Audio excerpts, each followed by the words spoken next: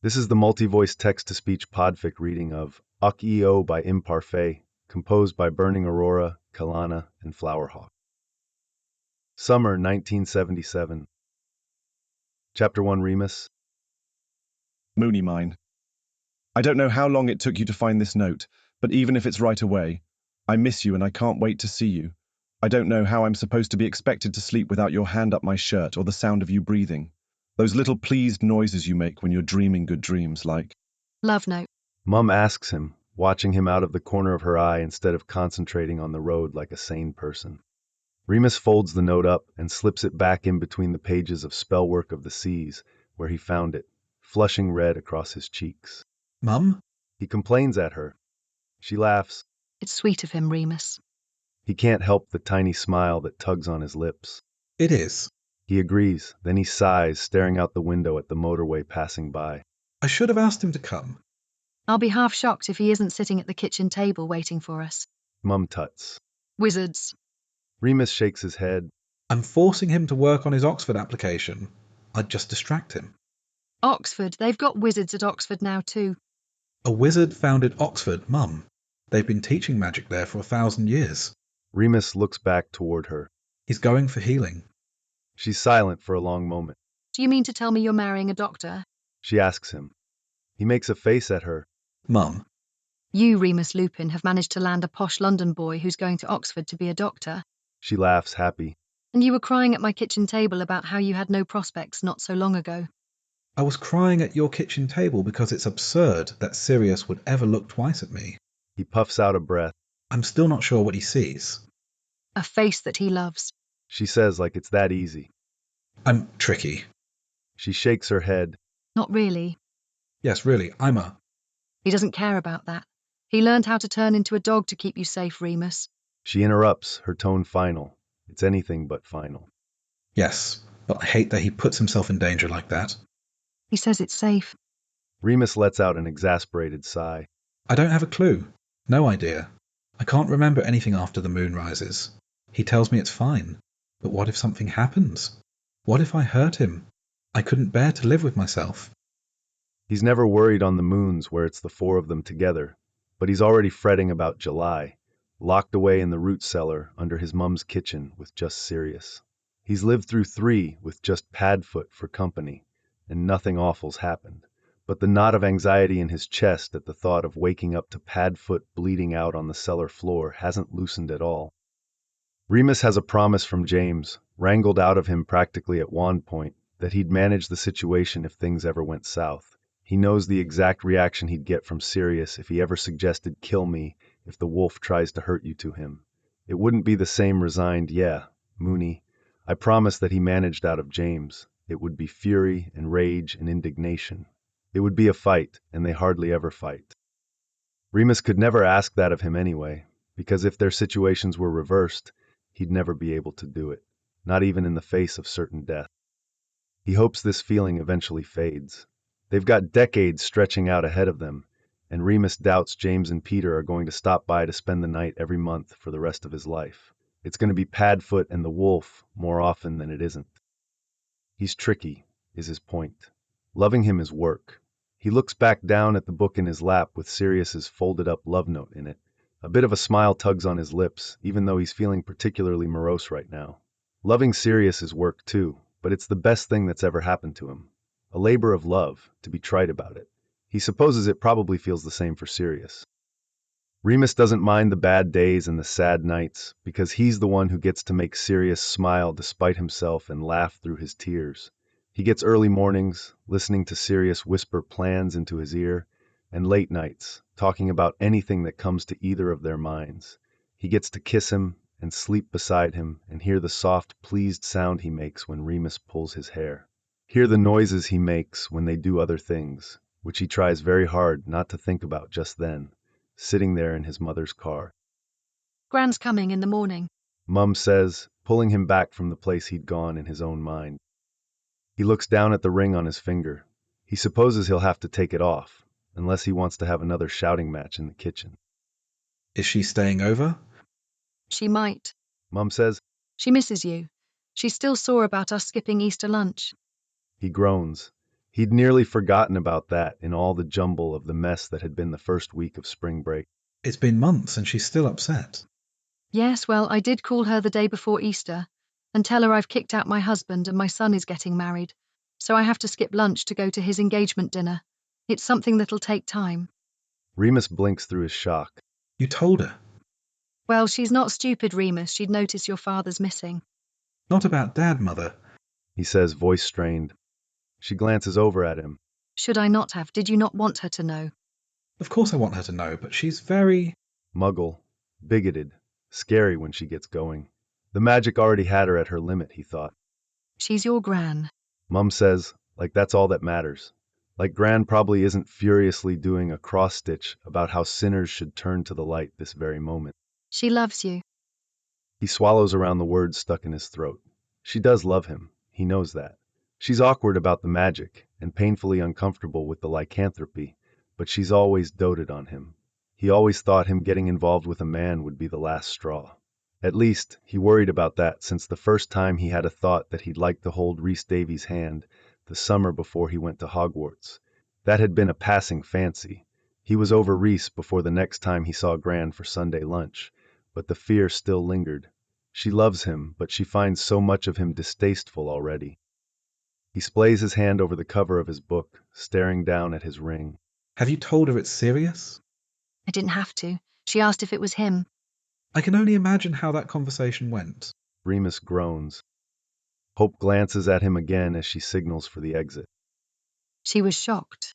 She tells him. He says, I figured. Shocked that the first she was hearing about you so much as seeing someone was after you became engaged, Remus. She shakes her head. That's part of why she's coming. She asked to borrow the owl to write to you, but I thought speaking in person would be better for you both. He sighs again and closes his eyes, letting himself sink into the feeling of Sirius's vertigo emanating from his ring. It'll be all right. She's his Gran. Even if she hates him, it can't hurt worse than Dad. Nothing will hurt more than that rejection, unless Mum suddenly loses the plot and starts hurling hurtful words at him. All right. He agrees, not that she'd take no for an answer anyway. He opens his book again as they pull off the motorway. There's still ages to go on the 2-lane winding road home, and he's got the rest of a love note to read. In the morning, he reaches for his teacup on his bedside table before he remembers that Sirius isn't there, hasn't made him tea, and is probably still asleep himself, miles away in Godric's Hollow. He slept rotten without Sirius there, and now he's got to make himself tea for the first time in 6 months, and he wants to have a little morning cry at both how ridiculous it is that he feels that way, and that he's got to get through the day without Sirius's doting affection. He curses himself inwardly for this self-imposed exile, but he knows Sirius needs time to write and rewrite and fret about his Oxmag application. He knows Euphemia and Fleamont want time alone with their children. He knows James wants time alone with his brother. He doesn't need to say it aloud. Remus knows James is jealous of how tightly Remus and Sirius have been twined together. And all that's to say nothing of what Remus needs, which is to spend some time with his mum.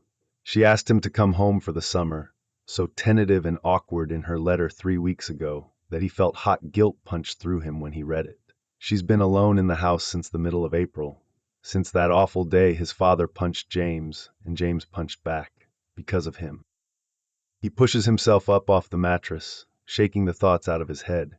He's internalized enough of the things Professor McGonagall's told him during her check-ins to know a bad thought from a good one. Blaming himself for his father's actions is a bad thought. He's not responsible for Lyle Lupin, just himself. The guilt still burns in the back of his throat, though. So many of his parents' fights have been about him. It's hard not to blame himself. He stumbles down the stairs in his pajamas, blinking sleep out of his eyes and yawning, thinking about how it's been months since he's been properly home. Christmas Halls feels like 3 lifetimes ago, not 6 months. So much has happened. He hears Gran and Mum talking before he gets to the bottom of the stairs. Gran's laughing, so she can't be too furious. He wishes he had a chance to get some tea and toast into himself before facing her, but his life has always been a series of increasingly taxing trials, so he shouldn't have expected this to go any differently. When he pushes open the kitchen door, though, he freezes, toes barely over the threshold, because Gran and Mum are laughing and Sirius is sitting there with them, 2 cups of tea in front of him. Remus, he says, eyes sparkling. You're supposed to be at home. Remus manages to get out, still standing in the doorway, stock still. I distinctly remember agreeing to you coming over on the 27th. He doesn't want to make eye contact with his Gran yet. They haven't even had a chance to speak about what Sirius is to him. And here he is, in the kitchen with his most polite smile and wearing Remus's favorite Led Zeppelin t-shirt. Gran bought him that shirt. She knows it's his. And she'll know Sirius nicked it and that they've got that sort of intimacy, the kind where they wear each other's clothes. Panic spiking through him works as well as caffeine. He's wide awake now and scared even though it all feels too late to be scared. She's been told already. She's been sitting with Sirius at the kitchen table for Godric knows how long. The bell's been rung. I agreed to staying over starting on the 27th. Sirius corrects. Very specifically to that and that only. He motions to the second cup in front of him. I made you tea. He chances a glance at Gran, who's smiling at him. She doesn't look angry, not even buried under a mask to keep up appearances in front of company. None. He says, Mum didn't say you were coming for breakfast. She stands up from her seat and comes over to him, wrapping him up in a hug that feels rather nice, actually. He melts into it a little. I caught an earlier train. She tells him. Thought I'd get here with the sunrise. Help your mum with breakfast for you. She pulls back and holds him by the biceps at arm's length. You've lost weight. I haven't. I just gained 2 inches. He smiles at her. She smiles back, and he can tell from her face that she means it. She's not furious. You do look taller. She reaches up and pats his cheek. And you've been keeping secrets from me, I hear. She adds, letting go of him. He says nothing. She lets him be quiet, lets him slip away from her and go to the table. He takes the seat Sirius pulled out for him. He accepts the teacup and sips. It's still piping hot, held under a warming charm that tickles his nose until he waves it away. He needs to center himself. Sirius helps. Despite himself, he's glad he's here. Sirius's hand lands on his thigh and squeezes. Remus closes his eyes and takes another sip, bracing himself. I have been, yeah. He says finally, when he feels like he's all together. She doesn't hate him. So this is my fiancé. We've met. She points out. Although I didn't know what he meant to you last year. Sirius half laughs at that. Don't know how it can be missed. Everyone says it's all over my face. I said I didn't know what you meant to him. Gran says, all imperious eyebrows that could rival the best of Sirius's. You, on the other hand, are an open book. Remus leans his elbow on the table and rests his head in his hand, looking at Sirius with what he's sure is a dopey grin on his face. You are? He agrees. I know I am. He looks a little lost in thoughts, but this isn't a Bogart behind his eyelids. It's happy memories. Remus can see that in the curve of his lips and the start of red tinging the skin of his cheeks. He blinks the past out of his eyes, and his smile turns smitten. Can't help it. I'm barking mad in love with you. She glances at Sirius and then back to him. How long has this been going on? 2 years last Wednesday. Sirius says before Remus can answer. It's a different answer than Remus would have given. He pins their start during the one blissful day that summer they were together in July, in 75, not the first kiss he ran away from at the end of term. Then again, they spent weeks sending each other increasingly absurd love letters in the run-up. He supposes it's fair. Sirius starts his count at the kiss. She levels a severe look at him. That's a long time to hide something this important from me, Rem. She says. He sighs and covers his face in his hands. I thought you'd disapprove. He mutters, half embarrassed and still too tired for this. There's silence. Sirius squeezes his thigh again. I've not got a solid grasp of the non-magical world. He says, My family's wizards all the way down. I've been told the muggles are a bit hardline on this particular topic. And the wizards aren't. Gran asks. Sirius shakes his head. It's not usual, but generally no one cares. It doesn't matter. We're all just stardust in the end. Do you not believe in God?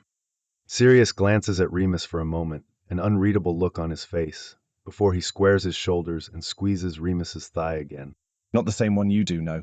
He says, And your God doesn't believe it's a sin for a man to lie with a man? He raises both eyebrows. No. He says, It's not. We don't have rules like that.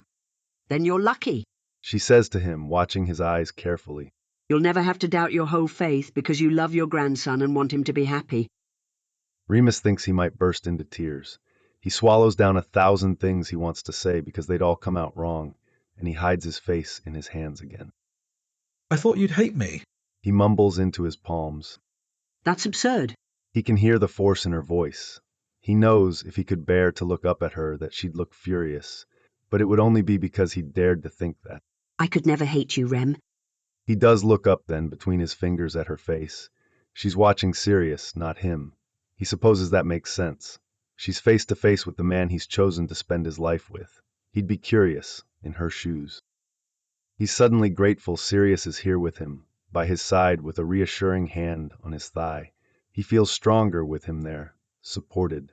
For a very long time, Remus had to be strong so Sirius could shatter into 1,000 pieces when he needed to. It's nice, in an awful way, to know that Sirius is well enough to be holding him together now. Well, I worry. Remus says, sighing. I'm a professional worrier, Nan. You know that.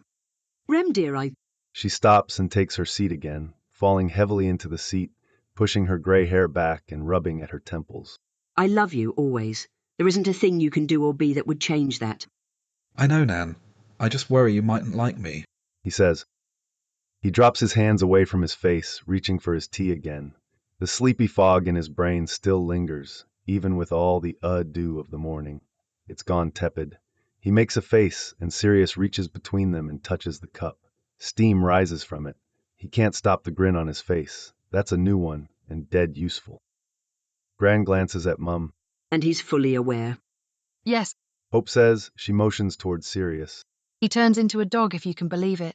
He's been sitting with Remus on the full moon nights, it helps. Gran lets out a shocked laugh. She clinks her cup back down onto the table. Wizards. She says in the same exasperated tone Mum uses. A dog, you say? We call him Padfoot. Remus tells her. It's really never that bad anymore. I've hardly gotten any new scars this year at all. Sirius's cheeks go ruddy again. Remus knows he hates talking about Padfoot, though he isn't sure why. He's not doing anything illegal anymore now that he's on the registry. It's something to be proud of, in Remus's opinion. Animadversion is difficult and unusual. He's special and talented and lovely. He does ridiculous things like turn into a dog to keep him from hurting himself and bring him tea every morning because of a sobbed-out promise the morning after the worst day of their lives. Remus wouldn't ever hold him to it. He never asked for it or even agreed to it, but Sirius does it every day. You've come all the way from the Hollow to make me tea. He says quietly to Sirius while Mum and Gran talk quietly about his last year's worth of moons and how Sirius has changed them. Well, I thought you might have forgotten how, since it's been so long since you've had to make a cup for yourself. Sirius grins back at him and leans forward for a kiss, but then seems to remember they're in company and stops himself halfway there. I didn't know your grandmother was going to be here. Bit awkward when I tumbled out of the flu. I specifically told you to stay home until the 27th. He points out. You made it awkward, not listening to me. I missed you, It's been less than a day. and I still missed you. Sirius says, leaning the rest of the way forward and kissing his cheek. Remus fights the urge to turn his head and catch him in a real kiss. Gran might be more all right with this than he expected from her, but that doesn't mean he's got to go snogging Sirius in front of her. Gran clears her throat and they both look up at her, guilty looks mirrored on both their faces. There'll be time for kissing later, after the air is cleared and they can escape Mum and Gran for a little while. Then he'll send Sirius back to the Hollow, and he'll mean it. No loopholes this time. Sirius has an application to finish. Chapter 2, James. Sirius is gone the first morning of summer break, but he's home by noon, grinning from ear to ear and pulling James out past the garden shed to the field behind Rosewood house, the one that his dad dutifully kept. Notice me not charms on so James could fly since he was 5 years old and got his first broom. They spend the first afternoon of summer airborne, chasing each other and eventually a practice snitch, until they both fall into the grass, exhausted. The sun isn't quite down, it's still too early, but it feels late, like it's already past midnight. Where'd you go off to this morning? He's sure he knows. Wales. Sirius answers. James grins. Wish I could just pop to Lily's whenever I like. You could. Sirius says, laughing. Just got to pass your apparition re-exam first. He rolls over in the grass, fist landing on Sirius's arm hard, but not hard enough to bruise. Pointing out a man's failure is uncalled for and rude. They both scuffle for a while, laughing more than hitting, and it's a good first day, a good start to the last summer break they'll ever have. They tromp back into the house, dirty and yawning. Mum takes one look at them and rolls her eyes, casting cleaning charms and demanding showers from them. James knows he'll miss this next year, when Sirius is gone and married and he's done with school and looking for employment. 10 weeks, he thinks to himself as he chases Sirius up the stairs, breathless and still laughing. Then there'll be sevenths and there'll be newts. He'll have ministry applications to fill out, and he'll spend 2 terms of worrying the Mooney problem with Padfoot and Wormtail to find Remus gainful employment. There'll be time spent soothing the edges of Peter's worry that his dad and mum won't like an herbologist for a son. Months of wondering if Sirius will get into Oxmag, or if he'll have to settle for the utterly average path of the St. Mungo's training program. Adult concerns. But for now, they've got 10 weeks stretching like forever in front of them to be idiot children, and James wants to grasp every last strand of his childhood while he still can. On Tuesday, he sleeps in because he can. Sirius is puttering around the kitchen when he does finally wake up and make it downstairs, sometime around lunch. James can tell from the ink smudges on Padfoot's hands and the stack of parchment sheets on the edge of the table that he's been working on his Oxmag application again, slowly making his way through the dozens and dozens of pages he's got to fill out. They sit together and listen to records for a while after James eats 3 ham sandwiches and an entire bowl of ice cream. James reads the June issue of Flyers Fancy and lusts over the new Nimbus. Sirius gets an owl. It's a great angry eagle owl James has never seen before. Whoever it's from, Sirius laughs and frowns in turns at whatever's written. James thinks it might be Regulus, maybe. The bird seems unpleasant enough for him. After, when it's gone dark and late, they go to a dingy Muggle pub together. Sirius has a wad of banknotes and no clue what they mean. James is sure they're overcharged. They have to flash cash to get served amongst Muggles anyway. They're still too young somehow. Wednesday brings hangovers, but Sirius is still up before him, waiting with deep purple hangover potions in glass vials when James stumbles into the kitchen. They don't have plans. He expects Sirius to take off for Mooney's, but he doesn't. He just pours himself a glass of pumpkin juice and sits at the kitchen table with his Oxmag application and a self-inking quill, thoughtful frown on his face as he checks off boxes and fills in blanks.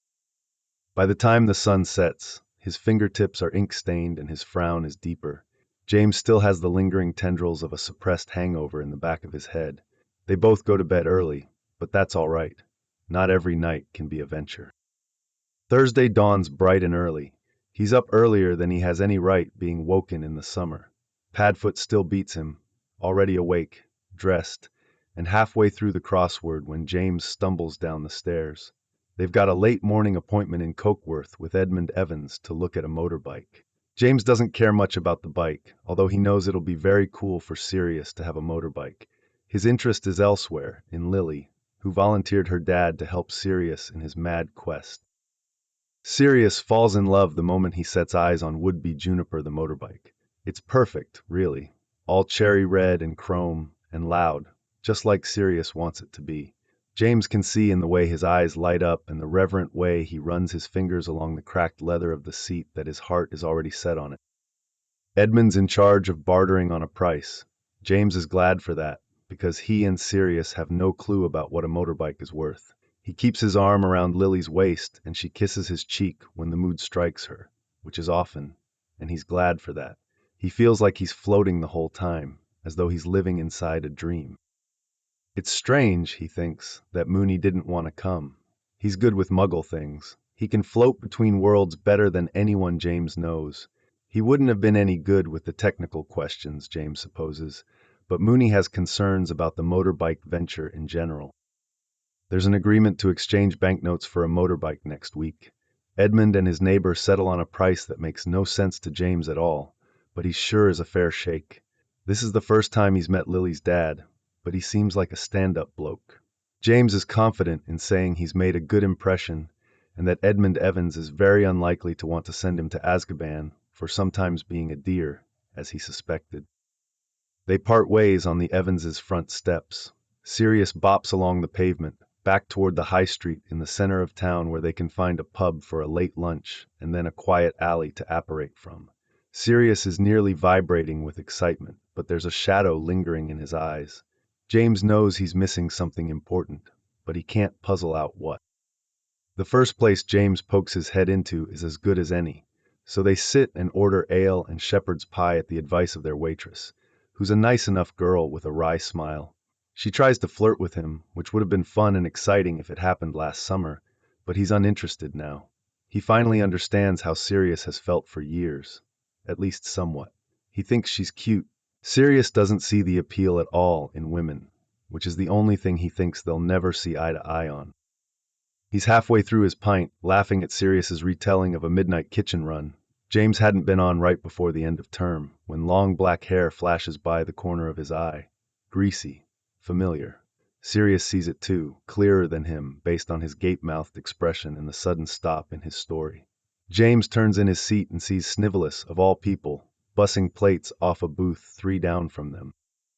Snivelus must feel them staring because he looks up at them, surprise followed by dark fury flashing across his face. He bares his teeth at them. Sirius covers his smirk with a hand. There's no shame in working. James knows that. Sirius planned on getting his own summer job this year before Alfred left him a small fortune. But Snape, a busboy in a muggle pub. If that isn't irony, James doesn't know what is. The Junior Blood Supremacist Club wouldn't approve if they knew. The wicked part of his brain wishes he had his camera with him. That would be an explosive start to 7th year. There's a singular moment where he thinks Snivelus might come over and cause a scene, but instead he shoves the last of the pint glasses into his bin, all jerky, angry motions, and takes off into the back of the pub. James turns back to Sirius. Sirius lets his hand slip down off his mouth. He's very visibly holding back a laugh, but he can't hold it for long, watching James try to stifle his own. They both break at the same time, laughing so hard they can hardly breathe. They leave when they're done with their meals. Lingering seems in poor taste. James thinks that means they're growing up, since they both seem to know it instinctively. Sirius apparates them home from the alley behind the post office, and has a good chuckle at James when he stumbles out of Sirius's grip, dizzy from the squeeze of side-along. Mum's in the garden, on her knees pulling weeds. Dad's lounging in the hammock between 2 pear trees, his eyes drooping as he sways. James and Sirius throw themselves down in the grass in the shade, and Sirius tells them about soon-to-be Juniper, the motorbike with a kind of frantic glee that's rarer than it used to be, but still so comfortingly familiar. The weekend stretches ahead of them, but it's summer, and weekends mean nothing at all. Tomorrow they'll go flying again, he thinks. Maybe he'll help Mum in the garden on Saturday. Next week, there's Solstice and time with Aunt Doria and Uncle Charlus. There's a week until the full moon, and 9 weeks of summer left to go. This is the end of something.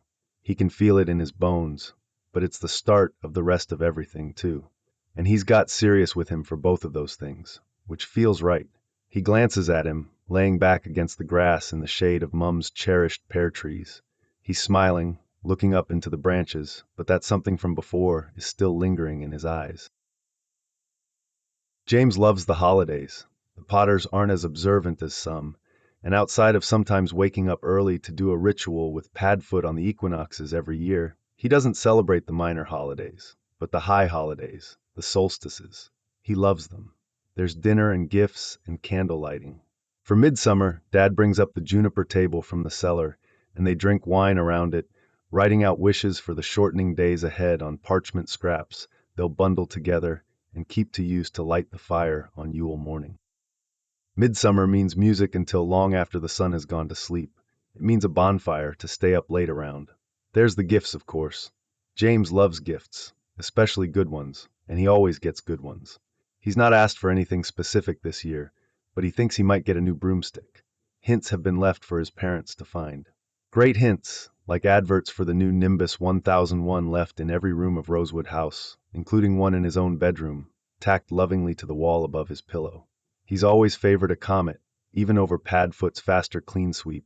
The thing can't corner worth a damn, but it has speed, but the Nimbus is worth the money. The Nimbus will win him his last cup. Padfoot loves the holidays too. Padfoot loves all of them, even the ones James hardly remembers. which is why he finds it so absurdly strange that on the afternoon of the 20th, when Dad's rearranging the furniture in the sitting room to fit the juniper table, Padfoot's nowhere to be found.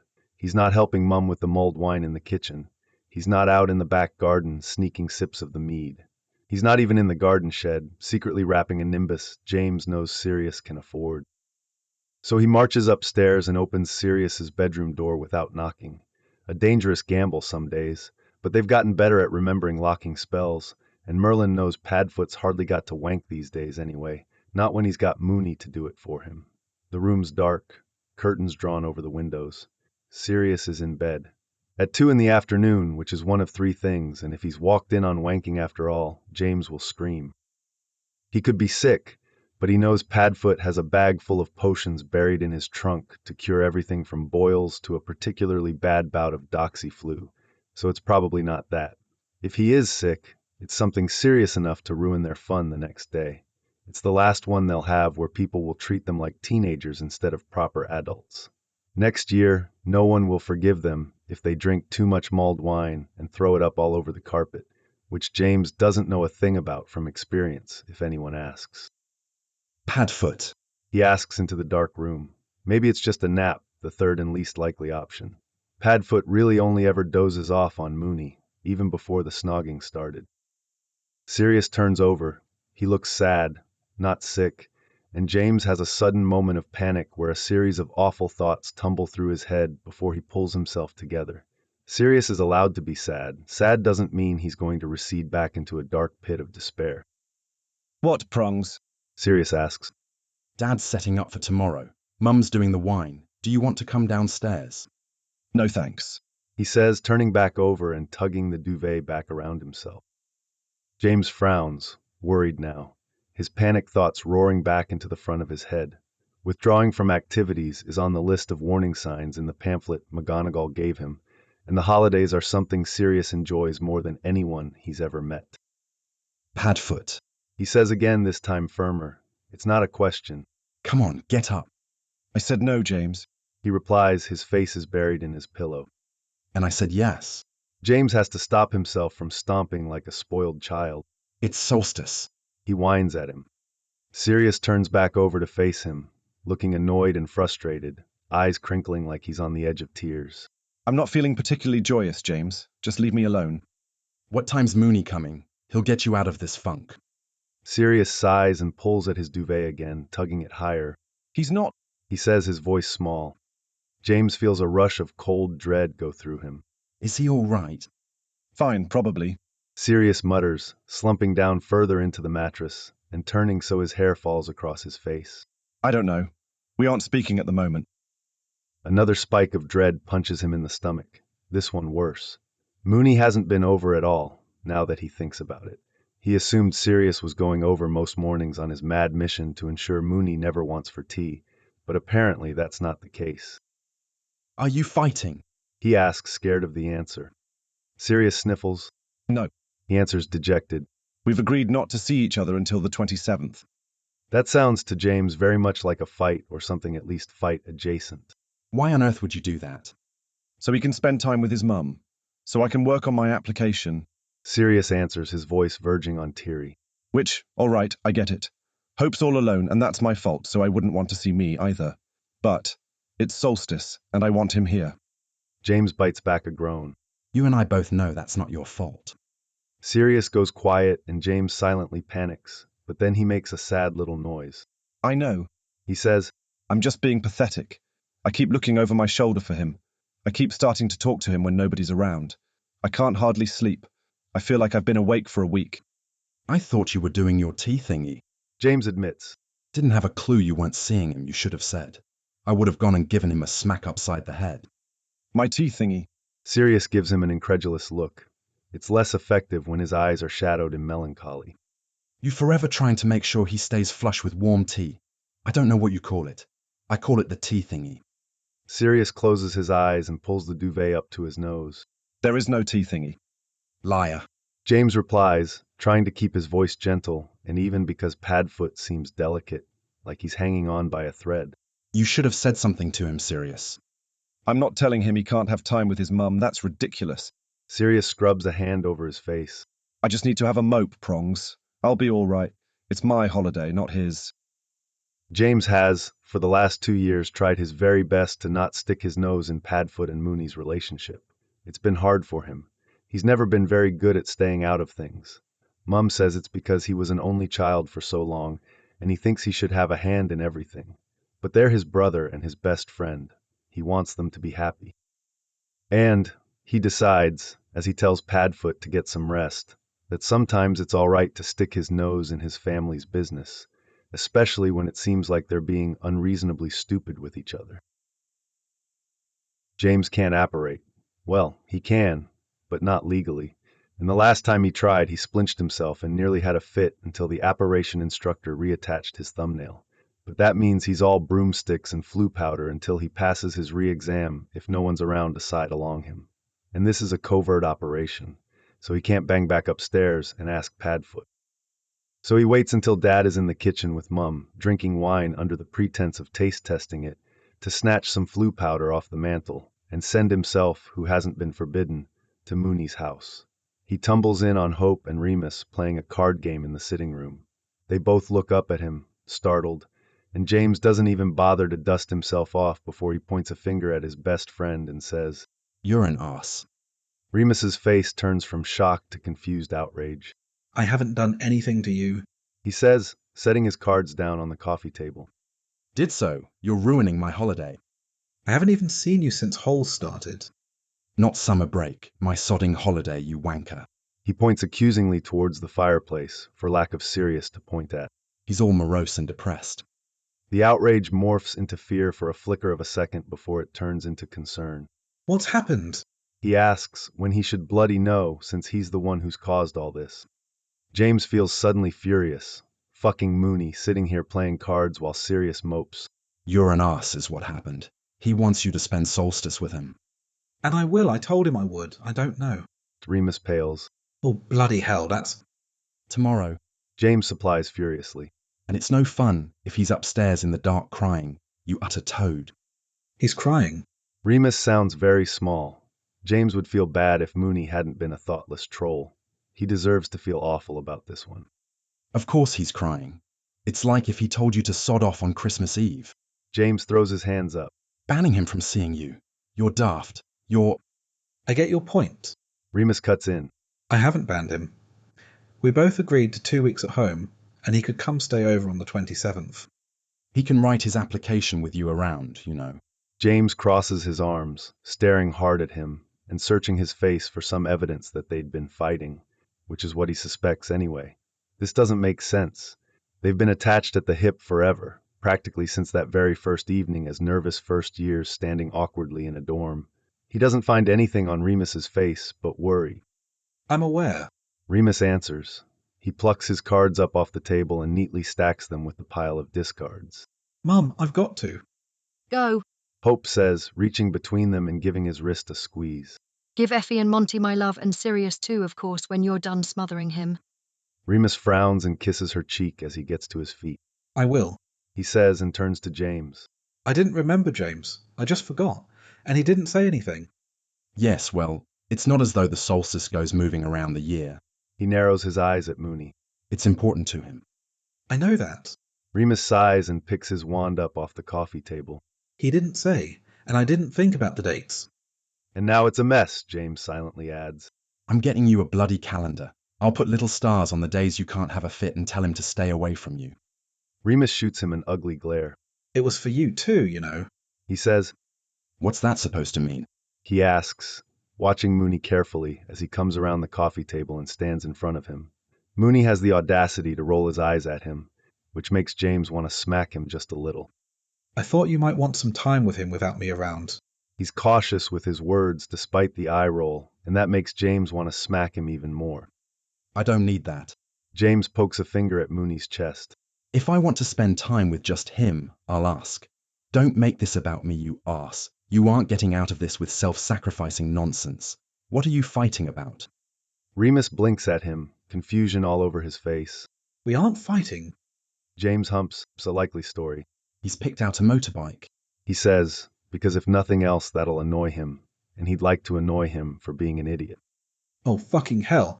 Remus says, pinching the bridge of his nose. I leave him alone for a week, and he goes and does the stupidest thing. He doesn't know how to ride a motorbike. A smirk lifts one corner of James's mouth. Too late to unring that bell, Lupin. He says, He's fallen in love. Named it Juniper. He's picking it up this week. Remus takes a series of bracing deep breaths. I won't yell at him if he's crying. I won't. It's not good for him. He says under his breath, mostly to himself. He levels a renewed glare at James, though. How do you even find a motorbike? James's smirk morphs into a full grin, half maniacal. Lily's dad. He says, Edmund. A big fan of the flying motorbike idea, as it turns out. Remus apparates them directly into Padfoot's room, which is bad manners, but James forgives him this time. They won't be popping in on anything private, except perhaps a cry, and they both already know about the crying.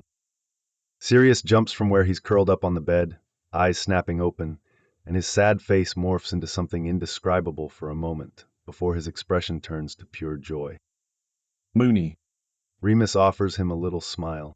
Hey, He says, his voice gone all soft and sweet, the way Mooney's voice does for Padfoot and Padfoot only. He lets go of James and pads across the carpet. James tells me I'm an utter toad. I'm not done with my application yet.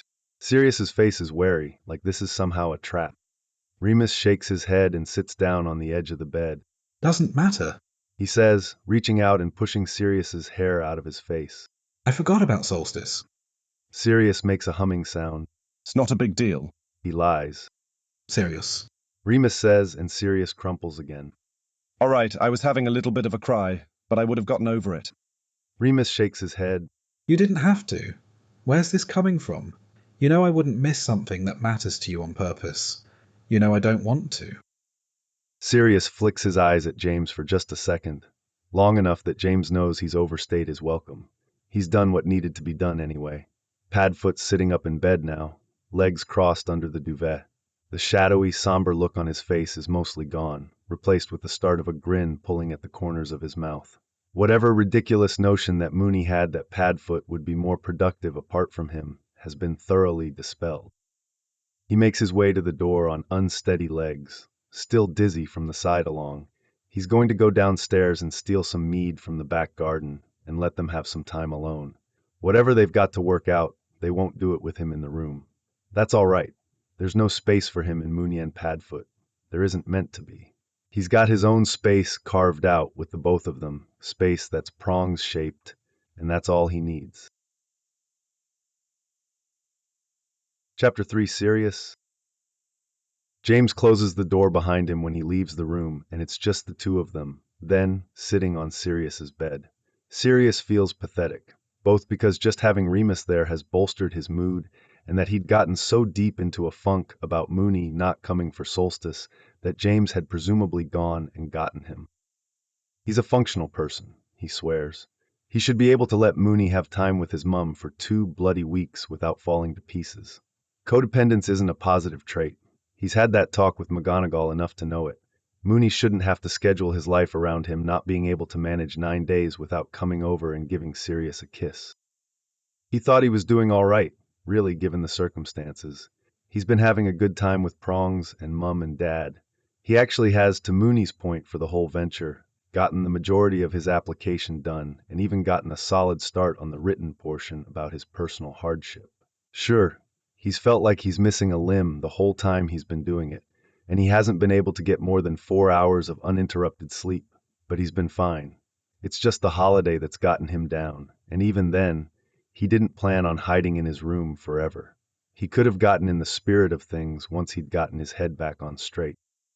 Mooney's fingers brush against his cheek, and he leans into the touch. He's been starved of Mooney's affection. Hey, Mooney says, quiet and sweet and loving, and Sirius's brain soaks it up like it's a drug. talk to me, Padfoot. He shakes his head, just a little. Doesn't matter. He murmurs. Very much does. Remus counters. His hand slides up into Sirius's hair, and Sirius can't help but close his eyes and sigh. He missed this so much. I would have been fine if you didn't want to come. He sounds dejected even to himself, and he takes a moment to gather himself before he continues. I know Hope's been alone since April. Stop. Remus orders. Sirius closes his mouth with an audible click of his teeth. Tell me how you feel right now. And this isn't great. This is a hearkening back to last year when he was in tears all the time and a tangled up mess of broken parts. Glad you're here. Pathetic for wanting you so badly. He answers. Honesty is automatic when Mooney asks that of him. It's habit after the long months of being worried over. Rejected a bit, since you weren't coming for Solstice. There's a long moment where Mooney doesn't say anything, but his fingers tighten in Sirius's hair, and Sirius knows he's just putting his thoughts in order. I'm sorry. He says, I didn't mean to make you feel any of that. I forgot about Solstice, which is awful of me. I'll do better. Sirius shakes his head. It's not your fault. It's certainly not yours. Remus says, My idea, my ground rules, my mistake. Pretty sure that's in the Mischief Maker's code somewhere. Hang the code. Sirius leans forward, pressing his lips to Mooney's. They kiss for a while, soft and sweet and slow, even though Sirius misses him enough to want to bowl him over and kiss all the breath out of him. This is nice too, and a reminder that there's no rush. There isn't a time limit. They've got forever ahead of them. He whines in protest when Mooney pulls away from him. Not done talking yet? Mooney says. He presses his forehead against Sirius's, rubs their noses together, and Sirius lets his eyes flutter closed again. I don't have anything else to say. Sirius moves to kiss him again, but Remus sits back and tightens his hand around Sirius's curls to keep him from surging forward. I do. Remus sighs. You were crying. I don't want to be the cause of that, Sirius. Ever. It's just one holiday. Sirius frowns and reaches out to touch Remus's face, needing more contact than a hand in his hair and Mooney's knees pressed against his. There's a million more ahead of us. Don't do that. Remus scolds him. Don't diminish what you need.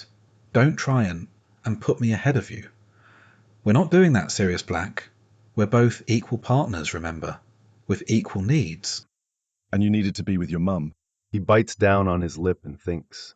Forming thoughts in ways that won't make him seem like a sad little monster takes time, because all that's in his head right now are tumbled together, greedy thoughts about ignoring the holiday and keeping Mooney locked up in his bedroom with him. If I told you no, that I didn't want to give you the time you asked for, how's that equal? Isn't that just me getting what I want? He shakes his head. There's something in the middle, Sirius. Tried that? He whines. I came to make you tea and you scolded me, if you'll recall. That puts a frown on Remus's face. That was. A compromise. Sirius mutters. And you told me no, Mooney. Remus groans a little to himself. James is right, I'm an arse. Tiny bit. Sirius agrees. My arse, though, and I like you how you are. Your mum's important. She deserves some time with her precious little sprog. Remus shakes his head. I can spend time with her without making you feel awful.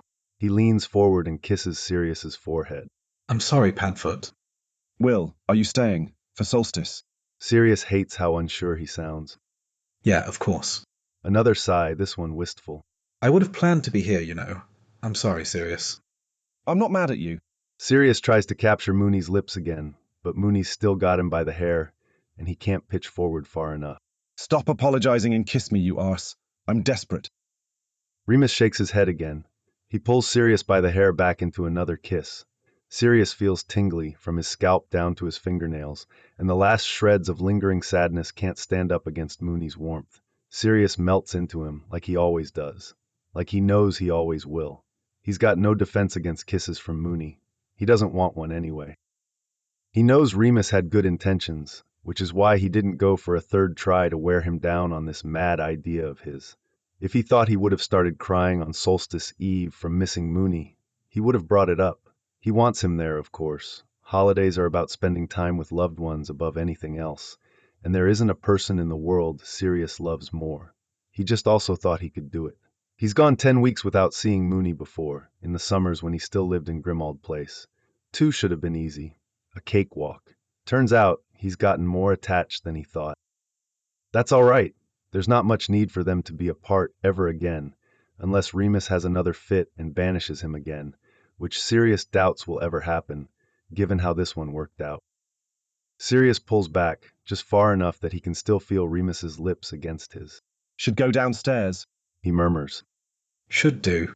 Remus agrees, but the hand that isn't in Sirius's hair is fiddling with the hem of Sirius's sleep shirt, fingertips brushing against his stomach, and Sirius has doubts that Remus intends to go downstairs for quite some time, actually.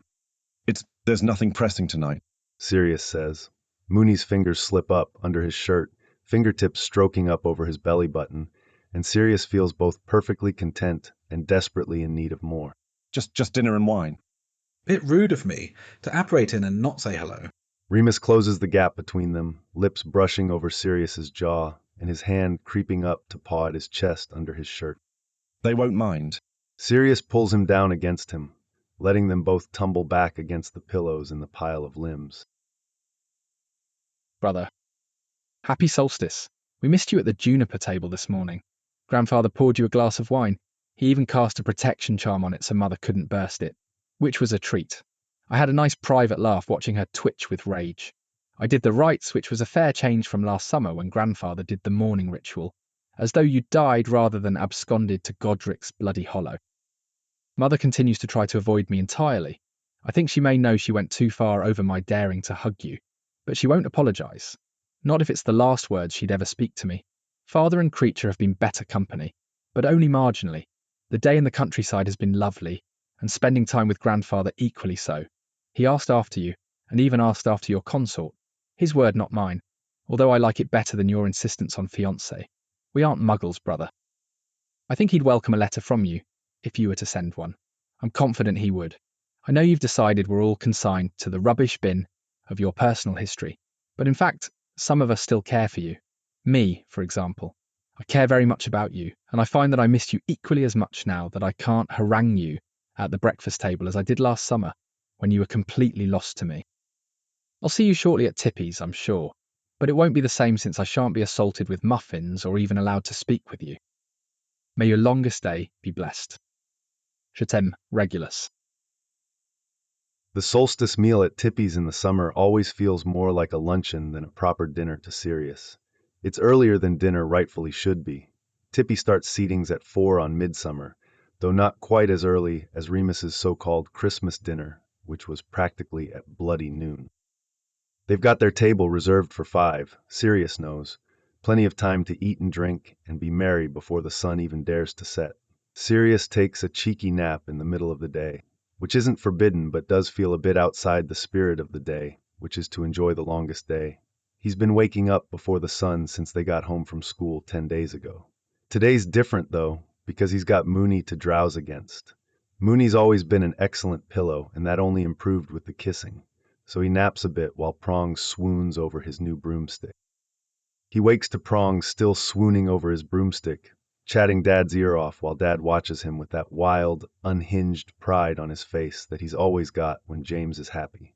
Mum's pleasantly tipsy in the armchair closest to the fireplace, humming along to the record she's put on. Mooney's petting his hair, which feels incredibly good, actually, and if he weren't so disoriented by waking up, he might have thought to lean in and let it happen. Instead, he does the foolish thing and sits up, yawning. Sleeping Beauty. James rumbles from across the room. Sirius rubs at his eyes with his fists and yawns out wanker. It doesn't have the same impact, lost in his sleepiness, but the point stands. James knows what he means. He's fallen asleep with Regulus's letter still in his lap. He sets it aside and fishes his watch out of his pocket, rubby glinting in the sunlight from the window as he flicks it open. It's just going on 4. They'll be leaving soon. He yawns again and stretches. Mooney grins, pokes at his stomach when his shirt rides up, and laughs when Sirius swats his hand away. Glad you came. Sirius asks. Yes. Remus answers, those lovely blue eyes of his wide and happy cheerful smile blooming on his face. Sirius is very glad he's there, very glad he's coming to dinner, very glad he's staying the night again after the ritual at sunset and the music and the dancing. Mum and Dad must have spent a literal fortune on gifts. He pokes a toe at the stack of new records by his feet. There's dozens of them, along with a lovely 4-volume leather-bound reference set, Mending Magical Maladies, an ornately carved box with crimson velvet lining for his watch, and a helmet for riding Juniper. It's black and a bit sparkly. He adores it. Mooney hasn't been left out, of course. For him, there's 2 new novels, a self-inking quill set that has color-changing ink and swappable nibs, and a beautiful deep blue jumper Sirius can't wait to steal. There's also 3 tickets and a night at the Galloping Gargoyle in Caerphilly to see the Catapults play the Arrows in August, which is meant for all 3 of them. He doesn't care about Quidditch unless he's on a broom playing it, but James and Mooney nearly had a fit at the sight of them. Sirius knows it'll be fun, but he also knows they're going to be cheering for opposite teams, and he's going to be stuck in the middle. It's a lot of gifts. The necklace and earring set they got for Mum pales in comparison, even though a ruby and gold phoenix charm didn't come cheap. They probably should have gotten more for Dad than a new pestle and mortar, although it's a self-cleaning set and rather neat, actually. He's got a gift for Mooney, too, squirreled away under his bed. That's not for mixed company. He's also not entirely sure it's in the spirit of the holiday, but he thinks the universe will forgive them both. Mooney pulls him back into the present with a kiss pressed against the side of his face, practically his ear, and Sirius grins. Still asleep, Padfoot? Mooney asks. Hungry. Sirius turns and kisses him properly. James gags at them. Sirius turns away from Mooney with a glare. There's a variety of things that are as bad or worse than the ode to Evans's eyeballs. Potter. Sirius warns. Joking. I'm joking. James clutches his nimbus close, but there's laughter bleeding into his words. I'll tell her the worst of it myself anyway, eventually. That pulls a little on Sirius's heart. He's glad James got his chance. He's got a good soul buried under his ego. Now he's only got Peter to worry about in the romance department. But Peter's a slag and proud of it, and Sirius doubts he's looking for a special someone when he'd rather have a special many. Dad pulls himself up and straightens his robes. Come on, lads, he says as he offers a hand to Mum. we've got a reservation. Sirius thinks about Reg's letter as Mooney tugs him to his feet. He wonders if he can get away with lobbing a roll at the back of his head without getting tossed out by his ear by a very severe house elf. They apparate to the coat room, him and Mooney arriving a split second before Mum and Dad, who's hauling a nauseous-looking James, sans broomstick, which it's honestly shocking that he didn't try to bring it. Sirius gets in his daily laugh at James Potter's singular failure and takes Mooney's arm to lead him into the dining room. The host, a craggly old wizard named Bertrude, gives them a deep bow. Master Black, it's always a pleasure to have you in. He says, And you're promised. Congratulations again. You're with the Potters today. Always shall be, Bertrude. He says happily. It feels good every time someone brings it up. He loves belonging with them. He also not so secretly prefers the Potter's table by the window to the Black's table in the back. We're here for 5, I think. Of course, Master Black. Bertrude's face lights up, and Sirius knows Dad, who everyone loves, even Abraxas Malfoy, is standing behind him. Lord Potter. Oh, don't. Dad says, waving his hand. Bertrude, I've told you 1,000 times. And you shall have to tell me at least once more. Bertrude says.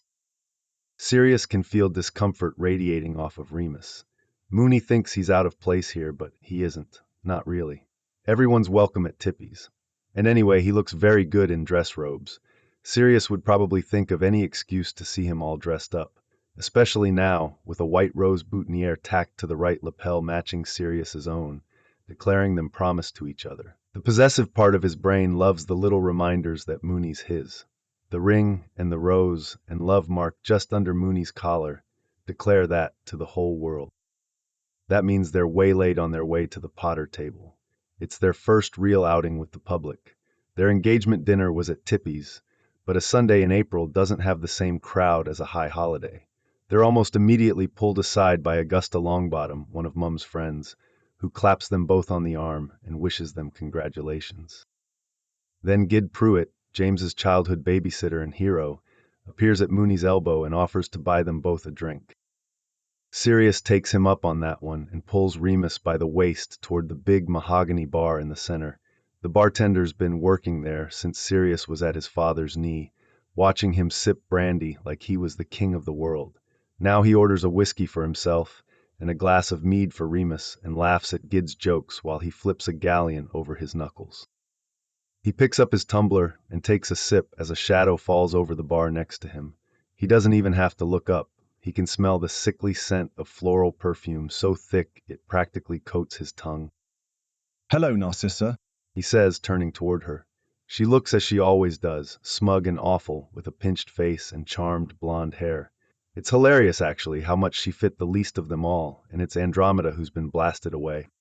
Sirius, She answers, somehow managing to look down her nose at him despite being nearly a foot shorter than him. I never did get to congratulate you on your marriage. He says.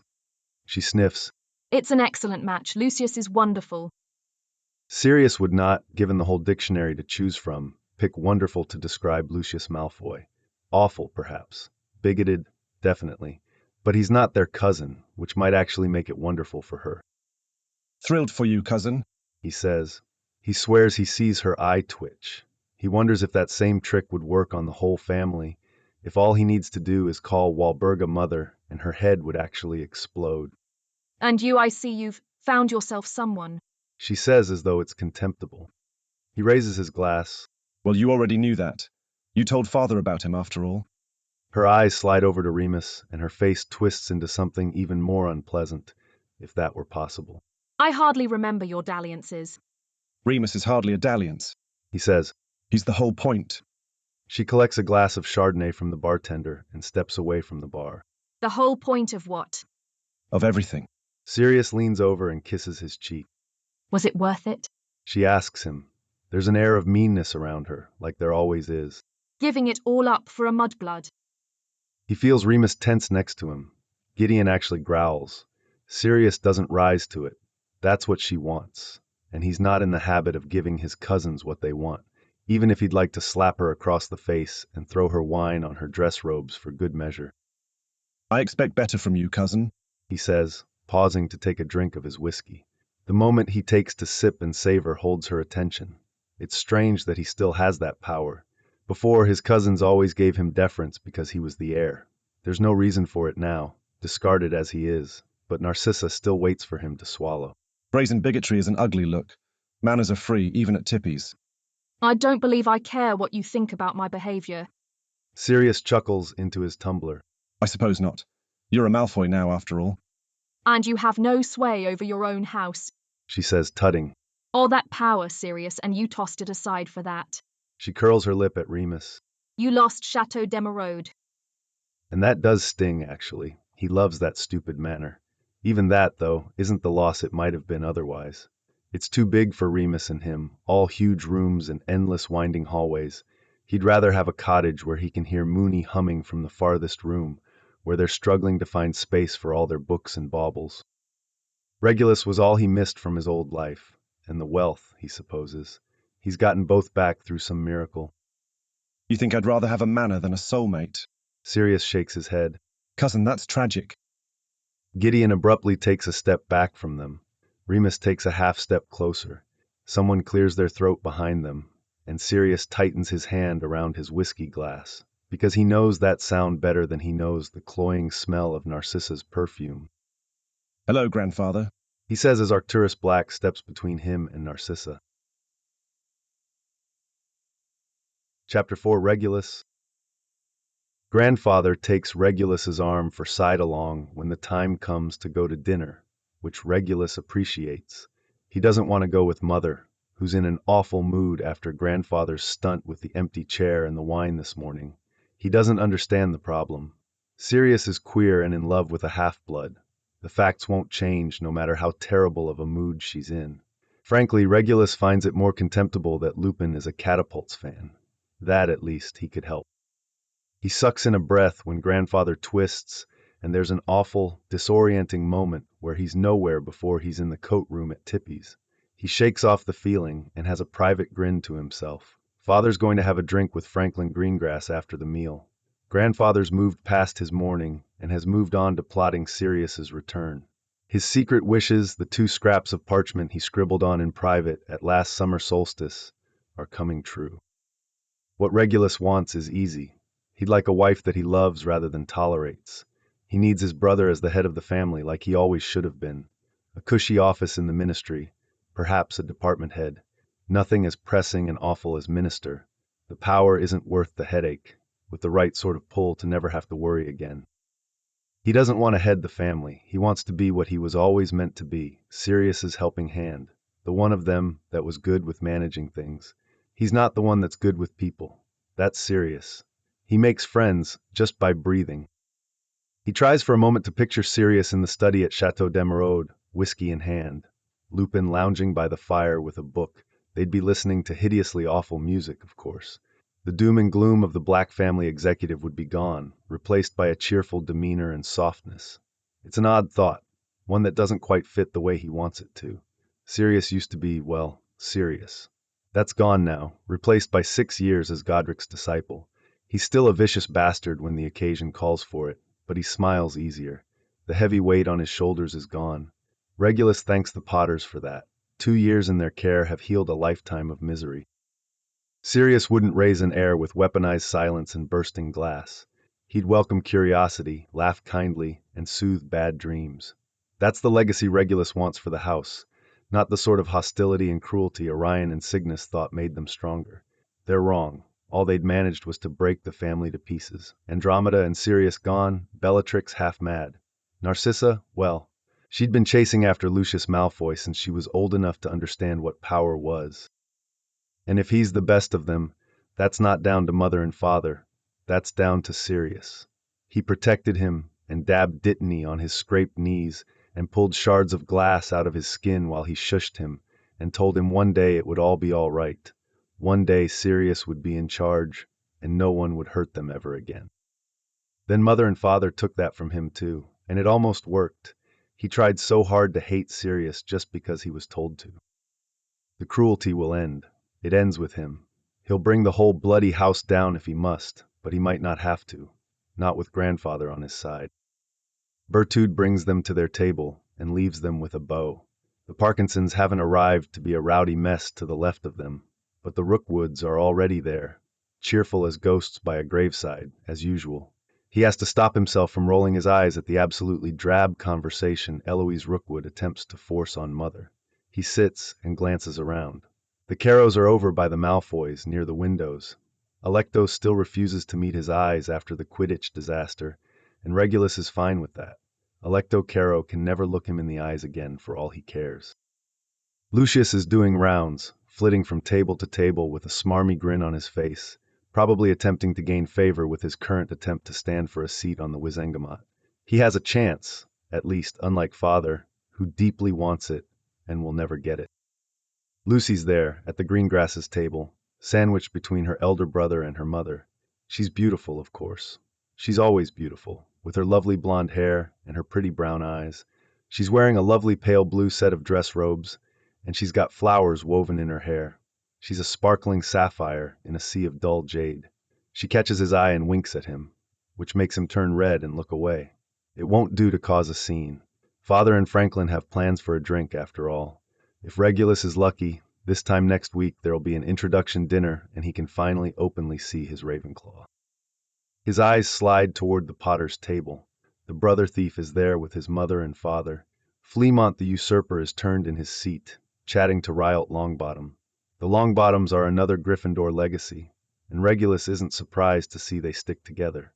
He knows the Potters and the Pruetts are close too. They've become encircled by Gryffindors. He realizes as he looks around for his favorite one. He spies Sirius by the bar with Lupin. They've got their boutonnieres pinned to their dress robes, which he's certain will infuriate mother and father again. He hopes they plan on a short engagement, because Regulus isn't sure he can take multiple years of mother exploding the wine glasses at the sight of Sirius and Lupin's white roses. One of the Pruitt twins is with them. Narcissa is curiously standing there, too. She's speaking to him, which is outside the rules Mother and Uncle Cygnus set in the weeks following Sirius running to the Potters. He supposes Narcissa is long past listening to Uncle Cygnus. She's married now, the newest Lady Malfoy, who's Uncle Cygnus anyway, but the second son of a second son.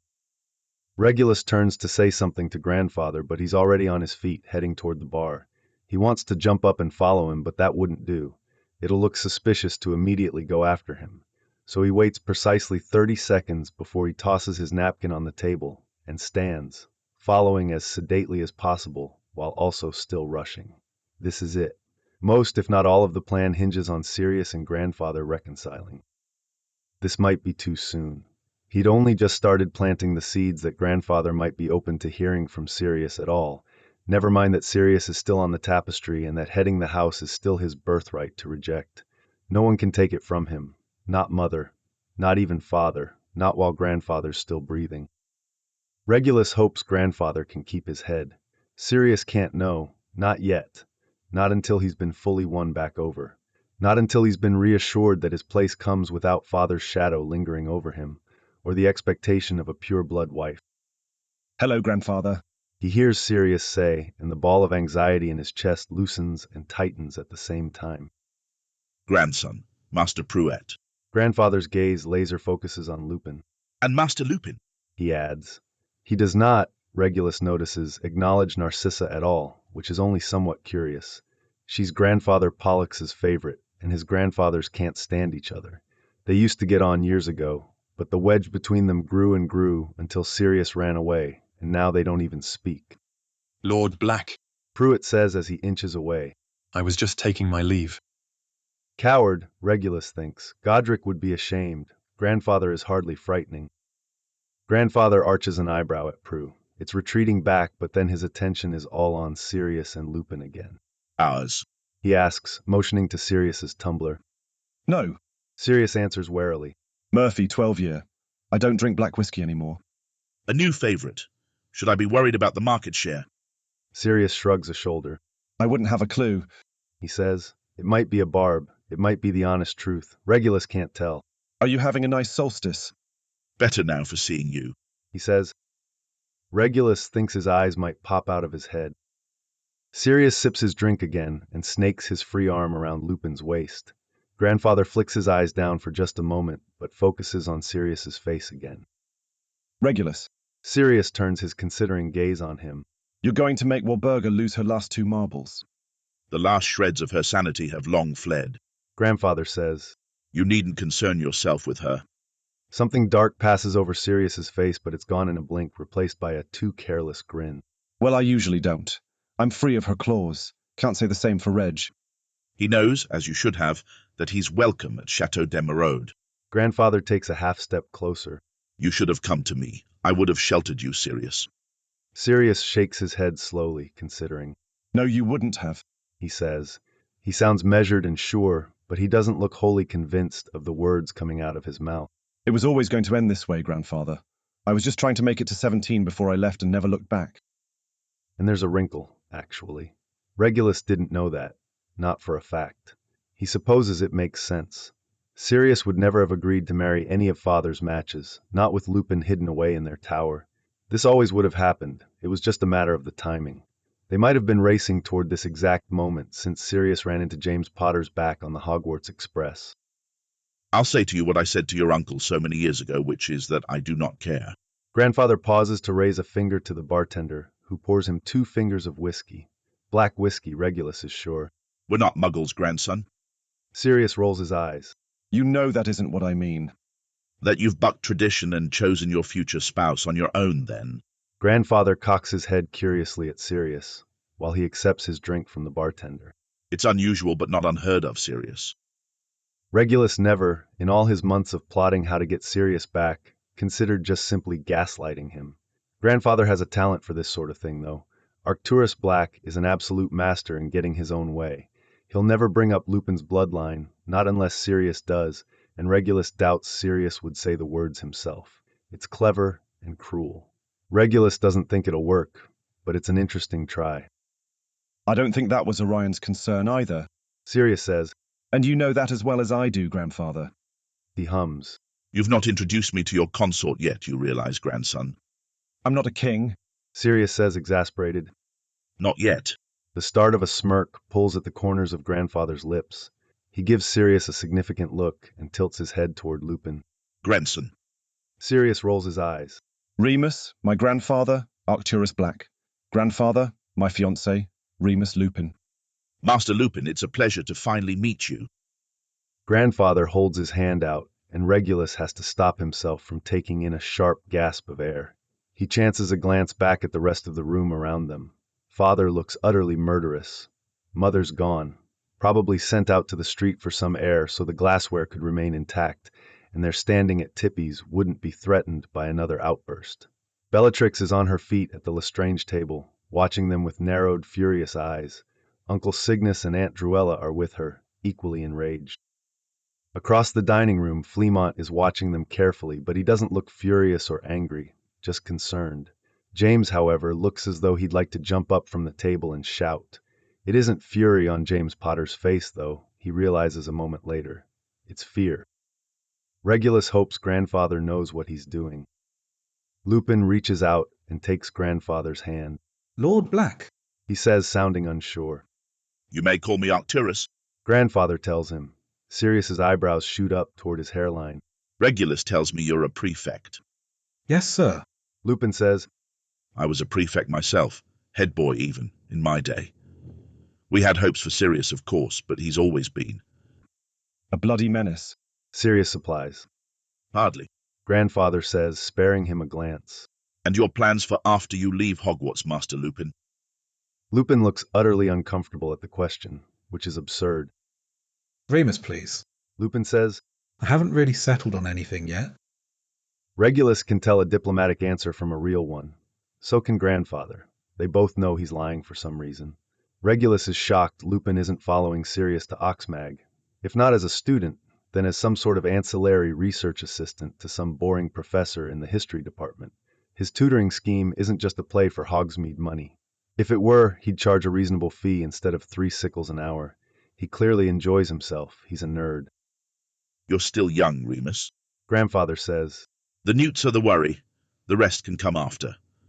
The family has considerable contacts when you do settle on something. That's very gracious of you, Grandfather. Sirius says, cutting smoothly in for an obviously uncomfortable gobsmacked Lupin. And you? Grandfather starts, turning to Sirius. Oxford, Regulus says. Your aunt was pleased. Sirius sets an annoyed glare on Regulus. I was clear about wanting to get in on my own, Reg. And you will. Aunt Hestia was just happy to hear you're applying. Regulus says hurriedly, holding his hands up in front of him, shaking his head. Aunt Hestia probably won't need to interfere anyway, and if she does, she'll be circumspect about it. No one will likely ever know if she needs to nudge someone on the admissions committee in the right direction. You're still top of the year, after all. Grandfather says. He's always been proud of Sirius's accomplishments. It doesn't surprise Regulus that he's outwardly pleased now. Second last year. He tells them, looking sheepish about it. But I have it on good authority my brother over there is an idiot and wants to be a politician, so I'm not concerned about him taking my spot. Regulus expects Grandfather's face to twist into rage, the way Regulus feels deep inside himself every time Sirius calls fucking Potter his brother. He understands how family magic works, that them claiming Sirius and Sirius claiming them back means he is, in every way that matters, Fleamont and Euphemia Potter's son. But he's theirs. He was theirs first, and he's still theirs. Still the first son of the House of Black. Still Regulus's brother, no matter how hard Potter tries to steal him away. Grandfather doesn't look angry. He almost smiles. Dorea speaks nothing but highly about her nephew.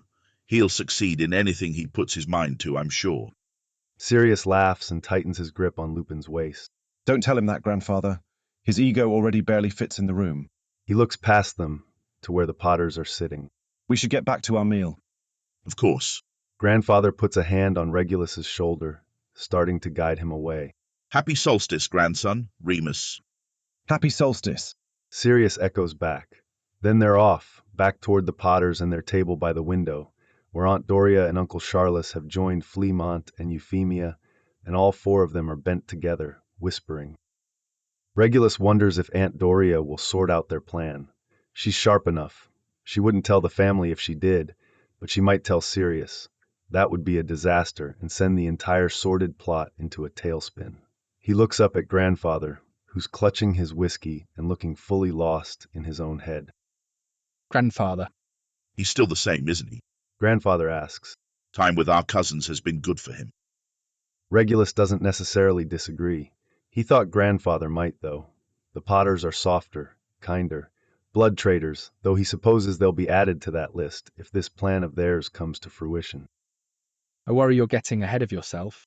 Regulus says. Speaking to us and rejoining the family aren't the same thing. I suppose not. Grandfather agrees. But I'm not a young man, Regulus, and my patience is thin.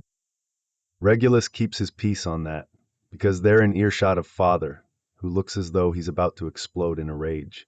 He may find himself spending the summer at Chateau d'Emeraude after all. He gives a regretful look at Lucy over his shoulder. He doubts Father's in the mood for a brandy with Franklin after dinner anymore. He'll behave for the rest of dinner, though, in hopes that he might still keep his appointment. Chapter 5, Remus. The soup course passes in a blur for Remus. He's lost in his own head for a lot of it, confused about whatever's going on between Sirius and his grandfather.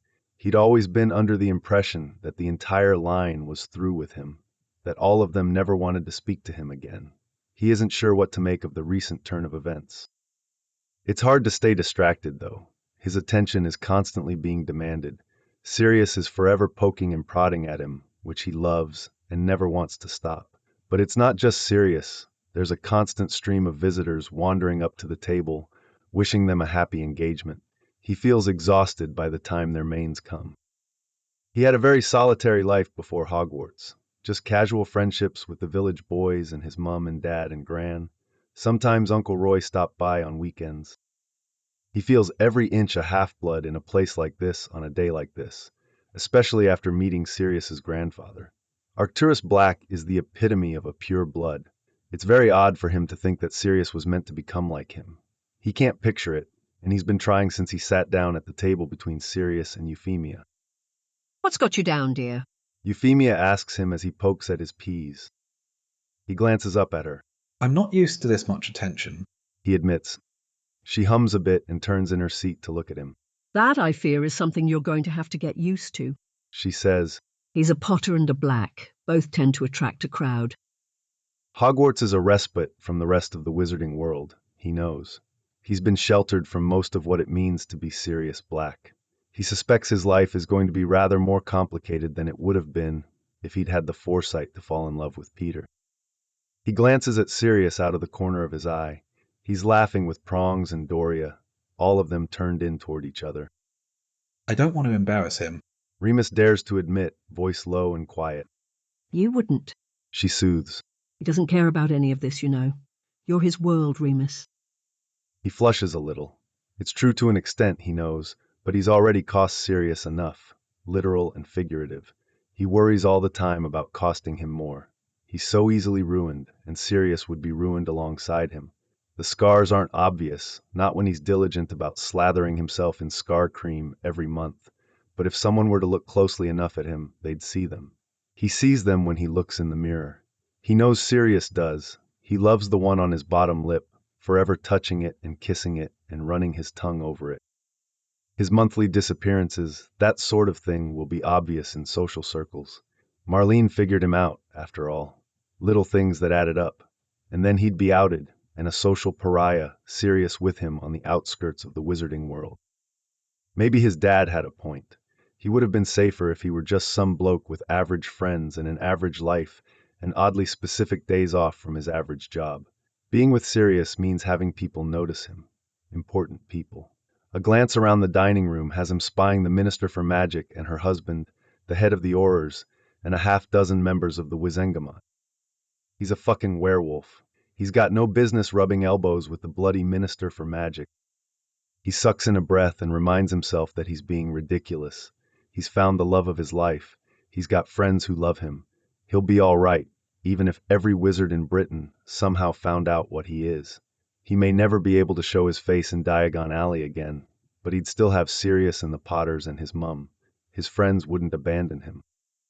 Euphemia touches his arm and he looks back up from his dinner plate at her. Remus, dear, is something wrong?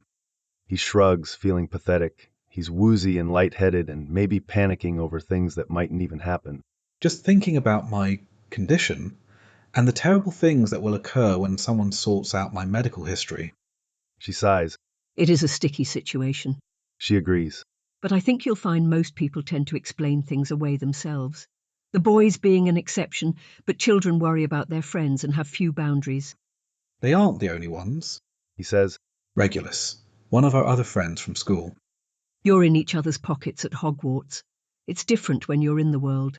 She pats his arm. Acquaintances don't spend quite so much time together when you aren't all stuck together in a castle. He thinks about Arcturus Black's calculating eyes. He would care.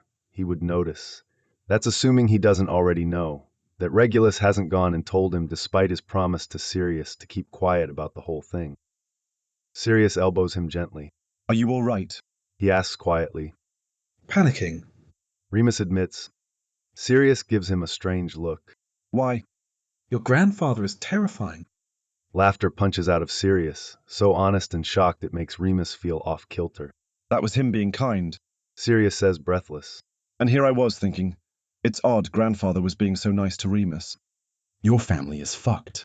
James says from beside Sirius. He glances at Doria. No offense, Auntie. Doria smirks. Darling boy, I'm aware. She cranes around James to look at Remus. Sirius is right. That was my cousin attempting to be kind. Salazar knows that's the best he can do.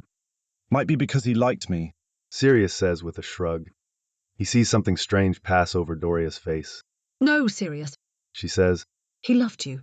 You were his heir more than Orion ever was. Orion doesn't like whiskey. That's his mistake. Sirius says with a hollow laugh. I hope Reg has a discerning palate, or else grandfather's not going to have anyone to run the estate. That's all it takes, a stomach for whiskey. James grins. I can drink whiskey. Does that mean I have a chance at all that gold? Trust me. Sirius says, wry smile on his face. It's not worth it. Later, after they've set off all the fireworks and the mead has run dry, Padfoot takes him by the hand and pulls him upstairs into his bedroom. He throws a lock at the doors and a silencing spell at the walls and fidgets nervously in the center of the room. He's barefoot, in faded, ripped jeans and a Bowie shirt that Remus has been looking for since the term ended. Remus thinks he's beautiful, maybe more beautiful than he looked all dressed up this evening at Tippy's, although he's had enough mead to make his head a little floaty, and his opinion might not be trustworthy. But really, Padfoot's always stunning, even when he's got nothing on at all, maybe especially then, stripped bare and shaking from want. He doesn't know what's got Sirius so flushed and nervous. The silencing spell and the locked door lead Remus to believe it's sex-related. He wouldn't bother with the secrecy for much else. Sirius still hasn't moved. He's standing there, worrying his hands together and watching Remus as though this is last year, when they still were fumbling and didn't quite have the words yet to say what they wanted from each other. Padfoot, he asks, reaching out and curling his fingers in the hem of his shirt. Sirius looks down at his hand and then up at his face. His cheeks are crimson. I've got a gift for you, he says. And Remus feels terrible again, because he hasn't got one for him. He has a fleeting thought that he's going to take Prongs up on the offer of a calendar, because he can't do this again. He can't hurt Padfoot even in ignorance. That's not fair. Are you all right? Fine, he says in a voice that might have been a squeak if Sirius had a higher voice. Remus steps forward, closing the gap between them. He pulls Sirius in and kisses his temple as he tucks him into his arms. What's my gift? Is it my Bowie shirt back? Shush, Mooney, he says. I'll give it back. I always give them back when they stop smelling like you. You're loony, he tells him. Utterly mad. Sirius agrees. He sucks a kiss against Remus's neck. Anyway, I've got us a gift. Oh, it's for us now. He laughs. I already saw you eyeing my new jumper, you thief. It looks soft. Sirius smiles against his neck. Remus can feel it. And I've gotten you a book. Remus pulls back far enough to look Sirius in the eye. You've put up a silencing spell for a book. Sirius's cheeks go ruddy again. Well, it's a spellbook, Mooney.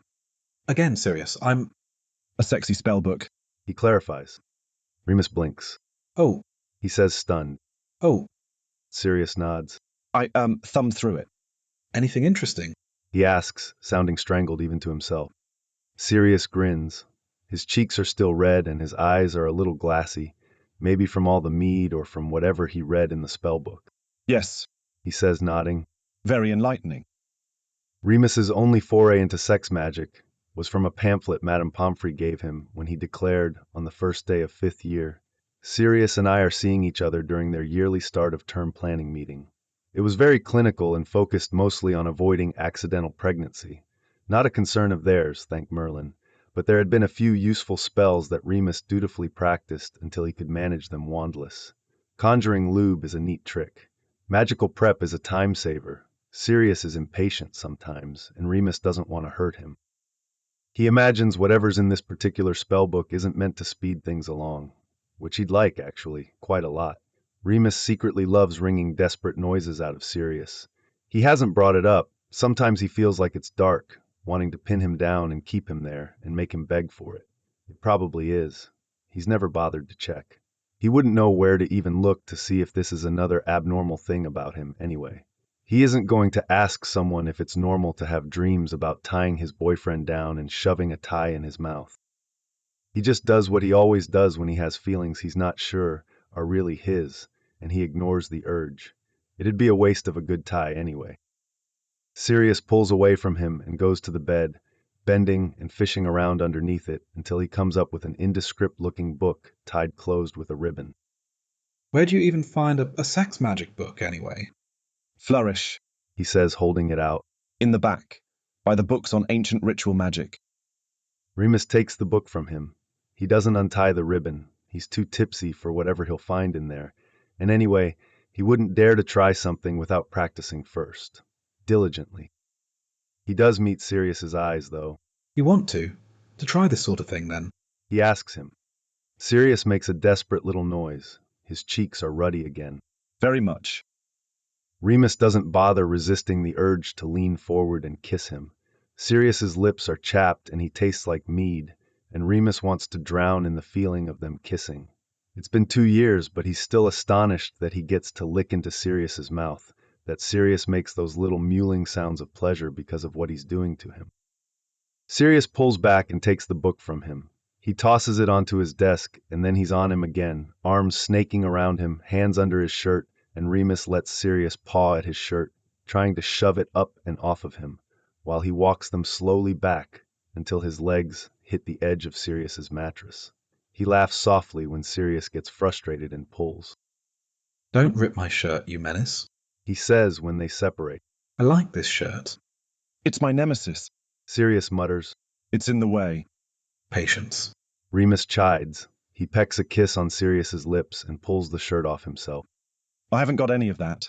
Sirius crosses his arms in front of himself and pulls his own shirt off in what might have been a smooth motion, if not for the mead.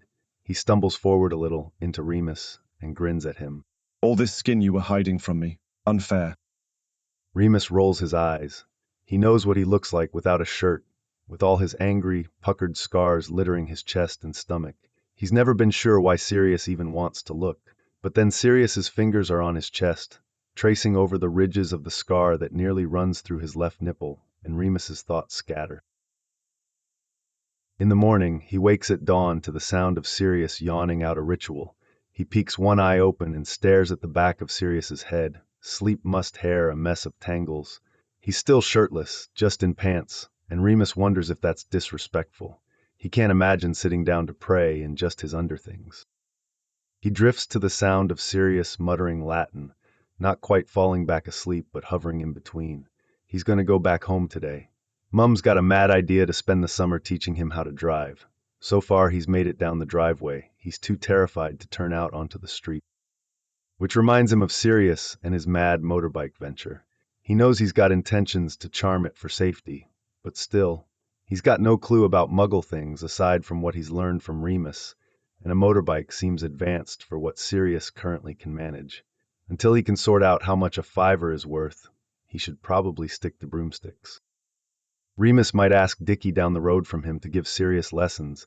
Since it's his bloody fault, Sirius is obsessed, anyway. Dickie does look very cool, and Remus is sure Sirius will look incredibly hot astride a motorbike, but that's hardly the point.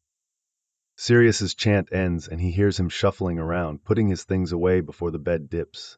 Remus reaches out and paws at him, clumsy and sleepily. Didn't mean to wake you. Sirius whispers as he slips under the covers and curls up next to him. Don't mind. Remus promises. He's relieved to hear it, actually, though he doesn't say that. He yawns and turns into Sirius, tucking Sirius's head under his chin and letting his mind wander back towards sleep. It's cozy and warm in Sirius's bedroom. His bed is incredibly soft, sheets and mattress both, and there's Sirius himself, of course, thin and bony in places, but still excellent to cuddle. Do you think? Sirius starts. He curls his fingers around Remus's hip and sighs. Often. Remus says, a sleepy laugh pulling out of him. He kisses the top of Sirius's head. Arsehole. Sirius mutters. No, that isn't what I've been thinking about marrying you.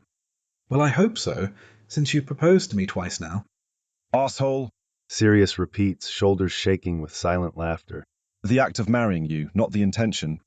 Too tired to plan a wedding now. Remus says, yawning. Maybe later. I haven't got a clue about your traditions. Sirius barrels on, somehow very conscious, even though they got to sleep maybe 4 hours ago. Never been to a Christian wedding even. Sirius wiggles closer and wedges his leg between Remus's thigh, pressing up against Remus's cock, and he wishes he wasn't so tired. He takes in a shaky breath of air. Sirius laughs into his neck, low and sweet. Insatiable. Sirius murmurs. Pot kettle. He opens his eyes, finally abandoning the idea of going back to sleep, at least for now. You're wiggly. I can't help myself. Sirius laughs again. He traces his tongue along Remus's collarbone and peers up at him through a curtain of hair. I really didn't mean to wake you, but since you are, do you have any thoughts on what sort of a marriage ceremony you'd like? Why are you planning our wedding at, 7 in the morning? 5. Remus glares down at him. It's 5 in the bloody morning. Would you prefer I lie to you? Sirius noses at the spot he licked. It can be 7 if you like, Moony. Why are you even awake? Sunrise. He says. He burrows somehow closer, which Remus didn't think possible. But he makes himself fit like a puzzle piece, slotting neatly into the empty spaces, his free leg thrown over Remus's hip and one arm stuffed between Remus's neck and the pillow. Morning ritual. Remus frowns into his hair.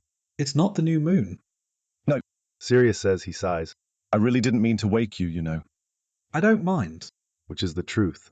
He's very tired, but he can fall back asleep. I just thought... I thought you stopped, is all.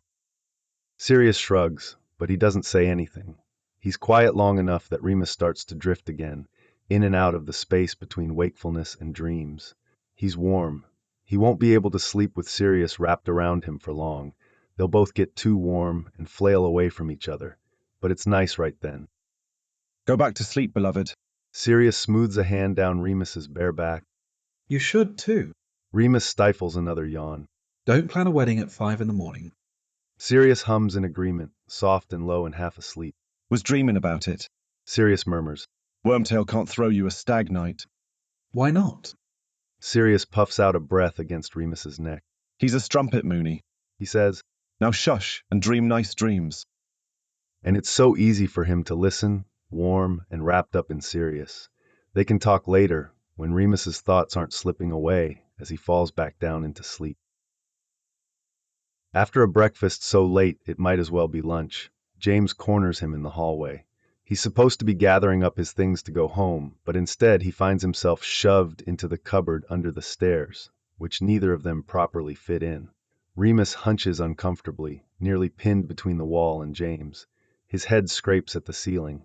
The space could maybe comfortably fit him when he was 7. It's nothing but cramped, filled with 2 17-year-old boys. What the hell, Prongs?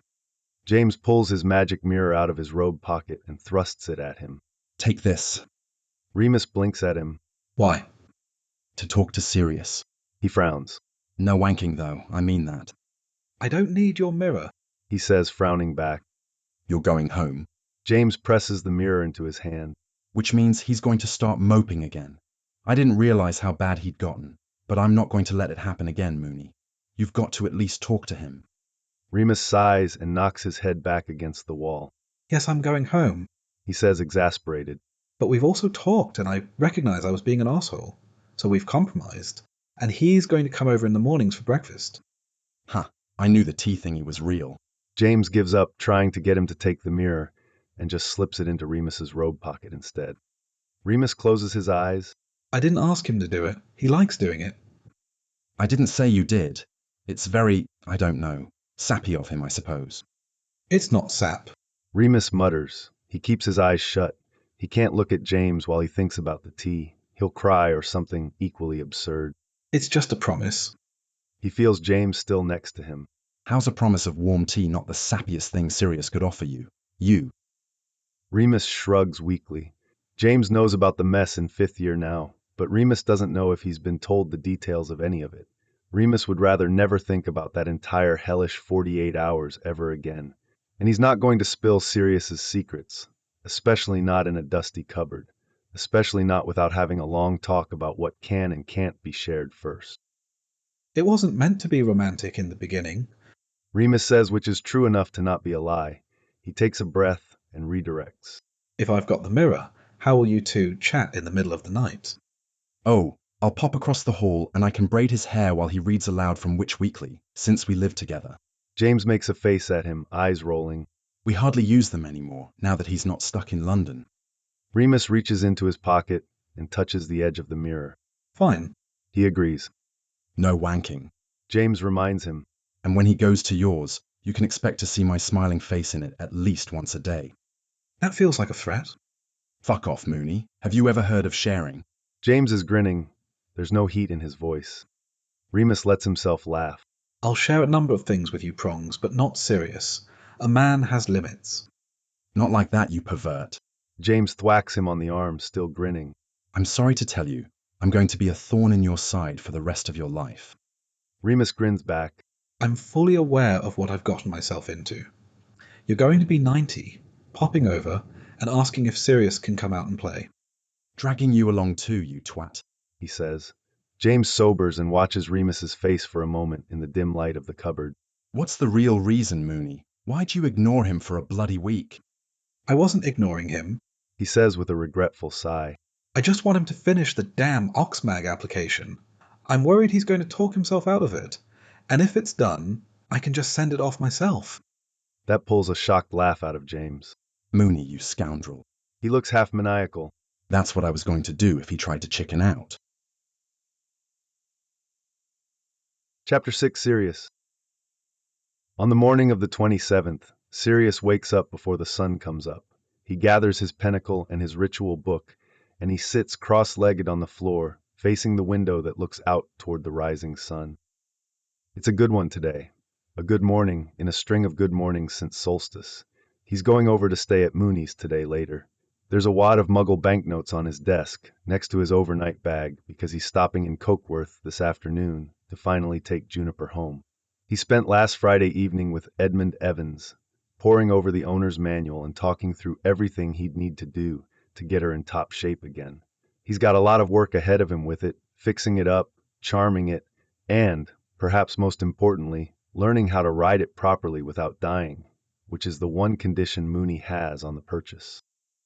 He's smiling softly to himself while he flips through his ritual book and stops when he reaches the morning rites for the waxing moon, smoothing down the crinkled edges of the pages while he sorts himself. He misses his first ritual book, the one he left behind in Grimmauld Place with his childish script cramping every empty space, thoughts and notes and translations.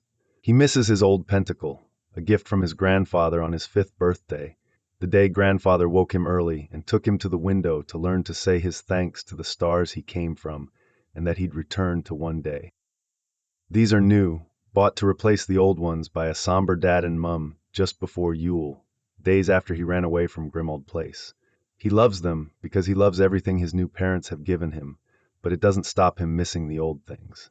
It's bittersweet. He's felt strange, waking up without Mooney these last 2 weeks, but it's been nice to be able to do a ritual every morning without worrying about bothering anyone or waking anyone up. He never dared to do this every morning at Hogwarts, not even first year, even knowing he wasn't the only pagan in the dorm. He stuck to the major rituals, just on the phase changes. But after 2 terms of finding Remus awake when he stood to put his things away, and James's offhand jokes about zealotry, he'd stopped even that. He misses the comfort it gives him, but he's made his peace with it. Waking Remus up the morning after Solstice reminded him why. No one wants to be woken up at sunrise every morning, especially not Mooney. He'd sleep all day if Sirius didn't poke him awake for classes. He still prays anyway, just silently. The stars can hear him even if he isn't speaking aloud. Shared spaces mean concessions, even sometimes in important things. Sirius will have his own space one day, in the home he and Remus will share. He'll do his ritual, and then they'll start their day over tea and toast slathered in honey, the profit split between them. Sirius will do the crossword. Remus will throw out answers when he asks for help. It'll be a good life, a small life, but that's what he wants. Grand adventures are for someone else. He wants a cottage and quiet mornings, evenings full of laughter, Fridays down the pub with James and Peter, Sunday lunch with Mum and Dad, and maybe one day, if the stars align, a child with clever gray eyes and a warm, loving heart. The sun peaks over the horizon, Sol starting her journey across the sky so Loon can end his watch and go to sleep. He takes a deep breath, presses the pentacle into his palm with his fingertips, and welcomes the new day. He apparates into Evans's back garden, which is risky because her neighbors will certainly hear the sound, but he's already risked apparating off her front path once. If the ministry haven't caught him out for breaking the statute over that, he's not terribly concerned. James stumbles next to him, falling out of his grip. It's hilarious to Sirius, and it'll never stop being hilarious, that James splinched himself during his apparition exam. Having to lug his arse around is absolutely worth the laughter that bubbles out of him every time they land someplace, and Prongs goes sprawling, dizzy from side along. Petunia Evans is standing in the garden, one hand over her mouth and the other clutching her chest. Sirius guesses it's Petunia, at least, based on Evans's sketched-out description of her sister and the absolutely foul look on her face. Hello? Sirius says, going for the annoying exuberance he put on when he was younger. It grated Evans like nothing else. He's certain it'll equally annoy her sister. Is Lily home? Petunia drops her hand and reveals her scowl. She's got nothing on Walburga. Don't you freaks know how to use the front door? Well, sure, James agrees, sounding confused. but front doors are for salesmen, not for company. Company comes in the back, or through the flue. He pauses, thinking, probably considering the half-dozen times Sirius knocked on the front door of Rosewood House, since Walburga and Orion refused to hook up the fireplace. Unless they've taken the bus, I suppose.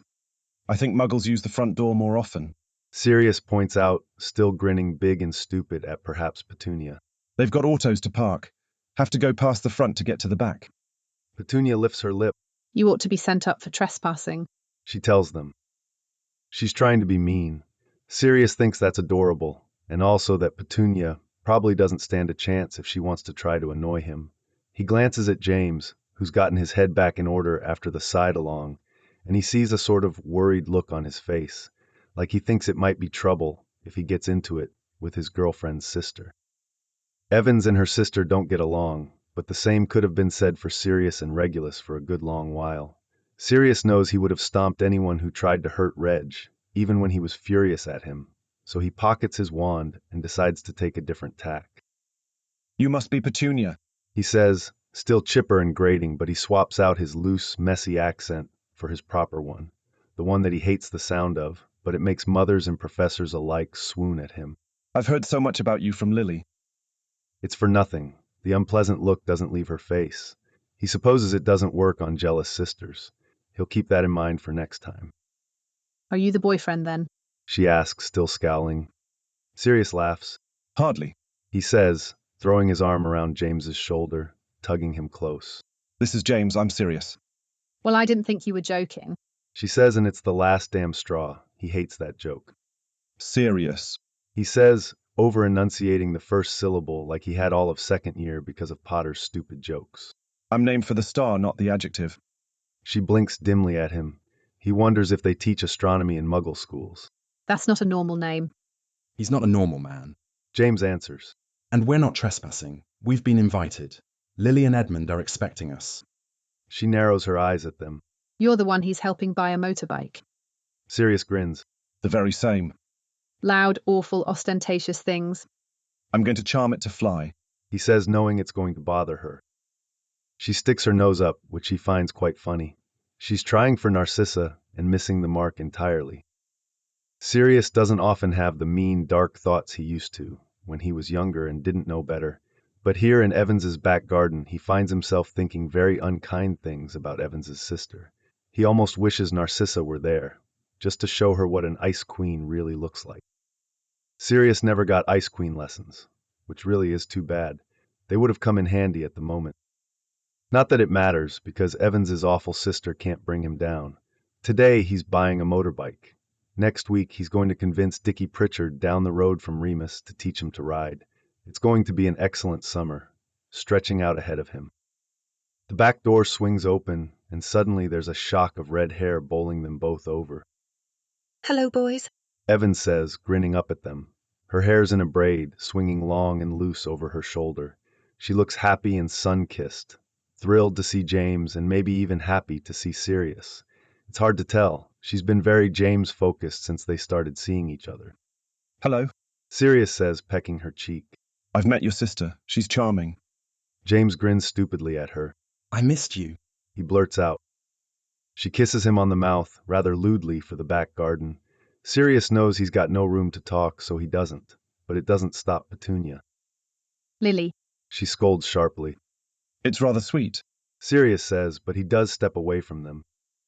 He's actually not seen them do much more than give each other careful, close-mouthed kisses on the mouth and have a cuddle on the sofas by the fireplace in the tower. He wonders if he and Remus are odd for how quickly they went from a love confession to getting each other off, which, discarding the summer, was about 12 days.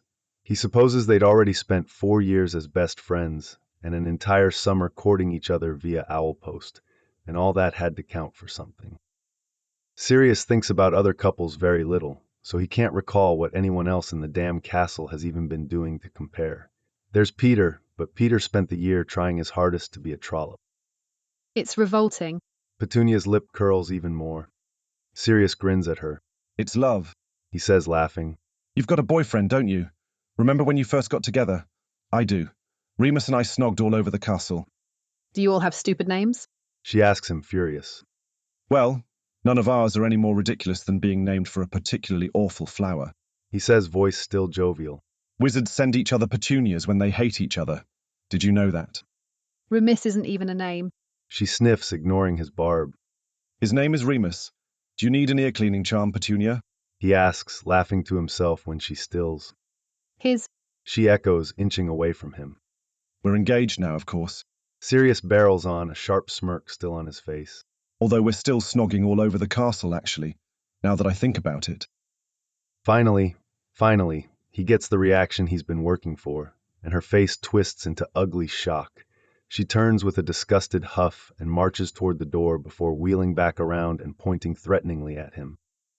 I can't believe my sister's brought around a queer. She practically spits. Aren't you abnormal enough as it is? You muggles are a funny lot. He tells her, gesturing at her, laughing aloud now. He's still a person. I suppose your fourth cousin twice removed didn't run off with a centaur, though, so all you've got to worry about is what bits people have got. Sirius. Comes Evans's warning voice, so he turns back toward her. She stopped trying to eat James's face off, but her arms are still around his neck, and he's got her around the waist. Sirius has a fleeting thought that the sight of them would make Snivellus cry, but it's gone before it really forms. What? She did, you know. It was a scandal. Her parents moved into one of the properties in Switzerland to avoid the society reporters. This, he notices, seems to pique Petunia's interest, despite her disgust, which means she's the worst kind of person. A clout chaser. Oh. James brightens. Cassiopeia. I remember this. The very same. Sirius says. I'm sure she's still living in a hut with her centaur. True love. Weird, uncomfortable true love. But still. Petunia splutters where she's standing by the doorway. This is absurd. She nearly spits out. There's no such thing as centaurs. Ah, so? Sirius says. I've met several. Weird blokes, and they don't wear any trousers. How would a centaur even put on trousers? James asks at the same time Evans asks. When did you meet a centaur? Same place cousin Cassie met hers. The forest is chock full of centaurs. I don't see the appeal, although I was a dog at the time. Petunia makes another disbelieving noise, and Sirius wheels back around towards her, transforming mid-spin, coming down on 4 paws. He barks. She shrieks and bangs back in the house. Using Padfoot for a laugh is a strange, unexplored thing. It still feels illegal to transform at all, if he's being honest with himself, despite the fact that he could trot around all day without getting in any sort of trouble for it. Petunia's face when he went furry was absolutely worth it. Even still, he feels weirdly exposed in the private of Evans's back garden. He turns back to look at James and Evans. James is trying very heroically to stifle a laugh. Evans looks gobsmacked. You're right, you can. He's an animagus. He thumps his tail in the grass and cocks his head at her. Evans doesn't know. He remembers dimly, which is important to Sirius, but barely matters to Padfoot. He's more concerned with her tone. She doesn't sound very happy with him. He creeps forward until he's in front of them and whines. He wants a pat. James prompts her. I'm not petting Sirius. She practically shouts. He whines again, ears down, and James crouches to scratch the spot between his shoulders that he likes best. It's Padfoot. Petting Padfoot isn't strange. James ruffles the fur on the top of his head. Who's a good doggy? He coos, James Potter, eternal sucker for a cute dog. Padfoot barks, leaning into James's touch and taking in his fire leather pine brother scent. Evans crouches down next to James and stares at him. When did this happen? She asks, reaching a hand out very cautiously toward Padfoot's muzzle. He creeps forward and snuffles into her hand. She's very lavender honey grass, and it's a nice scent. Oh, you know. James says, shrugging awkwardly. He can't meet her eyes. I'm sure I don't. Evans says. She scritches Padfoot under his chin and then pulls back, crossing her arms. Well? James glares at him a little, still petting the nice spot between his shoulder blades. We're easily bored, have to keep things interesting. She asks, one red eyebrow arching. James's eyes widen. Sirius hat-stalled with Ravenclaw, you know. He says hurriedly. Very academic, our Padfoot. Loves a challenge. He gives James a little warning nip on the leg, and he yelps, the big baby. Bringing up his private business to distract Evans from his misspeaking isn't on. Evans doesn't say anything else, but there's a look in her eyes Padfoot's doggy brain can't sort out. It reminds him of the wolf when he catches the scent of something interesting in the forest. Padfoot sits back on his haunches. He needs to be human again so Prongs can keep his foot out of his mouth. Sirius pushes himself back up and up until he feels the itch build under Padfoot's skin. The static charge in the air gives Evans goose flesh up and down her arms, and she blinks in shock when Sirius pops back into existence, crouched in front of her where Padfoot had been. Well, that was fun, he says as he climbs to his feet. So is this what you've been doing with McGonagall all those times you've scurried off to her office? She purses her lips. I assumed it was detention. I did the animagery as an independent study. He lifts his chin. She didn't even have a clue until I registered. James snorts. She almost ripped his head off, actually. Well, you know, cats and dogs. He manages a smirk, even though he's thinking about McGonagall's disappointed look. Do you think Petunia's frightened of me? Evans rolls her eyes. I'm going to hear it for the rest of the summer. She's going to be unbearable. My freakish friend who turns into a dog. Do you think I can convince her I'm a dog who turns into a person? He brightens at the thought. Having an ambition hasn't left much time for mischief. He'd been so busy last term, Mooney came out on the other side with more detentions than him. Evans levels an unimpressed look on him while they both get to their feet. Don't torture my sister, Black. She tells him. She's gotten enough of that from Severus. He lets out a disappointed little huff. Fine, Red. He agrees. But only because I refuse to have any sort of thing in common with Snivelus. I want you to know this isn't out of the goodness of my heart. Noted. She gives him a speculative once-over. A bloody dog, of course. She mutters. I have about 1,000 questions, you know. He tosses an arm around her shoulders, laughing. Save 'em. He says. Write a list. I'll answer them later. Right now, I've got a motorbike to purchase. Where's Edmund? He apparates to Mooney's with the motorbike miniaturized in his pocket. He hadn't considered how to get it home in all his plotting and planning, and he hopes Juniper is all right, made toy-sized and weightless. He trusts his own transfiguration skills enough, but he doesn't really know how all the moving bits on her work. He hopes he didn't mess up something important in her insides. He finds himself stumbling backward, arms full of Mooney, before he can even properly get his bearings. He laughs and winds his arms around Mooney's middle. You're late, Remus says into his shoulder. You said you were coming after lunch. I'm not late. Sirius refutes, because nearly dinner is after lunch. It's 6:30. I got caught up with the Evanses. Would you really deprive me of watching Prongs try to act like he's got manners for the afternoon? Mooney presses his nose into the crook of Sirius's neck. Yes. He mumbles. Sirius laughs and gives him a squeeze.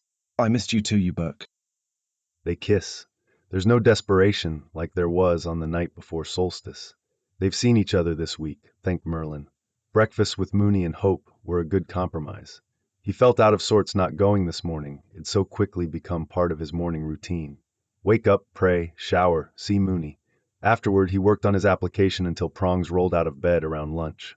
Then there was flying or romping around the hollow, sometimes helping Mum in the garden. He'd even gone and helped Dad in his potions lab while he puttered around, brewing vitamin elixirs for Mrs. Bagshot down the road. It was a good week. He still felt like he was missing an arm for half the time, but he felt better. He wishes he could speak to McGonagall, though. He's not sure if feeling like he's missing parts of himself when he's got to go 15 hours without Mooney is altogether healthy. Did you finish? Remus asks him. I did. Sirius says, thinking of his completed application packet tucked away in his overnight bag. I feel thoroughly ridiculous about some of the written portions, but... He shrugs. I'm sure it's fine. Remus soothes. He leans back and gives Sirius an encouraging little smile that makes Sirius's heart melt. You're going to get in, Padfoot. We'll see. He doesn't want to get his hopes all the way up. There's always the chance of disappointment. The part of him that'll always be an arrogant bastard doesn't want to have to do the average thing and go through the St. Mungo's training program. He isn't average. Oxford is the best, and he wants the best. There's the other side of him too, though, the anxious ball of self-doubt that lurks in the back of his head. That's the thing that's got him on edge. He tries his best to ignore those dark, creeping thoughts, but it's hard. Mooney kisses him again. He pulls back far enough to rub their noses together, and he sighs. You'll see. I know I'm right. Sirius offers him a little, tentative smile. Well, it's just down to the interview and the recommendations now. I've done the rest. I even filled out the scholarship portion for a laugh. Remus rolls his eyes. Rich bastard. So you, or have you forgotten? He lets Mooney step away from him with another eye roll, even though he'd like to stand there holding him for a while longer. He feels like they've lost precious time, which is a ridiculous notion. It's obsessive. Maybe McGonagall wouldn't mind if he wrote her. He did last summer, and she always answered. That would help put his anxiety to rest. Mooney takes his hand and pulls him toward the back door. Mum's making a roast. I've spent some of our gold on a nice bottle of red. He perks up at that. How nice of a bottle. A reasonably priced one that should satisfy us both. Remus says. I'm not indulging your pretension. Sirius scoffs. He's wounded, really. I'm going to write to Regulus and have him send us a bottle of the 52 Shiraz from Grandfather's vineyard, and you'll come round. Remus slows, looking back over his shoulder with raised eyebrows. I bet it tastes like fermented grapes, same as any other wine. You're a monster, Sirius tells him. An absolute menace. Even Wormtail knows the joy of a good wine. You enjoy cider, you. That's just tarted up apple juice. It is. Remus agrees. How's wine anything other than tarted up grape juice? Sirius splutters because that wasn't what he was angling for. It's different. You're a snob, Sirius Black. He tugs on his hand, laughing. Come inside and have some of my substandard wine, and we can have a cuddle after dinner. Doctor Who might be on. Wait. Sirius yanks him back and stops him, even though a cuddle and the telly are enticing. Juniper. He stuffs his hand in his pocket and pulls out the palm-sized motorbike. He holds it out to Mooney. Isn't she lovely? He asks. Remus peers at it, narrowed eyes. How much did you pay for it? Not a clue. Sirius admits. He strokes his fingers over the miniaturized seat. I handed Evans's dad a stack of money, and he handed me some back. Well, at least you had the sense to find someone with a clue. Remus sighs. He pokes at the bike in Sirius's palm. Bit smaller than I imagined. He teases. Ha bloody ha. Sirius grumbles. He sets the bike down away from the garden chairs and flicks a finite at it. She pops back to full size, Juniper in all her red and chrome glory, and he nearly cackles with glee. He drops his overnight bag on the pavers and moves to poke and prod at her. Oh, Remus says, giving her a critical look and then turning the same eye on Sirius. His cheeks go ruddy. It suits you. I've been reading books on engines. Sirius says, still gleeful. Edmund helped me pick them out. I want to charm it to run on magic instead of petrol. He looks up from the chipping cherry red paint and grins at Remus. This is going to be so much better than James's new Nimbus. Remus laughs and wraps his arms around Sirius's middle. Yes. He agrees. All right, yes. You were right about the motorbike. He presses a kiss to Remus's cheek. He doesn't say, I told you so. He doesn't have to. It's already in the silence between them. You'll need lessons. Remus reminds him. Sirius nods. He knew that was coming. Mooney's primary concern is that his brain stays inside his head, where it belongs, rather than spread along the roadway. He's already started a list of charms to put on it for safety. He gives Mooney grace with paranoia about his health and safety, though. Remus earned that right. I thought I'd ask Dickie, he says. Oh, good. Remus grins brightly at him. Because I already asked him and he said yes. Of course you have. He laughs. All that's left is to get you a helmet, too. Absolutely not. Oh, yes, Mooney. He squeezes him around the middle and lets his hand drift downward to sneak a grope. I want to take you up. You like flying with me. That's stretching the truth a bit. Mooney tolerates flying with him, if and only if he promises not to do anything nutty while they're in the air, which he does, because he rather likes Mooney clutching at his waist and the sound of his excited little gasps. This, he assumes, will only be made better by the motorbike, which is infinitely cooler than a broomstick. Take prongs. That's no fun. Sirius sighs and gives Mooney's arse a light swat. We can stay on the roads if you prefer, you and me. Remus seems to consider it for a moment. He shakes his head, trying to hide a secret little smile. I think I trust your flying over your driving, given the choice.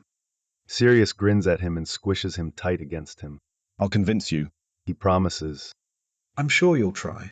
Remus answers. Chapter 7, Hope. Hope never sleeps well on full moon nights. She sleeps less well than normal on this one, waking up from what could charitably be called a fitful nap long before moonrise.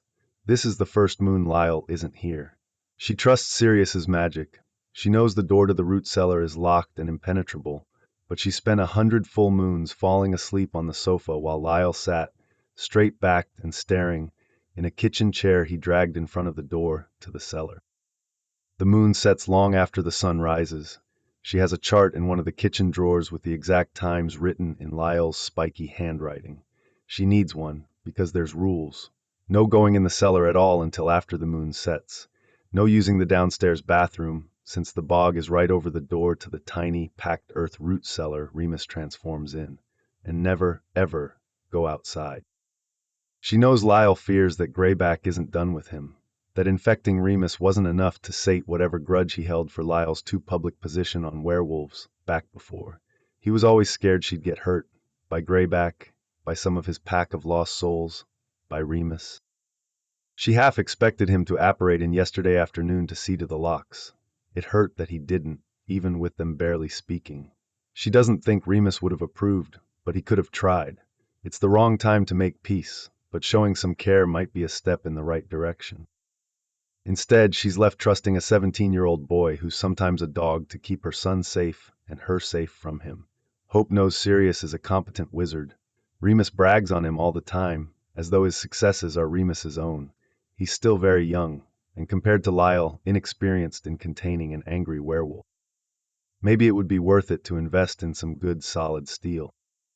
Or maybe she realizes she's only got a handful of these left before Remus packs up and leaves her, and every full moon is left in Sirius's hands. She hopes they've got a plan, or at least the start of one. The root cellar will always be there for Remus if he needs it, but she fears that he won't want to come home once he's gone. The sun continues its morning climb up into the sky. She sits with her thoughts and toast she won't eat. Her stomach aches, waiting for the cellar door to open and Sirius to poke his head out. She's used to Lyle standing up from the chair, joints popping from sitting still all night. He uses the bathroom. He unlocks the door at the top of the cellar stairs. Then there's a painful 30 minutes while she waits for him to come upstairs with Remus in his arms. Today, she just doesn't know. There's so many unknowns with this new routine. Does Remus need healing? Is Sirius all right? Is he too tired to undo the magic on the door and get them out of there? Are they coming up at all?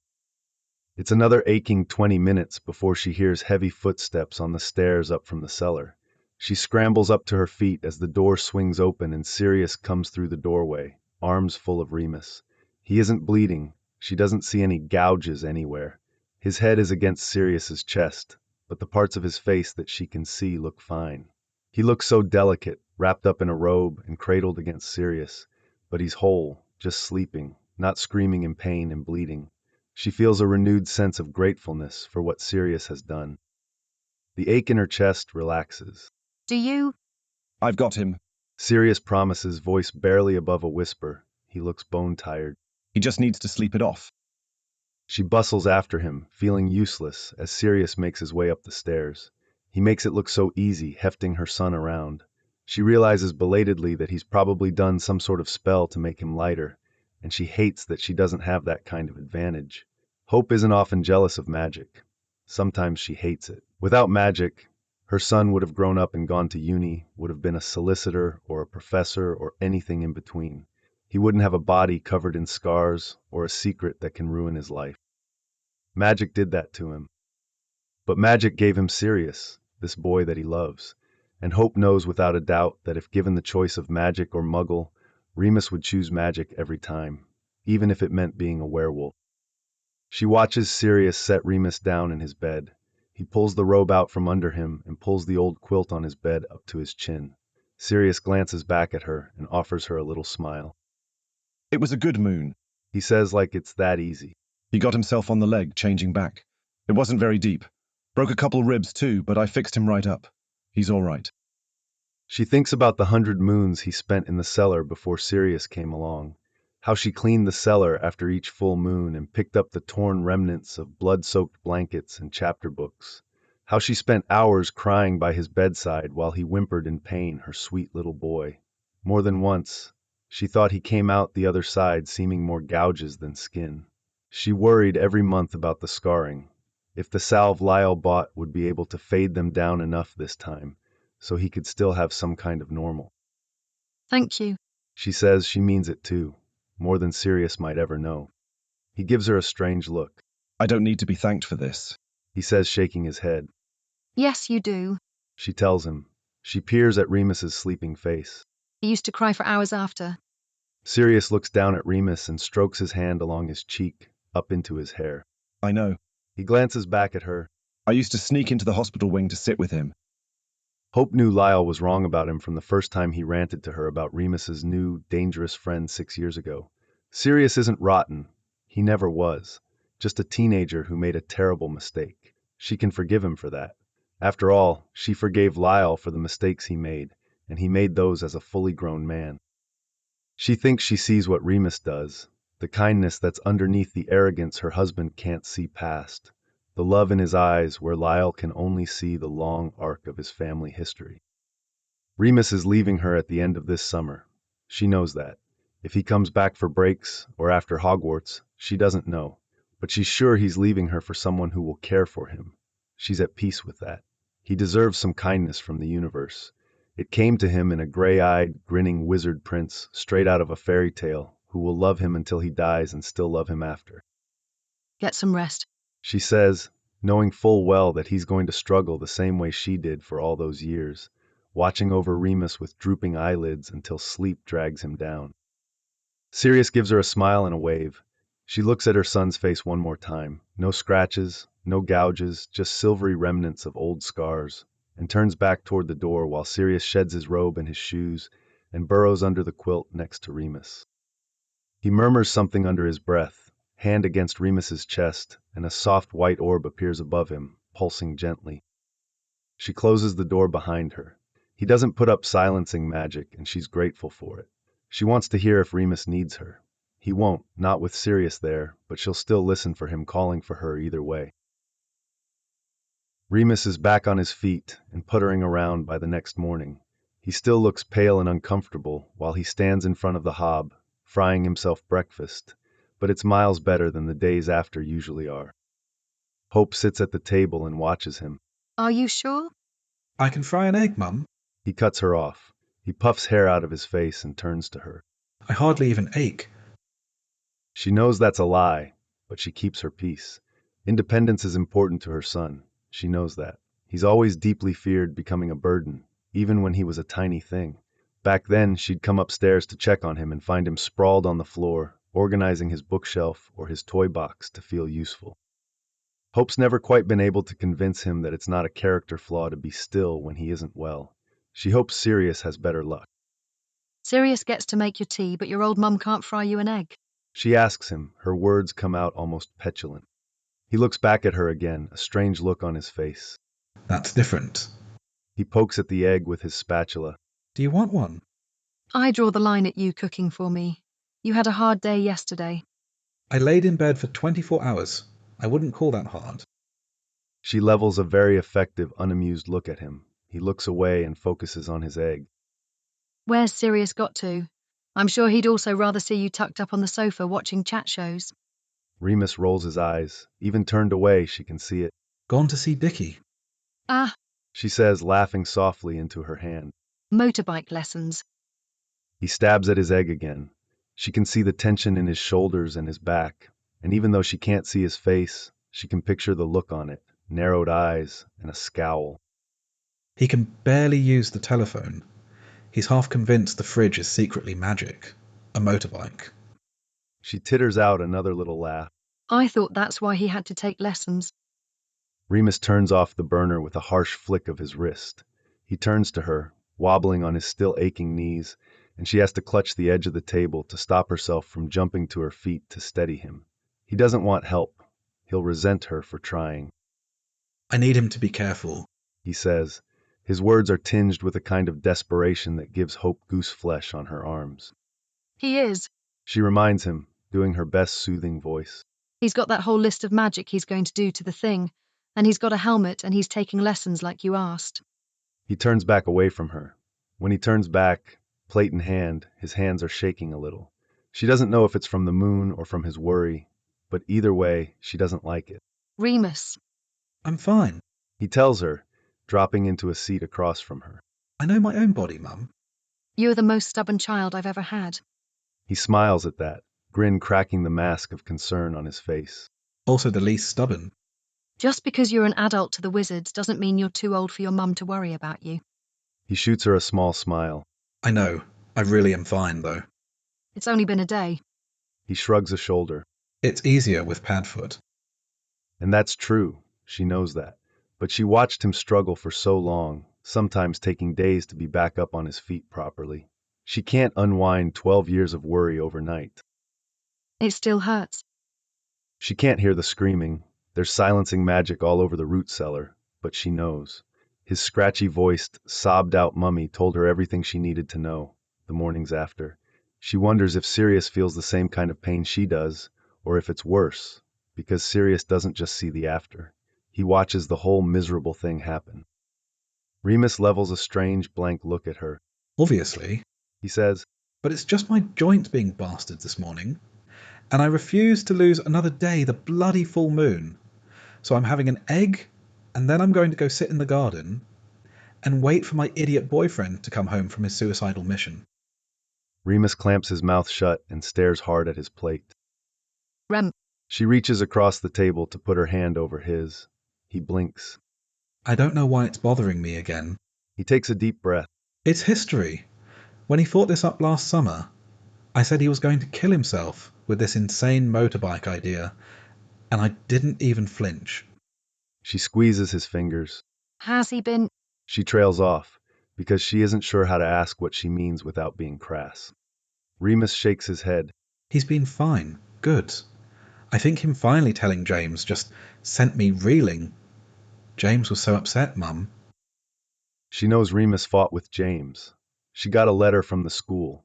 She gets a lot of letters about detentions, and she reads them all, most of the time half laughing at whatever mischief he found himself in the middle of. He's always been a good boy. A little trouble is good for him after a childhood with precious few friends. It's less of a laugh to get the ones where he's been fighting, few and far between as they are. She pats his hand. Sirius is very close to him, and I'm sure he felt left out. Not knowing Sirius felt so awful. Left out? Remus asks, incredulity leaking out of his bitter-sounding tone. He shakes his head. He was better off not knowing. I wish I didn't. Oh, that's not true. She squeezes his fingers and watches him break open the yolk on his egg like it wronged him personally. You'd feel awful if you found out he was keeping something important from you. He snorts. We can trade, he says. I'll be happily left in the dark, and he can have the memories. You don't mean that. He snorts. I absolutely do. Remus. No, I mean it. He says, suddenly furious. He can live with knowing what it feels like when Sirius stops breathing. That's something he can have, if he wants it so badly. Her heart leaps into her throat. She almost chokes. What? She asks, so soft it's almost a breath. He can have 6 bloody months of nightmares, and constant worry, and wondering if he's going to try again. I'll just be upset. He drops his fork and shoves the plate away from him, covering his face with his free hand and taking in a deep, bracing breath. I'm sorry, Mum. I'm just feeling poorly this morning and... She wants to cry watching Remus fight back tears. He takes another gulp of air and drops his hand. He reaches for the plate again with shaking fingers. Rem. She says. He shakes his head and stabs miserably at his breakfast again. Hope knows how this goes. He's too good at pushing things down, even and especially awful things. She watches the emotions war on his face while he eats. He keeps blinking back sadness until there's none left. She loves him very much exactly as he is, but this seems unhealthy. Rem. She repeats, squeezing his fingers again. What happened? This was after. You know? He says glum. Sirius said he shouted down Rosewood House about it after the moon, over break. Which, yes, she had heard Sirius's confession to James, but to her that sounded more like he'd had a thought, not that he'd tried. Not that Remus had, stopped him, found him. I didn't know the extent of it. She settles on. It doesn't do justice to the thing or the feelings she's having. Well, Remus shrugs, eyes cast down. He tried, and I found him. And I'd rather not talk about the details, if it's all the same to you. She has a feeling that's half the problem. Have you ever talked to anyone about it? Right now, I'd just like to think about motorbike safety. He rests his head on his fist, watching her. She's still got her hand over his. Her heart is still broken, but he looks as though he wasn't about to cry just 2 minutes ago. So that's a no, I suppose. She says, sighing. Remus, you can't. Mum. No. She interrupts his interruption, squeezing his hand far less fondly than she had a moment ago. Answer my question first, Remus Lupin. She sees him fighting the urge to roll his eyes at her. McGonagall. He tells her. She narrows her eyes, searching his face for a lie. There isn't one there, but she gets the feeling that it's a half-truth at best. And what does she have to say? Lots of things, Mum. He says with a sigh. Can we please agree James was a bastard to be angry about it and leave it? She puffs her bangs out of her eyes and watches his face for a while. They're both quiet. He fidgets under her stare. If you need to talk, I'll listen. She tells him. Yes, Mother. He says, offering her a tiny smile. I'm really fine. Hope isn't sure of that, but she'll let him lie. 4 days into the motorbike lessons, Sirius comes back limping. She sees him stumbling up the path to the front door from her favorite spot in the window seat. He stops on the front porch and fishes his wand out of his pocket, casting a spell on himself before taking a testing step down on his left leg. Fell off the motorbike? She asks sweetly when he comes through the front door. He makes a sound that reminds her of a yappy dog, which makes her grin to herself. Tiny bit. He admits. He pinches his fingers together in front of his face. It fell on me, really. Don't tell Mooney, he'll be irrational. She levels a knowing look on him. Come here. She says. He takes the 3 steps he needs to be standing in front of her. She looks him over, head to toe. Do you speak to someone? His face scrunches in confusion. What? About? She trails off, not knowing how to say what she needs to, but he seems to get the picture. Professor McGonagall. He answers. He slouches a little. Less now than I used to. Pomfrey sometimes. She closes her book and leans forward, scrutinizing his face. Does Remus? Sirius nods. Less than he probably should. He stuffs his hands in his trouser pockets. What's hope? I don't mind being asked, but where's this coming from? She glances around the room, checking for a lurking Remus and finding the shadows free of eavesdropping suns. I didn't know. He lets out a pained sigh and takes a seat beside her, hands still stuffed in his pockets. Nobody knew. He's very quiet and still, more so than she's ever seen. I asked for that. He took it hard. That's an understatement. Sirius stares hard at his own boots. He's quiet for a moment, lips pursed, arm muscles tense. I left James a note. Remus found it, because he's the sort of man who reads other people's mail. He barks out a little watery laugh. Thank Merlin he did, because I'd taken enough moonseed poison to kill a troll. He found me. I don't remember what happened after that.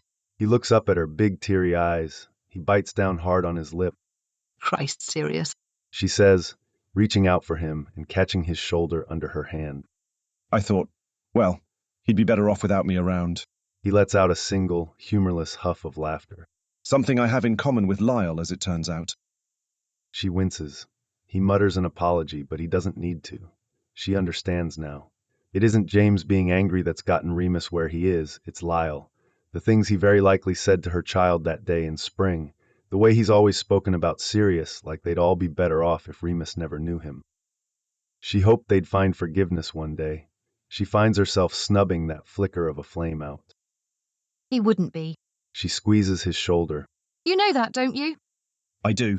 He flicks his eyes up at her and then focuses on his own lap. I thought, oh, I don't know. He takes a shuddering breath and shakes his head. It doesn't matter what I thought. I wasn't altogether. I'm doing better now, and that's what matters. She doesn't really know what to say to that. Her throat feels tight. He isn't looking at her, and she finds herself glad for that. There's tears on her cheeks.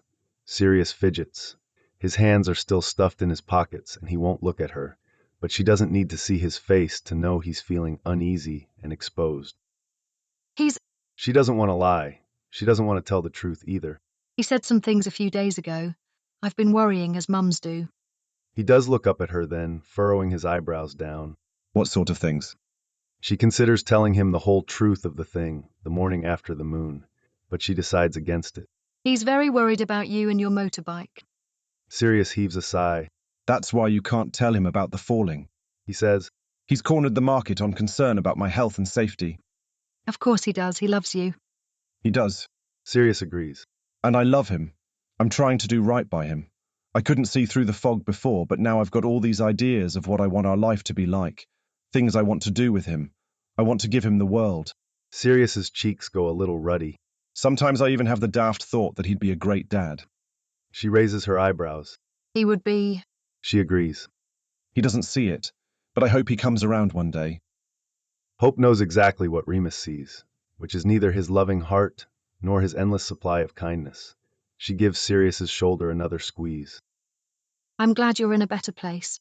She says because she can't quite muster the strength to say, I'm glad you're here, because if you weren't, my son would never smile again. The look on his face tells her that he knows that anyway. I'll never be able to thank Mooney enough for all he's done for me, even if he doesn't want to hear it. He's the best thing that's ever happened to me, Hope. To me too. He sighs. She wonders if he knows that Remus would say the same about him, or that James and the Potters would too. Hope doesn't know much about the Blacks, aside from that Sirius left them, but she thinks he might have been abused. He has the air about him sometimes. The way he sometimes talks about himself as though he's a burden sets off alarm bells in her head. Hope doesn't like that, but she keeps her peace on it. She'll speak to Euphemia, who's better equipped to soothe away whatever pain Sirius's parents caused him. But for her own son, for the light of her life, she'll allow herself to meddle. Remus will never be old enough for her to stop fretting. He needs someone to speak to, someone he can scream and shout at and not feel as though he's got to hide. He shouldn't cry over a motorbike. Sirius sighs and hefts himself to his feet.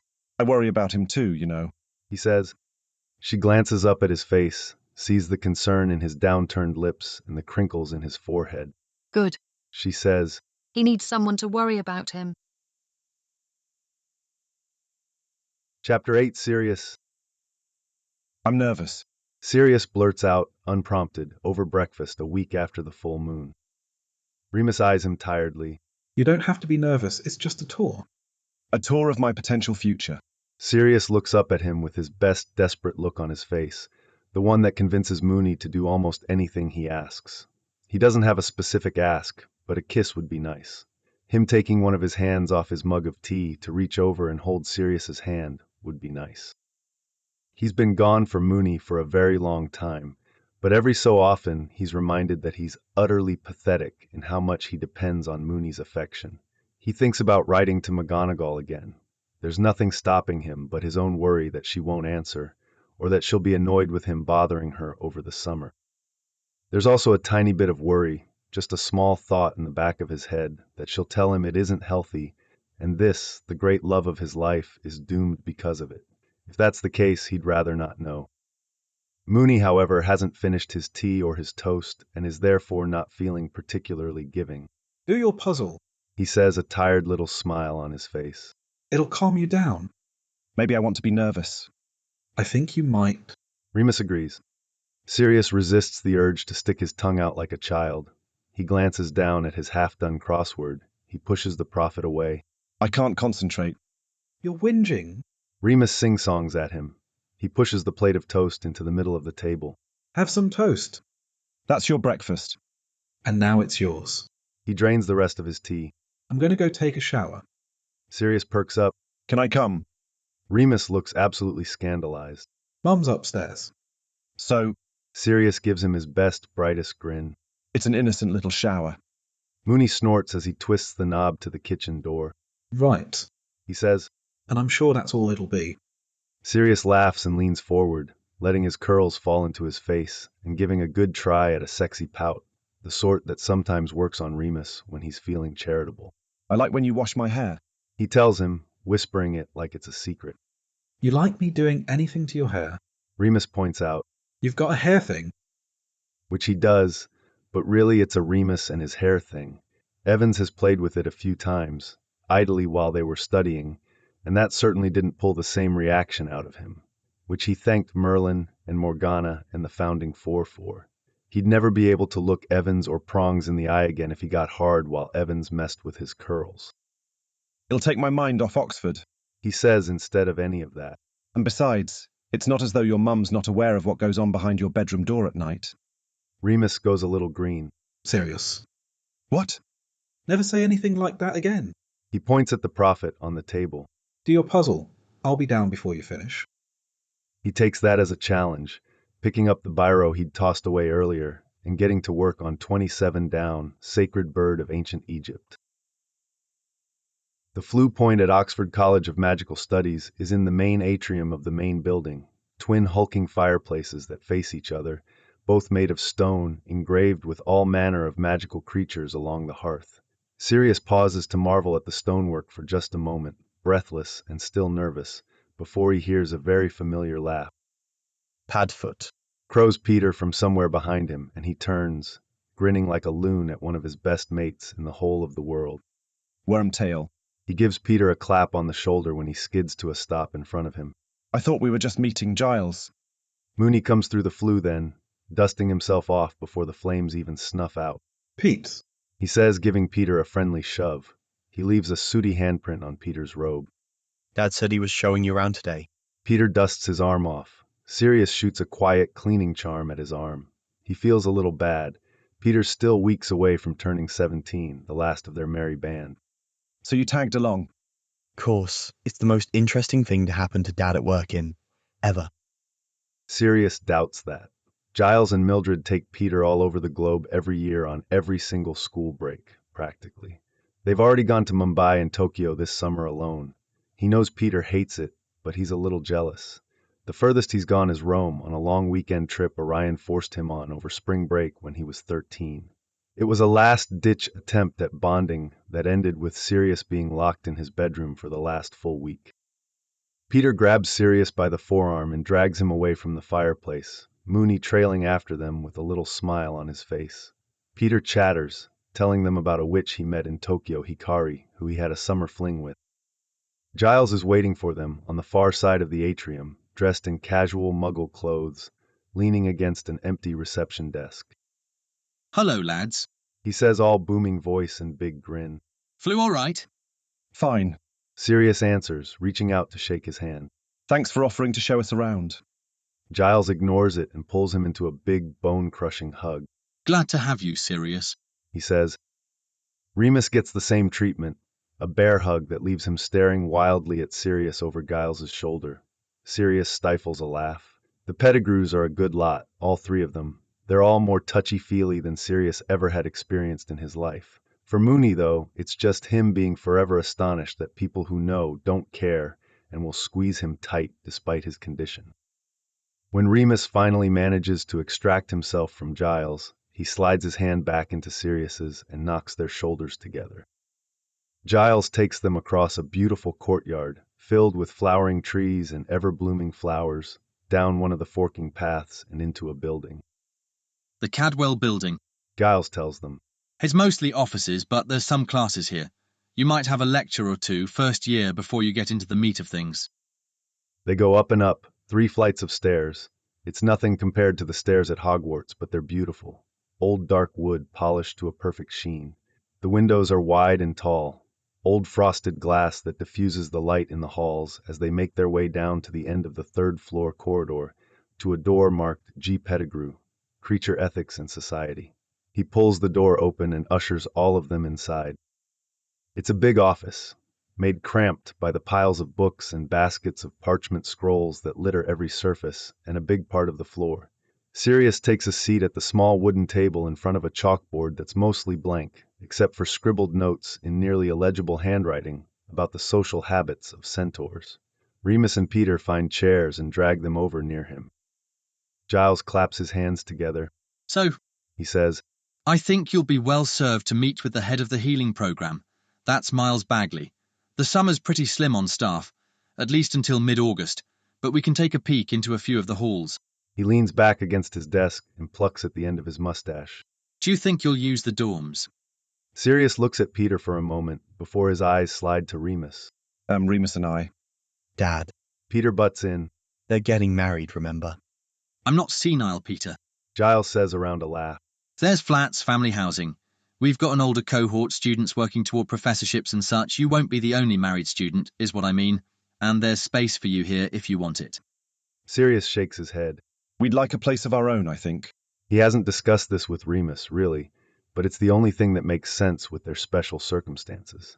He catches Remus's eye again. Remus gives him a smile. All right, then. Giles claps again. So we'll tour the campus, stop in and see Baggley, and then I'll take you lads to get some lunch. Sirius tries to force himself to relax. Thinking about lunch makes him feel a little queasy. He hasn't eaten anything yet. His stomach was twisted into knots all morning. He isn't even really clear on why he feels this way. It's just a tour. It's just Wormtail's dad. There's nothing to be worried about.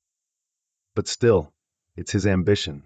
It's the thing he'd clung on to while he pieced the last bits of himself back together. It's important. The life he wants to build, the future he sees when he closes his eyes and dreams, it's all wrapped up in this. And he's okay if he doesn't get it. He's got a backup plan with St. Mungo's, but he doesn't want to have to settle. Remus stands up and offers him his hand. His Mooney, who's always reaching out for him, always pulling him to his feet and helping him move forward.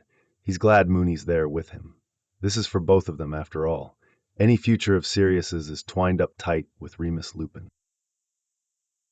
They take a long and winding path through the 7 buildings that make up Oxmag. They're all similar, ancient buildings made of wood and stone, each door carved with a beautiful etching of wizards and witches brewing potions and casting spells. The healing lecture halls are tucked away in the back of the 5th building they wander through, that door engraved with a witch sitting pensive in a grove with a unicorn grazing near her.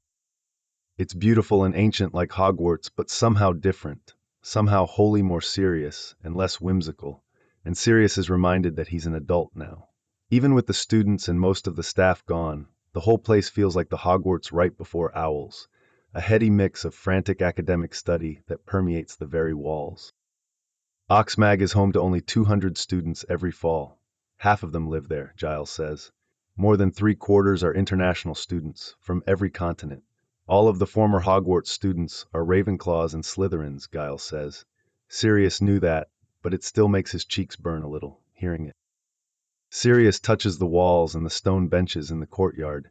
He runs his fingers over the spines of books left stuffed in bookshelves in every lecture room they pass through. He breathes in the air and feels wholly out of place. Maybe years ago, when he was still angling for Ravenclaw to save him from the average fate of the average black, this would have seemed easy instead of hard. Just the next natural step in whatever that version of himself decided to become. He wonders how the admissions committee will ever take him seriously. He's a Gryffindor with a disciplinary record longer than some novels. He was a right mess for nearly an entire academic year. He got 2 E's on his bloody owls. Mooney grabs his hand as they cross the courtyard one more time, headed for the 7th and last hall. You look frantic, he whispers. I'm out of my depth. Sirius whispers back. Mooney tugs his hand. Aren't, he promises. You can do this. You maybe. I blow up cauldrons for fun, Remus. Remus just shakes his head, smiling his little secret Mooney smile. No, you. You don't give yourself enough credit, you know. You're an amazing healer already, Padfoot. He presses a quick kiss to Sirius's cheek. And I've blown up my fair share of things for fun too. You know, you're always right there with me. They're interrupted by Giles, who clears his throat as he opens the door, beautifully carved with an ornate tree sheltering a wizard with a book in his lap. The laboratories for all the herbology courses are here. he says, ushering them inside. And the Stackwell Library, of course. Finest magical library outside of Alexandria. They pass through one herbology laboratory. Peter stops and wonders at a damp-looking bush that oozes purple pus. Sirius makes a face at the back of his head, because Peter's fascination with plants extends to the disgusting ones too, but they give him the grace to ooh and ah for a moment while poking at the slick-looking leaves before Giles chuckles fondly, shaking his head, and gives Peter's collar a tug. The stairs to the second floor are the same dark, polished wood of all the stairs in Oxmag, but the railings are vine-wrapped, delicate tendrils with heart-shaped leaves wrapping up and up the balusters, curling along the handrail and chasing the sunlight shining down from the second floor. When they reach the top of the stairs, it's Remus who gasps in loving awe, but Sirius feels it too. The library opens out and up, a vaulted ceiling 3 stories up made entirely of glass. On either side, the 2 upper floors are open, bisected by the open air, mirrored, double mezzanines with the same vine-wrapped railings circling the wide-open middle of the first floor. He can see the stacks on either side of him stretching all the way back to the frosted glass windows on the far sides of the room.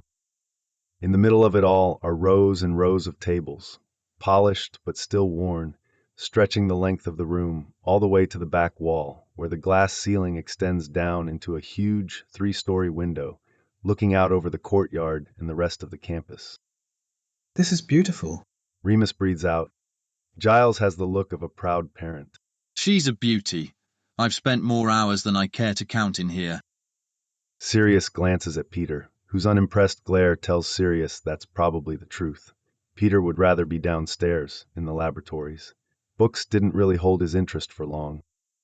This has been amazing, Mr. Pettigrew, Sirius says, whispering despite the fact that they're the only 4 people in the library. Speaking loudly doesn't feel right. Giles drops a hand on Sirius's shoulder. I'm going to be glad to have you here next year, Sirius. He offers Giles a little cautious smile. Well, I've got to get accepted first. The head of the healing department, Professor Baggley, is an intimidating man on first impression, tall and thin, with light eyes and dark hair. He reminds Sirius of Orion. He's even got the same goatee. Sirius's palms start sweating after the handshake. He's just glad it wasn't before. Bagley's sharp, clever eyes make Sirius think about shattering glass and his own vocal cords being cursed silent. The resemblance stops there. Once Baggley starts talking, he's nothing like Orion Black. He's smart and quick and honestly funny. Sirius can see that he's got the bedside manner Pomfrey keeps hammering on about being so important. Sirius gets the feeling that Baggley notices he's uncomfortable and that the light conversation is meant to put him at ease. Combined with Mooney's warm arm around his waist, it works. By the time they go their separate ways, Sirius has a smile on his face and a spring in his step. He feels good about the whole thing. The campus is beautiful. Baggley seemed excited to speak to him, and Sirius managed to keep up when the conversation turned from pleasantries to healing, specifically. They cross the courtyard again, back toward the main building. Giles and Peter are 6 steps behind them, bickering quietly together about which place to go for lunch. Remus still has his arm around Sirius's waist, which Sirius rather likes. He feels very adult, walking across the courtyard with his fiancée, thinking about how this time next year he might be buying textbooks and settling into a home of their own. For so long, Sirius felt like he was drowning, barely treading water and being pushed down by the weight of expectations like boulders on his back. His own mistakes added to his pain, compounded it, and shoved him deep under the murky water. But that wasn't what put him AC in the first place. The future, wide and open in front of him. No rules but the ones they make for themselves. No family breathing down his neck. No expectations on him but to live with love and laughter. And that he can do. He loves the man beside him more than he thought possible to love. He loves James, Peter, Mum and Dad, Hope, Regulus. He loves wide and open and free in a way he didn't know was possible when he was younger. What are you thinking about? Remus asks in that perceptive way he always has, almost as though he can read Sirius's mind. You? Sirius replies, leaning up to press a kiss against Mooney's cheek.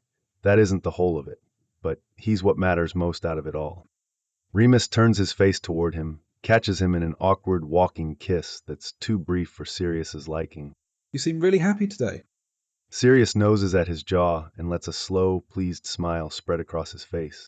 I always am. When I'm thinking about you, he says. Oi, Peter shouts from behind them. how's kebab sound for lunch? They pause and turn back toward the Pettigrews. The smile doesn't slip from Sirius's face. The wild, unmapped future unfolds in front of them, starting with this. Chapter 9, Remus. The week after the Oxford tour moves too slow and too fast all at once. It's summer. There's no obligations and nothing to do. But Remus and Sirius manage to fill their days regardless.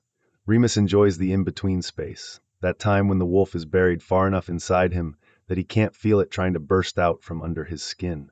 The ache in his bones from the last transformation is gone. There's time still until he aches again. He uses the lull to run through the trees that run behind the house with Padfoot, man and dog, sometimes slipping between the two as easy as breathing. In the mornings, he wakes to his tea on the bedside table. Sirius is usually downstairs, glued to the telly with his own cup of tea and a scone, pitched forward on the edge of the sofa, wonder all over his face. Mum's there most mornings, now that the last of her work at the primary school in the center of the village is done for the summer. There's motorbike lessons that leave him a quiet mess of worry, but Sirius smooths it away every day with sweets from the village and wildflowers plucked from the side of the road, and heady kisses that ground Remus into reality. They're here, together, two hearts still beating underneath too fragile skin. Cool nights spent together, laying out in the hammock, Lyle slung between two trees years ago, when they first moved to Colburn. They both stare up into the night sky together, Remus resting his head on Sirius's chest, their legs tangled together. Sirius smiles easy in the mornings. His eyes sparkle and his hands are always reaching for Remus, to smooth his shirts down over his shoulders, to stroke the crook of his elbow, to press his fingers against the scar on Remus's bottom lip. He slips into Padfoot for a laugh, not to hide or for duty. Remus falls into their calm, serene summer routine. He lets himself breathe in the citrusy smell of Sirius's washing potion in the evenings, smiles at Padfoot's sharp barks and lolling tongue, grins back at Sirius's infectious smiles. They play poker with Mum and drink too much wine. Sirius tries to bake, determined glint in his eyes and his hair tied back in a bandana. The biscuits come out subpar. Remus eats them anyway.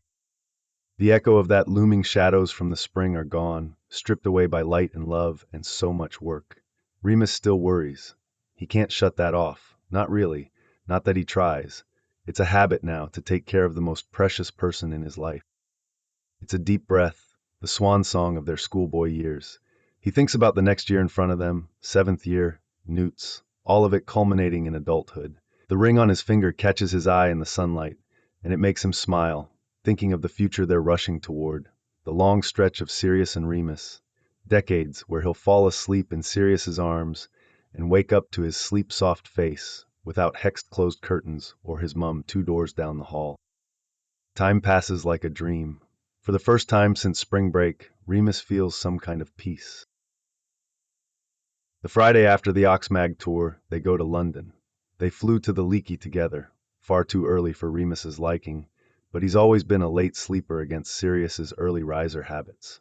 Remus pays 3 nuts for a paper cup of tea to try and fight off his urge to yawn, while Sirius bounces next to him. How are you so awake at 8 in the bloody morning? Remus asks him, watching him hum and tap the brick to open the entrance to Diagon Alley. Sirius grins over his shoulder at Remus as the bricks slide apart into the archway. I've been up for 4 hours, he says. Already did the crossword, ate a muffin, had a whole morning. Disgusting, Remus says, laughing against the rim of his cup. Could have stayed in bed. Sirius shakes his head and reaches for Remus's hand. Their fingers slot together like they were made to do it. I would have been bored to death after an hour. An hour? Could have stared at your face for an hour, he says. I've done that before. I'm keeping count of your freckles, you know, in case they start multiplying overnight. Something lovely blooms in Remus's chest, thinking about Sirius laying next to him, tracing his fingers over the dusting of freckles on Remus's nose and cheekbones. He's laid there before and stared at Sirius while he slept, but Sirius is undoubtedly a lovely view. He's aristocratic and handsome, high cheekbones and sharp jaw, with his curls falling over his face, making him scrunch up that perfectly sloped nose of his while he snuffles in his sleep. Remus isn't sure he's worth staring at. He's hardly art. Sirius tugs his hand and Remus remembers that. Unfortunately, he's actually got to walk, since they're meeting Monty and James. You could have chosen to sleep. He points out. And not wake up at, 4 in the morning? Sirius barks out a laugh and bumps their shoulders together. I wasn't tired enough to go back to sleep. I'm excited. Which Remus is too. They're meeting Monty and James to go down to the Potter Vault so Sirius can go through their collection of family rings. Remus hates Gringotts. The cart ride always makes him queasy, but he's excited about the actual thing. Monty and James are waiting for them at Gringotts. He smiles at them, gives them both crushing hugs, and steps back to let Sirius do the same. Sirius does a little jig with James, there in the middle of the atrium at Gringotts, which makes Remus laugh into his hand and Monty laugh outright. The trip down to the vault is too fast and dizzying, the cart lurching left and right and taking Remus's stomach with it. By the time they get to Vault 687, Remus is clutching onto both Sirius and James, willing his tea to stay down. Sirius stands with him on the rocky outcropping in front of the vault door, while he steadies himself and takes a few deep breaths. He gets a kiss to the tip of his nose and another to his lips for his trouble. Remus smiles and takes one of Sirius's hands, letting himself be led into the Potter's vault, which is absolutely stuffed with more gold than Remus has ever seen. Remus has always known the Potters are old money purebloods, but seeing the stacks and stacks of galleons, the cubbies filled with jewel-encrusted family treasures, and the tables stacked with even more galleons and jewelry, that's something else. He stands gobsmacked in the doorway for a moment, taking it all in, until Sirius tugs on his hand again. James is on his knees, rifling through a box in one of the cubbies while Monty watches, smile on his face. So this, Sirius says to Remus, as he steps around a particularly large stack of galleons in the middle of the floor, is a tradition. All right, Remus says faintly. Sirius glances over at him. Are you all right? It's an intimidating amount of gold, Remus admits, eyeing the stacks nervously. A grin cracks across Sirius's face. Want to steal some? We can become land pirates. That's just thieves, Remus mutters. And we aren't stealing from Monty and Euphemia. All right, Prefect Mooney. Sirius leans over and pecks his cheek. Come on, let's look through these rings. James comes up from the floor, victorious. I found the one you can't have, he says to Sirius, holding out a gold ring with a large ruby set in it, stylized little swirls etched around the band. He waves his other hand at the table Monty's leaning against. Go wild, brother. Sirius picks up the ring in James's palm and grins. This fits you, he says, eyes flicking between James and the ring. Going to get Evans a ruby too. James's face turns tomato-colored. He snatches the ring back and shoves it in his pocket. Oi, he says. We're barely dating. Don't go jinxing it. Sirius laughs, squeezing down on Remus's hand. I just want you as happy as I am, Prongs, he says. James snorts and shoves at Sirius, pushing him towards Monty and the rings he's laid out on the little polished stone table. You two were made for each other. It's honestly disgusting. I can't ever hope to have... He makes a flapping motion with his hands at them. Whatever this is. Remus feels the warm little glow that fills him up whenever he's reminded of what they have between them. He presses a kiss against Sirius's cheek as Sirius peers down at the 24 rings Monty laid out, silver and gold with sparkling gems. Big chunky rings that are dissimilar to Remus's plain band, but all of them would look good on Sirius's finger. These are all Potter, Monty says, waving his hand over them. There's Peveril rings too, if you'd like to see them, and I'm sure there's some from your mum, somewhere in this mess. No, Sirius says, tearing his eyes away for a moment to give Monty a significant look. I want something, Potter. Remus cranes his head over Sirius's shoulder, looking down. There's one, near the back of the table, a gold ring with a polished smooth red garnet set in it. Padfoot, he murmurs, pointing at it. Sirius plucks it up and turns it over in his hand. The band itself is plain and tapered wider around the stone, which is flecked with black. It shimmers in the conjured light. I like it, Sirius says, turning enough to watch Remus's face. Remus takes it and slips it on Sirius's left ring finger. It sizes up just a bit as it slips over his knuckle, a bit of magic Remus wasn't expecting, but isn't surprised by.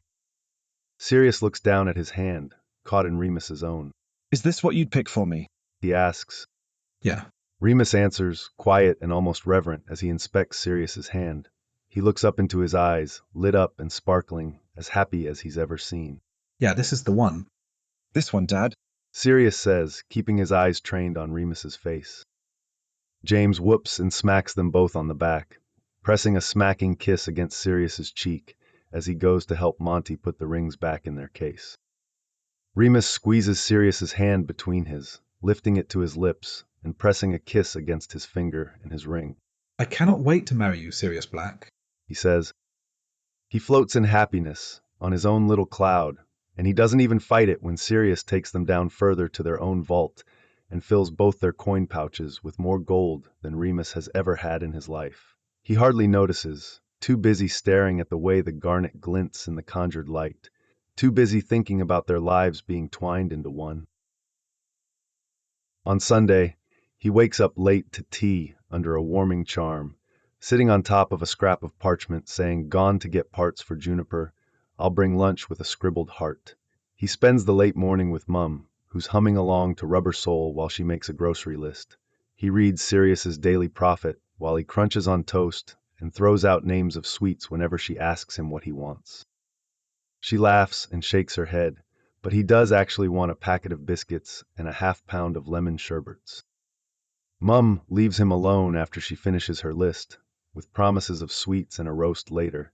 He takes up residence in the sitting room, lounging on the sofa with a chat show on the telly, volume low, and a book propped up on a pillow. It's just after noon when Remus hears a pop of apparition in the garden. He leaps up from the couch, grinning, wondering if Sirius managed to sort out how to order a curry from the shop in town, or if they were going to be left with sandwiches from the refrigerator. He pulls open the back door and stops dead in the middle of the patio, barefoot and, thank Merlin, dressed to cover his scars. His smile slips off his face. That isn't Sirius, but it is his fucking grandfather. "Hello, Remus," Arcturus says. He strides across the garden and stops at the edge of the patio. "I hope I'm not intruding." He holds out his hand. Remus cautiously steps forward, holding his own out. Arcturus grasps his hand in a good strong handshake. Arcturus, Remus says for lack of anything else.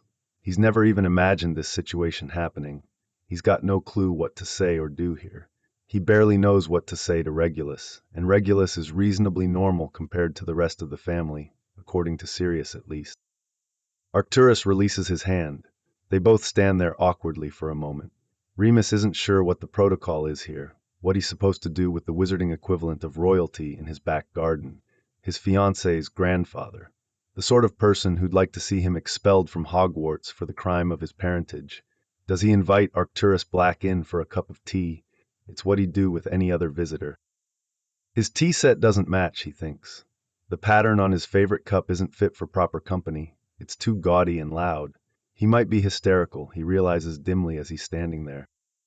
"May I come in?" Arcturus asks after too long of standing there staring at each other. Remus blinks, still blindsided, and nods. Certainly, he says, motioning toward the doorway. The way Arcturus saunters toward his back door, that's pure Sirius. He wonders if it's innate or something Sirius learned from watching his grandfather.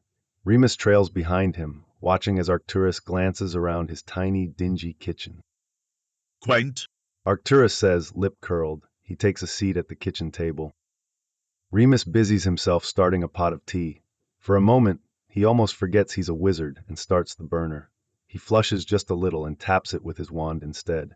He hopes Arcturus doesn't mind the emergency Earl Grey he keeps in the back of the cupboards, since that's all he's got on offer. Mum's out at the shops right now, stocking up the pantry. He's thankful he's alone for this, whatever this is. She doesn't need to be subjected to this side of the wizarding world. She's reticent enough about him living in it at all. Would you like a cup? Remus asks, for lack of anything else to say. He takes down 2 cups from the cupboard anyway, before Arcturus can answer. "1 sugar." Arcturus answers. He waits until Remus sets the cup in front of him and settles across the table from him to speak again. "We didn't get very long to speak on Solstice." Remus sips his tea and tries to find some semblance of balance within himself. He wants to ask how Arcturus found out where he lives. He wants to know what brings him to his kitchen table. We didn't, he says instead. Arcturus flicks his eyebrow up. "I admit you're a curiosity to me," he says. I've spent the last 2 years wondering about the muggle child my grandson has ordained to be his future spouse. Remus feels himself tense, but he forces himself to try and hold himself loose and open like Sirius might. He can't help but feel out of sorts, even in his own kitchen. Arcturus is from a world he isn't a part of. Having him here in his house is a stark reminder that Sirius's world and his are very different things. It's easy to forget when he's with the Potters, who float in between the ancient sort of pure-blood nobility and the average bloke with easy grace. It's harder, faced with someone who certainly rarely comes down from his castle on the hill, or wherever Arcturus Black lives, to mingle among the commoners. Well, that's me, Remus says weakly. He's not a muggle, but it's kinder than other words Arcturus might have used. There's a look on Arcturus's face, a sort of unimpressed stare that makes Remus itchy all over. I've looked into your family, He says. Your father has a reasonable legacy. Too short for the Blacks, but these are not normal circumstances. It's Remus's turn to raise his eyebrows now. I was under the impression Sirius was no longer a concern to your family. A dark look crosses Arcturus's face.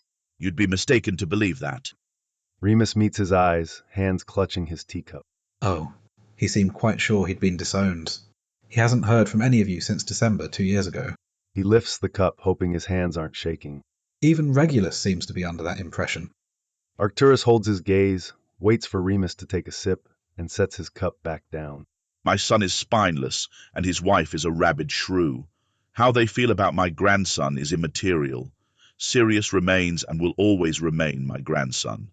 I tell you this, Remus, both because it's true and as a courtesy, so you may run while you still can. Remus wonders if Arcturus can hear his erratic heartbeat. What do you mean by that? Arcturus steeples his hands in front of him over the teacup. He leans forward, a wicked smile on his lips. Sirius is a Black. His gaze flicks around the kitchen again. You're vastly unprepared for what that entails. Sirius is a Potter, Remus says. It doesn't come out as an undignified squeak, which he feared. He sounds sure and measured, which isn't how he feels. Arcturus inclines his head. He's that too. He agrees. Which comes with its own obligations. There's another crack of apparition in the back garden. If it's Bellatrix Lestrange, Remus is apparating himself away from the house, grabbing his mum from the village and taking off to Rosewood House. A man has a limit. The back door squeaks as it's shoved open, and he hears Sirius's Mooney before he sees him. A different kind of panic spikes in him. He looks up at the doorway, where Sirius is standing with bright yellow bags from the little hardware store in the center of Colbrin in one hand, and the other clenched around the doorknob, so tight his knuckles have gone white. Grandfather, He asks, shock making his voice soft and thin, a quiet whisper. Grandson, Arcturus replies. Sirius finds himself, shoulders squaring. what are you doing here? threatening me, I think. Remus says. He doesn't want to needle or make it worse, but that seems to be the heart of the matter. if I were threatening, you would know. Arcturus replies. He hasn't looked away from Sirius, and there's something strange in his eyes that Remus might almost call love or longing, but it wasn't quite right. It might be the closest he could get. I came to get to know your consort, Sirius. I thought it was time. My fiancée. Sirius corrects, sharp and short. He takes a breath, still clutching the doorknob. You've no business here, grandfather. You should have written. I have plenty of business. There's much to discuss with your future spouse. You've 6 celebrations left to plan. There's the matter of your engagement gift. Sirius finally lets go of the doorknob. Have you gone round the twist, grandfather? He says as the door slams closed behind him. I'm disowned. Blasted away. You need to have this conversation with Regulus and Priscilla Parkinson. The Parkinsons are out, much to their dismay. He's angling for Miss Greengrass, and rather successfully. Orion's been speaking to her father. Your brother's quite pleased with himself. There's a mirthful little smirk on Arcturus's face. Like Regulus's efforts to marry someone he actually cares about are amusing. Remus pushes down his annoyance and his outrage. He'll have time for that later, when he isn't in the middle of a slow-motion disaster. Sirius rolls his eyes and drops the bags by the coat rack. I'm glad to see everything's working out for Regulus. He says, annoyance leaking through. I'm glad Orion's actually listening to him for once. Hardly. I've had to step in. Arcturus sips his tea and watches Sirius carefully as he toes off his boots and drops his keys into a little bowl on the counter. It's what's best for Regulus. He needs someone to challenge him. Priscilla won't.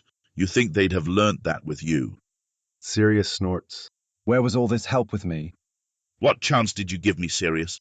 Arcturus asks, honest and plain in a way that shocks Remus into drinking deeply from his cup to hide his face. The dark look on Sirius's face says volumes without him saying a word. He comes behind Remus, squeezes his shoulder, and drags a chair over next to him to sit so close. Their shoulders are brushing. Remus bites down on his tongue to stop himself from spewing the screed he has running through his head about the tens of thousands of hurts Arcturus could have saved Sirius from that had nothing to do with him. He doesn't want to start a fight. It's a fight he'll lose because there's no winners here, not if all it accomplishes is hurting Sirius. How did you know I was even here? Sirius asks. I didn't. Arcturus says. I came to see your Remus. You're a pleasant surprise. Sirius crosses his arms over his chest, then suddenly shifts and instead reaches across the space between them and takes Remus's hand in his. He laces their fingers carefully together, and Remus feels the little tremble there. That's all it takes for the fear and the anger that lives in the back of his head to roar into his thoughts. Why? Sirius asks, sounding truly like he doesn't understand why Arcturus would want to know. Remus is AC with this too, but he understands the urge to know. Sirius left for a lot of reasons, but in the end it was him, that last fight with Walburga and Orion. He supposes the unknown has probably been eating at Arcturus for the last nearly 2 years. It's as I said. Arcturus replies, still sounding haughty and even, unperturbed by Sirius's sulk or the sullen anger coming off him in waves. I've come to properly meet your consort and to give you your engagement gift. Sirius squeezes Remus's fingers. An engagement gift? He says incredulous. Remus stays quiet. He wonders if it's proper etiquette to gift disowned heirs anything at all. It feels like it shouldn't be. Arcturus nods and splays his hands out on the worn kitchen table. The house at Lemon Grove, it's in Oxfordshire. He says this, looking at Remus, who feels dizzy from whatever's happening right now, and doesn't give a single damn where the Black family properties are. It'll be close enough to give you the proper feel of the place without having to constrain yourselves to a townhouse. No. Sirius says. He doesn't elaborate. No. Arcturus raises an eyebrow at him, looking more amused than anything. Didn't I raise you knowing it's graceless to refuse a gift? Grandfather. Sirius lets out a single, frustrated huff of air. I'm going to live with my husband in a house of our choosing. He holds up their joined hands. We've sold Alphard's house with the intention of getting something in Wales. The amused look doesn't slip from Arcturus's face. I suppose next you'll tell me you're going to run electrics in it, he says. Sirius narrows his eyes. Yes. He barks. Remus's mum needs to feel at home there too. Arcturus watches him carefully, silent for a long, stretching span. He sips his tea. He stays silent. All right, he says. Sirius's shoulders sag. His face goes utterly confused. All right, he demands. You'll not be making that decision lightly, I'd imagine, he says. A homestead is a serious affair. This, Remus realizes, is a trap. He dares to glance at Sirius out of the corner of his eye and sees Sirius's flared nostrils, his narrowed eyes, and he knows he's right. We'll get a flat while we're looking. Nonsense. Arcturus says all frosty business. The house at Lemon Grove will suffice in the meantime. Grandfather. It is my obligation to you, grandson. Arcturus interrupts, deadly serious now. I thought you were lost. I'll not see you in a bedsit when there's a home for you. He stands all sweeping robes. I'm saying no. Sirius tells him. He doesn't move. He stays sat next to Remus, clutching onto his fingers. Remus can't help but stare at him, watch the wobble in his lip, and the way his eyes are wide and half frightened. I don't want to spend another day in one of the black houses. I don't. Not a second, Grandfather. Remus knows what he's seeing in his own mind's eye, bursting glass and raised voices. Silencing spells and cursed closed doors, wands cracked across his knuckles, nights without dinner, and never, ever being enough. Not the peaceful, quiet cottage in the countryside that Sirius dreams of, a prison instead of a paradise. Hell, in the form of an engagement gift. Gryffindor has made you soft. Arcturus says, still measured and even, watching Sirius with searching eyes. He flicks his eyes to Remus for a moment, and Remus shrinks back into his chair. Bravery has its limits. No, it made me strong enough to leave. Sirius volleys back. Arcturus shakes his head. That wasn't Gryffindor, that was love. Sirius snorts at him. Remus sees the mask fall across his face, shuddering his eyes to a blank gray, his lips flattening out into a thin sneer. Blacks don't know what love is. That isn't true, Arcturus says. He fiddles the clasp on his robe, a smirk playing at his lips. You'll understand one day, perhaps. Sirius stays quiet, stone-faced and still. I'll take my leave then. Arcturus says. He looks at Remus again, piercing gaze so strong Remus feels like he's rummaging around inside his head. Thank you for the tea, Remus. Remus manages to mutter a goodbye. Sirius says nothing. It isn't until they hear the crack of disapparition that Sirius allows himself to cry, silent and shaking next to Remus. He takes Sirius into his arms and mutters sweet things into his curls, promises of what's to come and what they have, how the Potters and Remus will keep him safe. He wonders, as he rubs calming circles on Sirius's back, what Arcturus Black meant by "so you may run while you still can." Chapter 10, Sirius. After Arcturus's visit to Wales, Sirius has a hard time sleeping. He tries, it's a valiant effort, honestly, but he can't shut his brain off. He's worried enough to send a letter to Belinda the solicitor, asking for advice on how to ensure he isn't given any strange houses. He spends that first night pretending to sleep, laying next to Remus in his overwarm bedroom, sheet over him and his personal furnace of a fiancé next to him. He's stiff as a board, unable to shut his brain off, the first 16 years of his life tumbling through his head in a demented parade of bad memories. He doesn't really sleep. On the second night, after pretending to be a functional person all day, he gives in to exhaustion in the only way he knows how. When Remus comes from his shower to Padfoot curled on the bed, Sirius sees the heartbreak on Remus's face, even with his doggy eyes and his smoothed-out thoughts. Remus doesn't say anything, but he does get under a thin sheet and tug Padfoot's bulk into his arms. Sirius manages fractured sleep, dreams soft and fuzzy, filled with Walburga calling him a bad dog and whacking him with a rolled-up prophet. He wakes up out of sorts, even as Padfoot, in the brief 10 minutes where he takes a piss and fixes Mooney's tea, are excruciating. He turns back as soon as the tea's poured and kept safe under a warming charm. Then he retreats to the sofa, to the quiet calm of the Lupins' sitting room in the early morning. He spends most of the day curled around himself on the sofa. Remus sits with him because Mooney is the best, and gives him comforting scritches in the space between his shoulder blades where his fur is always a little itchy. Remus reads. He gets up only to swap records or use the loo, and he doesn't ask Sirius anything. Not that he'd get an answer, aside from a doggy huff or a bark, but he doesn't try. He just lets Sirius lay there, curled around himself with his tail over his muzzle, and try to quiet the noise inside his head. It's easier as Padfoot. It's easy to fuzz out the edges of the memories of every awful thing Orion and Walburga did to him. They didn't want him. They never had. And his only escape had been the overnights and week-long holidays to Chateau d'Emeraude. Grandfather isn't a good person. He's still a Black at his core, but he at least wanted Sirius, even if it was only as an heir. Grandfather taught him about wine and whiskey before Sirius was old enough to spell whiskey. Grandfather taught him Latin and maths, how to tell if your annoying cousin was skimming the accounts. He taught him the stars and the stories about Sol and Loon. Things Orion should have done, but didn't, because Orion hated Sirius from the moment he was born, or near enough. That Arcturus Black was the closest thing he had to a father figure, until Monty appeared like a miracle in his life, is frankly sad. He turns back when his stomach growls so loudly that Hope comments. The static charge in the air makes his hairs stand on end, and he takes in a little sharp breath at the way his emotions feel so much more. Remus doesn't stop scratching at his back, although it's stranger now that he's a person. He stays quiet, curled on the couch in a ball for another moment, until Remus's fingers move up into his hair, to his scalp, and he sighs. All right, Padfoot? Remus asks. He's looking at his book, but it's been ages since he turned the page. Even gone furry, Sirius knows what reading looks like, and Remus has been spending the better part of the afternoon pretending to read and probably worrying about Sirius instead. Nightmares. Sirius murmurs. He sounds hoarse, rusty from not having human vocal cords for most of the day. He clears his throat and leans into Remus's touch.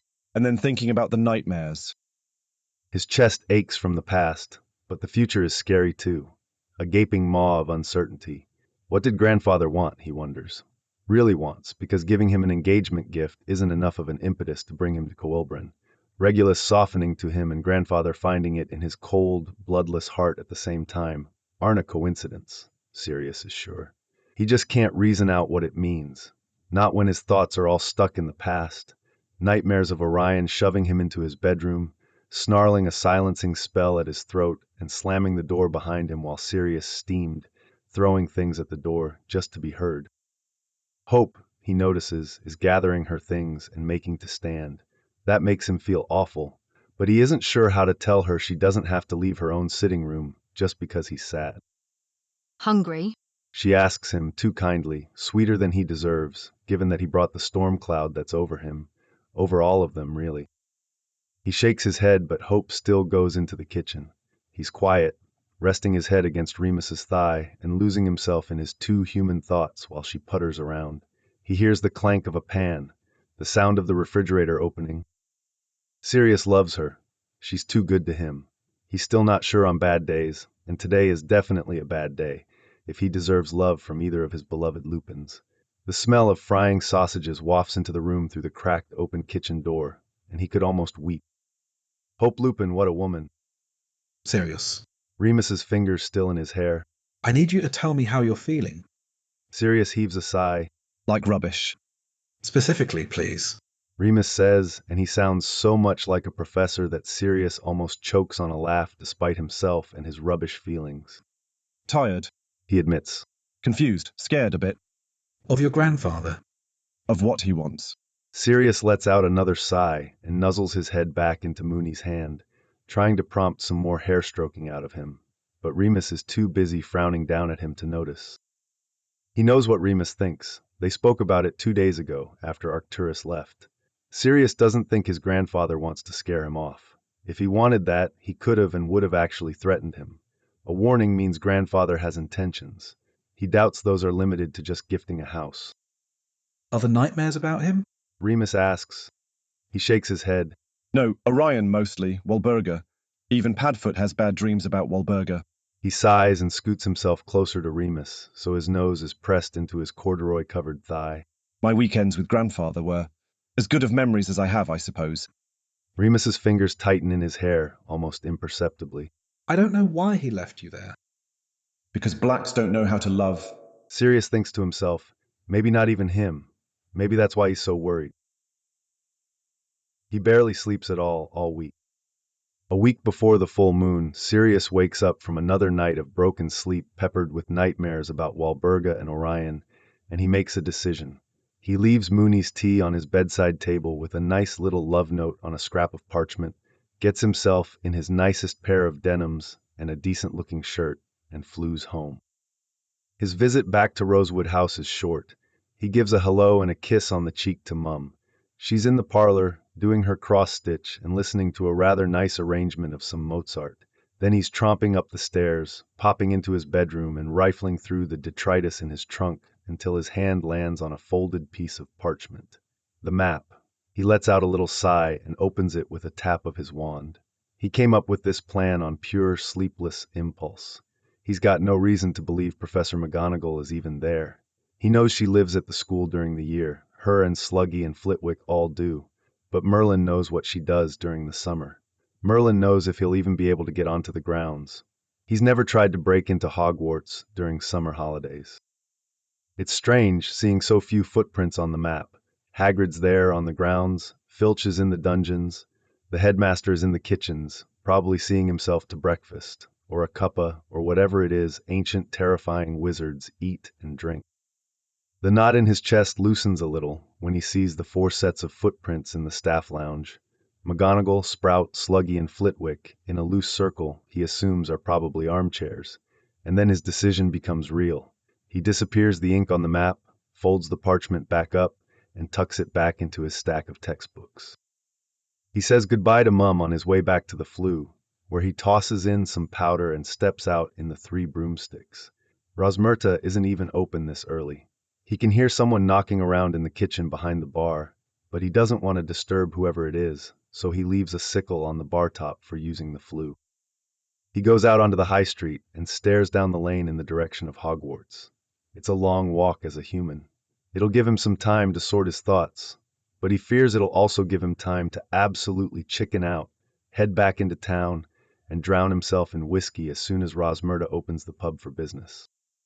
He starts out down the path that snakes up past the Hog's Head toward Hogwarts and makes it a few hundred yards before he remembers Padfoot isn't a secret, runs faster than he ever could, and doesn't tire half as quick. He changes mid-stride and takes off up the lane at a dead doggy sprint. By the time he spies the gate, even Padfoot's simpler mind thinks this is perhaps a stupid idea. He's going to get there, and then he's going to have to explain how and why he's there and how he knew she was there.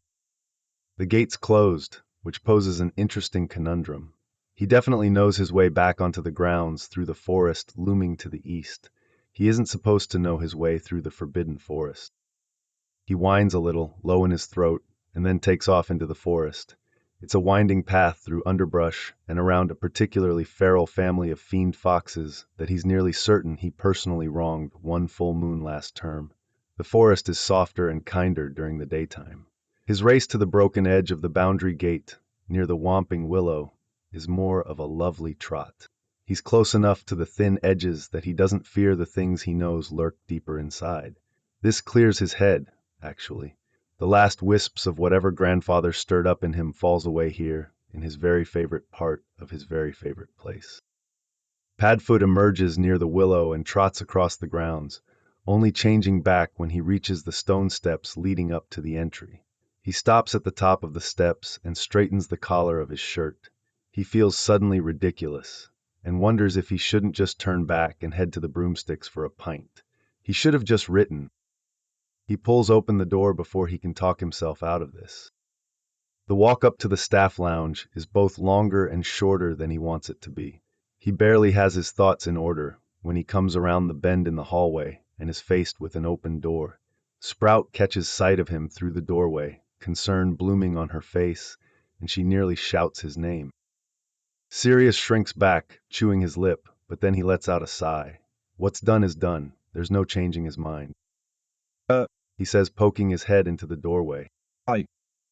All four heads of house are staring at him, which isn't abnormal given how often he's found himself in a spot of trouble, but certainly is, since it's bloody July, and he doesn't belong in the castle, never mind the staff lounge. There's a stack of opened post on a table between four armchairs, and he realizes dimly that that must be the new first years, replying to their acceptance letters. Sirius, McGonagall says, sounding far too mild for the way she's staring at him, as though he's a wild animal loose in the hallways. He scratches at his neck, feeling off kilter and a little ridiculous. Can I talk to you? They go into the courtyard, which they've never done before. He thinks about last term, about Peter and McKinnon and Evans out here, screeching at each other about Mooney, but it's a fleeting thought that dissipates into the sunshine. It's a pity, he thinks, that no one gets to spend the summer here. It's lovely. He loves the long winter Hogwarts gives them, but there's something to be said about being able to bask in the sunshine.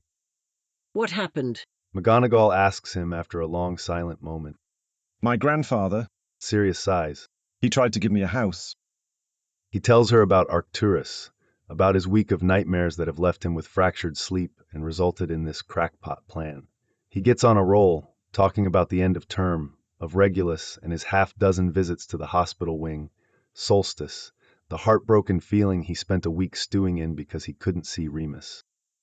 It's easy to let it all spill out. He didn't realize how much he needed to speak to her until he started talking. For all that he feels better, and he does, he feels as though so much of the pain in his life has faded away, and so many hurts have healed over. He's aware that he struggles, sometimes still, especially with the feelings he has around the Black family. She doesn't interrupt him. She lets him say his piece without meeting her eyes, too, which he appreciates. His rant peters out into a trickle of complaints, with more empty silence than speaking, before she even says another word. So you didn't take the house? She says, wry smile on her lips, and it makes him laugh loud and long until he almost tears up from it. I didn't. He tells her, although I'm sure he'll try again. Famously bull-headed grandfather. It mightn't be a house next time, but he'll try something else. McGonagall looks thoughtful for a moment. Are you worried about that? He pauses to think for a while, silent and still on the bench. July sun pounding down on him. He frowns. No. He says, drawing the word out.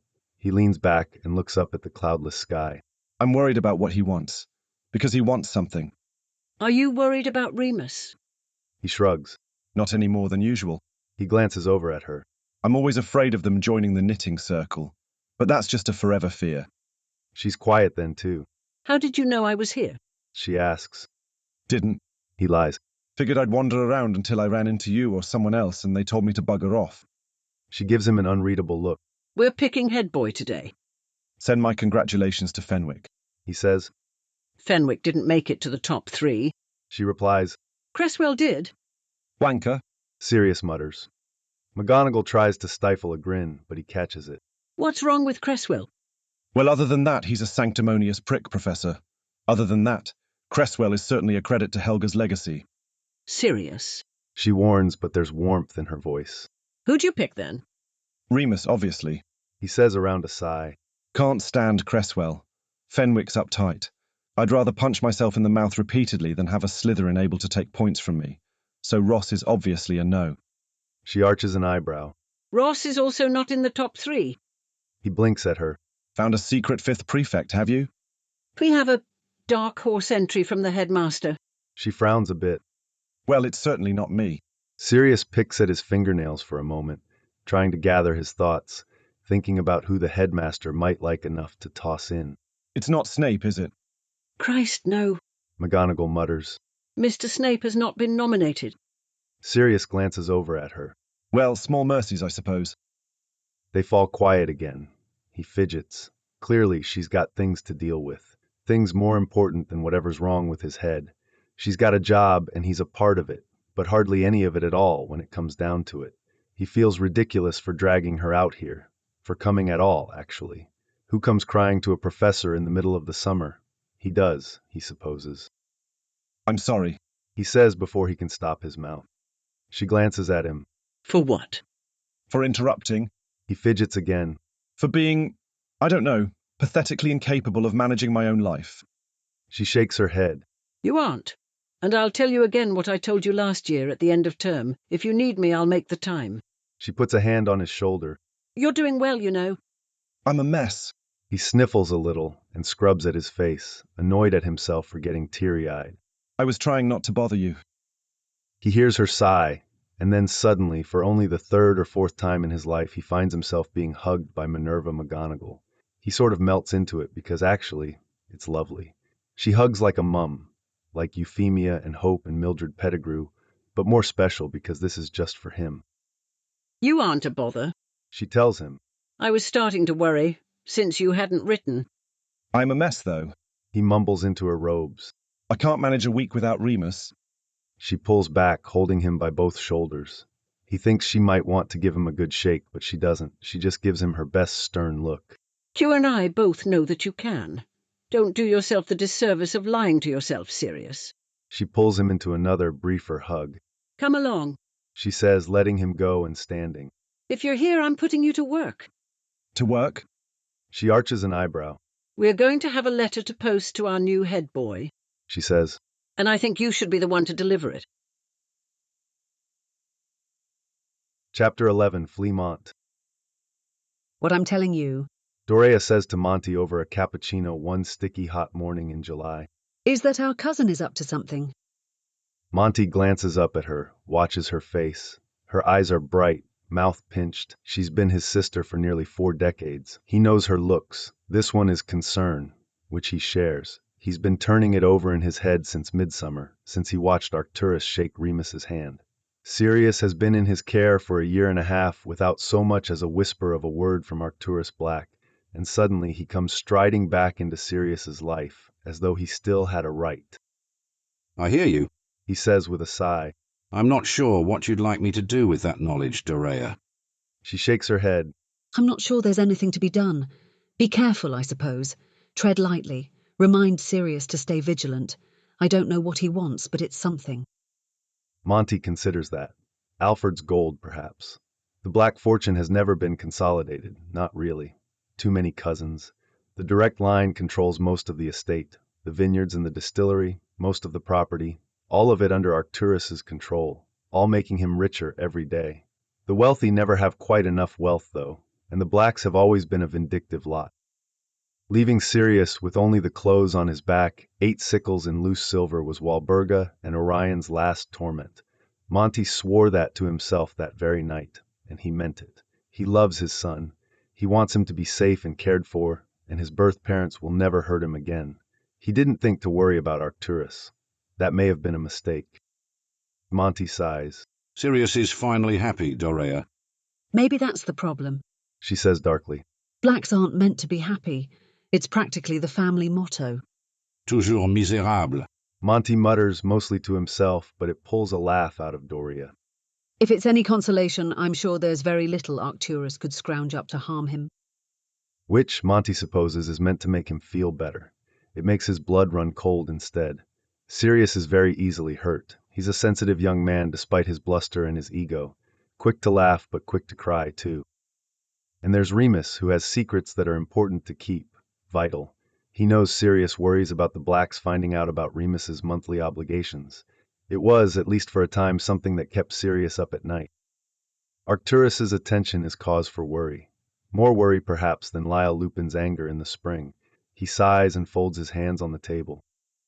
I suppose I'm going to have to make a visit to the Emerald Castle. He says. Ho, bugger. Dorea mutters. The Emerald Castle, pretentiously named Chateau d'Emeraude by Phineas Nigellus Black's great-grandfather, is not what Monty would ever call a home. It's aptly named, with its spire and a literal moat. The gate rises high above the rolling countryside around it. It glitters in the sunlight, wrought iron pattern filled in with emerald green stained glass. Monty has been inside exactly once, decades ago, when Charlus begged him to come along for a Samhain celebration, Doria's late mother held in the ballroom. It's ostentatious, imposing, all stone and dark, polished wood. He hardly got a good look at the place, but he can't picture a child running the halls, or at least the halls he saw, that one Samhain nearly 40 years ago. He doubts Arcturus remodeled in the intervening years. Monty apparates to the front gates because he's certain there's a ward, and he's right. He can feel it as soon as he approaches, a heavy shroud around the whole place. At best, he would have found himself bounced miles away. At worst, splinched and howling. For a moment he stands there, considering. He didn't write to say he was coming, or try the flu. Monty's always preferred the more direct route of just appearing in a place and demanding to be seen. He supposes Arcturus has an advantage, behind his warded gate and his moat. There's a house elf at least between the front gates and being granted an audience. He raps his knuckles on the center of the gate, where the complicated stained glass and iron pattern swirl together into a black family crest. There's a faint pop, and the gate creaks open. An ancient-seeming house elf pokes his head out. Apologies, sir. He squeaks and scurries out to bow low in front of Monty. Yanni is sorry for keeping you waiting. You're perfectly on time. Monty tells him. Is your master seeing visitors? Yanni peers up at him, still nearly doubled over, nose touching the stone that forms the bridge over the ridiculous moat. Master is, sir. Yanni will take you. Monty holds out his arm. Yanni scrambles up and forward, taking hold of Monty's wrist. There's a long, airless moment before they reappear with a pop in one of the winding halls of the Emerald Castle. They're in front of a set of dark, thick wooden doors. The portraits on the walls murmur, generations of blacks looking down their noses at him. Monty pays them no mind. Yanni bows again and snaps his fingers. The double doors open with a click and swing inward. Monty takes a single steadying breath before he steps forward and enters Arcturus Black's study. The room is all dark wood and green, but it's homier than Monty was expecting. Books litter nearly every surface. He can hear horses from somewhere on the grounds. A phonograph sits silent behind Arcturus by a bookshelf filled with baubles and records. The fire's lit, warm and inviting between 2 open windows. Above the fire hangs a portrait, silent but moving, the 3 generations of black men still living. Arcturus seated by the very fire it hangs over, Orion standing behind him, staring out hard and mean at nothing. Sirius leaning against the armrest of the chair, looking nothing like himself. Sad eyes, Monty realizes as his gaze slides from the portrait to Arcturus. He half expected such a thing to be gone, Sirius washed away by acetone and spellwork, replaced with Regulus by now. Cousin. Arcturus greets him, He's behind the desk, whiskey by his hand, and his wand on the tabletop, scratching away with a quill in a ledger. Arcturus. Monty replies. The doors close behind him, and a tumbler of whiskey floats over in front of him. Has something happened to Sirius? Arcturus asks. He watches Monty with those same gray eyes Sirius has, piercing and stony rather than the molten sparkle Monty's used to seeing. It's dissonant. He finds himself uncomfortable under Arcturus's gaze. Sirius is fine, Monty says. He wraps his fingers around the tumbler. The charm on it tickles his hand as it wisps away. Arcturus's lip twitches. So then what brings you to my study, cousin? My son? He answers. He's fine, as I said, but I have concerns. There's a moment where something in Arcturus's face changes. Monty holds his breath. Arcturus leans forward over the ledger in front of him, fingers curling around the glass on his desk. Concerns, whatever about? You... Monty sips the whiskey, watching Arcturus's eyes. Your sudden interest in him, for starters. One dark eyebrow arches up. He's my grandson. I've had an interest in him from the moment he was born. A dozen nasty replies cross Monty's mind, but he says none of them. He has patience. He can hold his comportment for this. Is he still? Of course he is. Arcturus answers, eyes narrowed. Still, he motions for Monty to take the chair to the side of his desk, which Monty does. And I'm glad to see him flourishing, Fleamont. Your care has done wonders for him. Well, it helps that I show him care at all. He watches Arcturus's impassive face. Which is more than your son and his wife ever did. Arcturus huffs out a humorless laugh.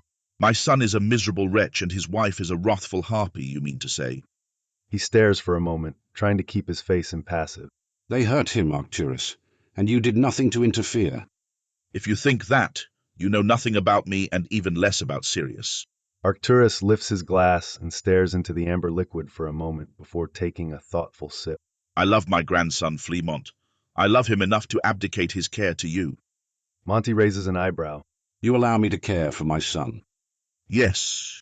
Arcturus says. I think you forget, cousin, that he wasn't thrown out. He ran away. I would have been well within my rights to demand his return. The urge to jump to his feet and curse Arcturus in his own study nearly overwhelms him. He knows the house would rebel, elves and the physical place both. He leaves his wand in his robes, despite the twitch in his fingers. No, Monty says, thinking of the tapestry in the attic at Rosewood House.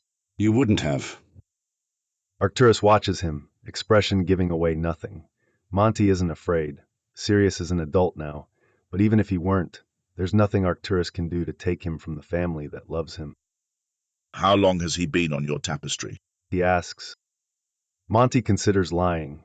He could tell him what Euphemia believes, or what James does, but Monty knows the truth of it. He's the head of his family, the caretaker of the line. He knows when a new blossom blooms on their pear tree. Long enough, he answers. That has the benefit of also being true, though that doesn't really matter. Family magic is a finicky business. It's all about feelings and claiming, whimsical things that don't follow any kind of rules, the way other magic does. Sirius can be both a black and a Potter. He will always be, he always was. One by birth and the other by choice, but both completely. The day he came to you? Arcturus asks. Longer. It doesn't matter. Monty shifts and leans forward. He's there, which means I don't need permission from anyone, least of all you, to care for my son. Regulus calls you a usurper. Arcturus tells him. He's amused by this, half smirking as he says it. Monty doesn't have a reply. He doesn't need to justify himself to Arcturus more than he already has. And besides that, taking up the position of father is hardly usurping Orion, who never did the job in the first place. What do you want from Sirius, Arcturus? He asks. I thought he was lost to me forever, but if he isn't, I want to know him. Arcturus sighs and stares down at his ledger for a moment. I mourned him, you know. He isn't dead. He was lost. Arcturus splays his hand on top of the ledger. The last words he said to my idiot son were, "Hang the whole damn black family tree." How else was I supposed to interpret his words, cousin? Was I supposed to think he wanted to see me? He was being threatened. Monty heard the whole thing, stammered between sobs by a wrecked Sirius all those months ago. He remembers it with shocking clarity, but he remembers the fury that burned in his veins better than the rest. How dare they, he thought, and he thinks it still. He's long been the one of us who bucks tradition. Arcturus says, This muggle of his proved too much for my son and his wife. Remus is a wizard. Monty says he can hear the snap in his own words. Arcturus rolls his eyes, almost imperceptibly. On his father's side, Regulus tells me, they're a young line. It could be on neither side, and he'd still be a wizard. Monty sets his drink down on the small round table to the right of his chair. If you insist, cousin. He's smirking. Monty would very much like to hex it off his face. Arcturus shakes his head. He turns back to the ledger open in front of him for a moment before he closes it and sets his tumbler down beside it. You act as though I have some nefarious motive. You very likely might, Monty says. He holds up a hand, cutting off Arcturus's reply. You might not think it's nefarious. I prioritize his happiness. That hasn't ever been a concern of the House of Black. You insult me.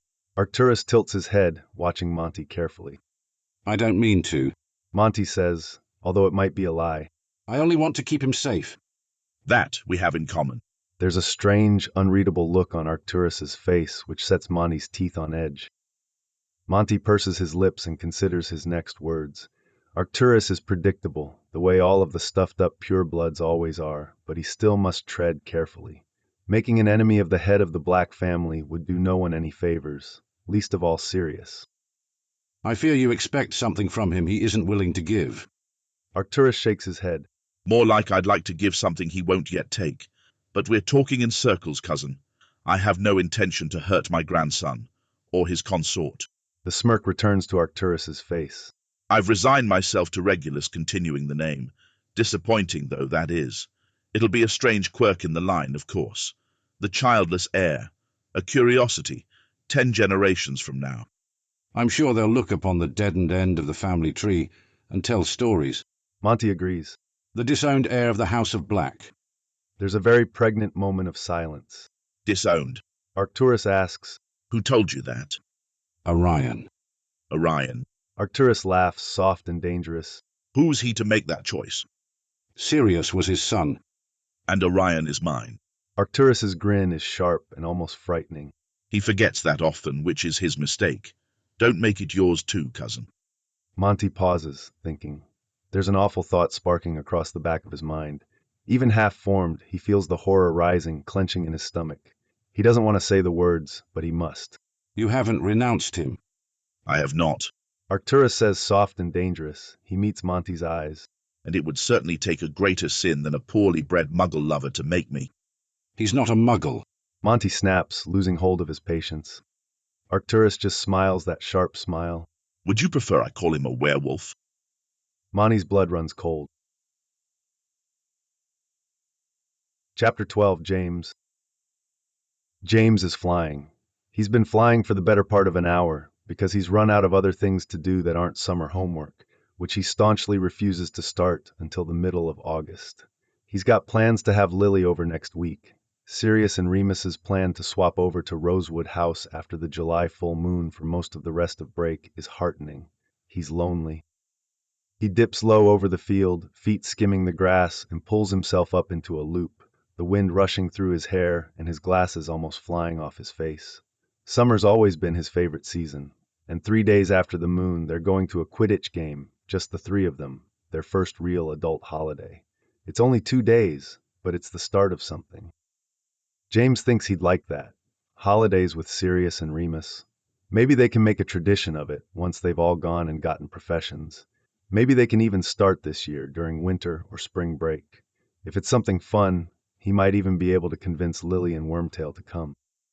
He's fairly sure Sirius would come with him to do nothing but stare at each other for 3 days, and equally certain that Remus would come without even putting up a token argument.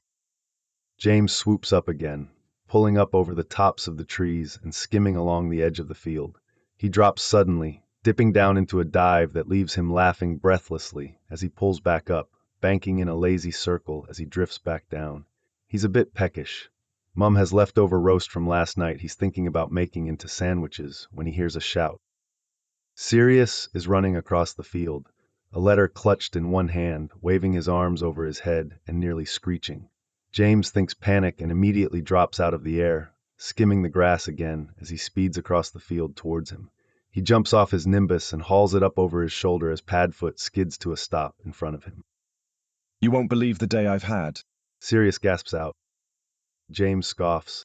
You've been faffing about in Wales, spending half your time with your prick in Mooney's arsehole, and the other half of the time learning how to ride a motorbike. Sirius blinks at him. Well, yes. He agrees. But grandfather visited. What? James squawks, but Sirius waves him off. Not the point, not the point. He waves the letter in James's face. I went to see McGonagall and they've picked head boy. Well, it's certainly not you. No, it's not. Merlin, imagine. He says around a cackle. But I got to sit very quietly while they picked and, well... He stops speaking and shoves the letter at James. I'm not opening Mooney's mail, mate. He says, gently pushing Sirius's hands away. Sirius's face splits into a grin. This letter is for you. He says. Ha ha. He says, giving Sirius's shoulder a shove. I'm not a prefect. Apparently. Sirius says, waving the envelope in his face again. You don't have to be a prefect if the headmaster nominates you himself. If his eyes weren't already bulging out of his head, they certainly are now. His heart thumps in his ears as James plucks the letter out of Sirius's hand and stares down at the address. Mr. James Potter, it says in emerald ink, in McGonagall's handwriting, and he knows his jaw drops open. He rips the envelope open and nearly drops the golden headboy badge into the grass. If this is a prank, Padfoot... Isn't. He says breathless. Fucking hell, Prongs. You can take points from Slytherin. James flicks his eyes up and meets Sirius's mischievous gaze. He's still grinning, cheeks pink, wild hair. His mood is infectious, a grin splitting James's own face as he tugs the letter out of the envelope and unfolds it.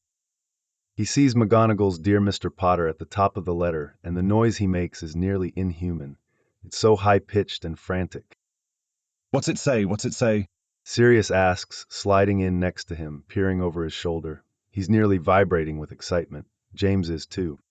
James tries to wave him off, skimming the strangely admonishing tone of the letter. Do you think she threatened Mooney's Barlocks when she made him prefect? He asks, squinting at the barely veiled threat about overstepping his authority. Well, Sirius's eyes are a little less manic, and he looks almost reticent in the face when James turns to look at him. Mate, I'm going to be honest, she went for Mooney, for head boy. Her and Flitty. Flitwick ditched out on Benji for Remus. Sirius laughs. Seems like, he says. He claps James on the shoulder. I interrupted them. I only got to see the end. Ross and Fenwick were already out. You've got Sluggy on your side, though. Good luck with that. He looks back down at the letter. Think Mooney's going to be upset. Nah, Sirius says. I think he's going to laugh his bloody head off and be an absolute shit to you in prefect meetings.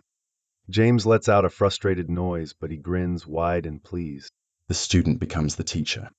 Sirius arches an eyebrow at him and plucks the letter out of his hands. Well, if you don't want it, I can always go give the badge to Cresswell. James tackles him into the grass with a shout. He doesn't get his sandwich. Instead, he comes in with Padfoot on his heels to Mum in the sitting room. He waves the letter at her, laughing, and holds the badge above his head, victorious. He says with the gravity of a marauder successful, which is to say very little, and all of it fake. Have been named head boy. The whole thing feels strange to him, like a dream. Padfoot delivering the letter to him, the way his mum starts dabbing at tears while she reads it. She gives him a good long hug when she finishes. Padfoot disappears into the flue for a moment, just long enough for James to feel a little put out that his brother is ditching him so soon in this, his moment of glory. But then he's back again, fast as anything, Mooney popping through right after. And Mooney isn't upset. He's laughing, eyes crinkling, and throwing his arms around James. The last little knot of anxiety in James's chest releases. All of them, even Remus, always figured head boy would be Fenwick, but that was because they assumed their novel-sized disciplinary records from 1st to 5th would exclude Remus. James never imagined it could have been him. It doesn't feel real. Mooney pins the badge to his shirt, and Padfoot makes a joke about James's big head being a perfect fit that makes Mooney burst out laughing. Lads, James says after a moment of watching them clutch each other laughing. Let's celebrate. They flew to the leaky, leaving Mum to make her bragging fire calls to everyone she knows. James knows Mum's going to be leaning over the hearth for the rest of the evening, bursting with the news to everyone she knows. He's proud of himself, sure, but more than that, he's thrilled he's made her proud. Mum and Dad love him. They're proud of the man he's becoming, but he knows he's been 2 handfuls from the moment he learnt to walk. Sirius gives him a wet kiss on the cheek when he puts a pint down in front of him. Our prongs, He says, grinning. top of the world. King of the tower, James says, grinning back. king of the castle. Ross is going to throw himself under the train when you turn up at the prefect's meeting on the 1st. Remus says, laughing into his cider. I'll help. James makes a disgusted face. And Regulus. Regulus will help you toss Ross off the train, I think. Remus says. They were at each other's throats at the end of term meeting. Sirius perks up at this, and James groans inwardly. Sirius's sudden interest in being Regulus's guard dog is honestly a good thing. Life debt paid, thank you very much. But that doesn't mean it isn't annoying the pants off him in the meantime. And he knows that whatever reason Regulus has in reuniting with Sirius is why Arcturus came calling. James isn't stupid enough to think that whatever Regulus and Arcturus are up to is anything other than nefarious. The Blacks, Potter Branch accepted, are absolute evil twats. Do you think Ross is the one who was hurting him? Sirius asks, which is not the direction James thought he was going with that. Remus shakes his head. Not really Ross's style, Sirius. And besides, Regulus doesn't get along with Violetta either. But I don't hear you accusing her of pushing him down the stairs. Sirius slumps a little. Well, my parents were trying to marry him off to her, and she's awful, so who can blame him for that? James chokes on a laugh. They were really just pushing your discarded matches on him. They're uncreative. Sirius says. Once Orion gets an idea in his head, he can't think of anything else. He lets Sirius spin a few tales about his disastrous introduction dinners with Violetta and Priscilla, but before long, James sees the twitch in Mooney's hand, the way he looks uncomfortable, and James does what's both for Remus's benefit and the most natural thing for him in the world, and redirects Sirius to their plans for next week, for the Quidditch match in Sirfili. They have 2 pints and split a platter of chips between them. Remus brightens up, talking about the catapult's new seeker, Genevieve Griffiths, and James pats himself on the back for a job well done. Mooney hates being reminded of Sirius's brief foray into the world of courting anyone who isn't him, which is funny to James because Sirius also hated it. He spent that entire summer complaining to James over the mirror, and James knows, writing increasingly absurd love letters to Remus.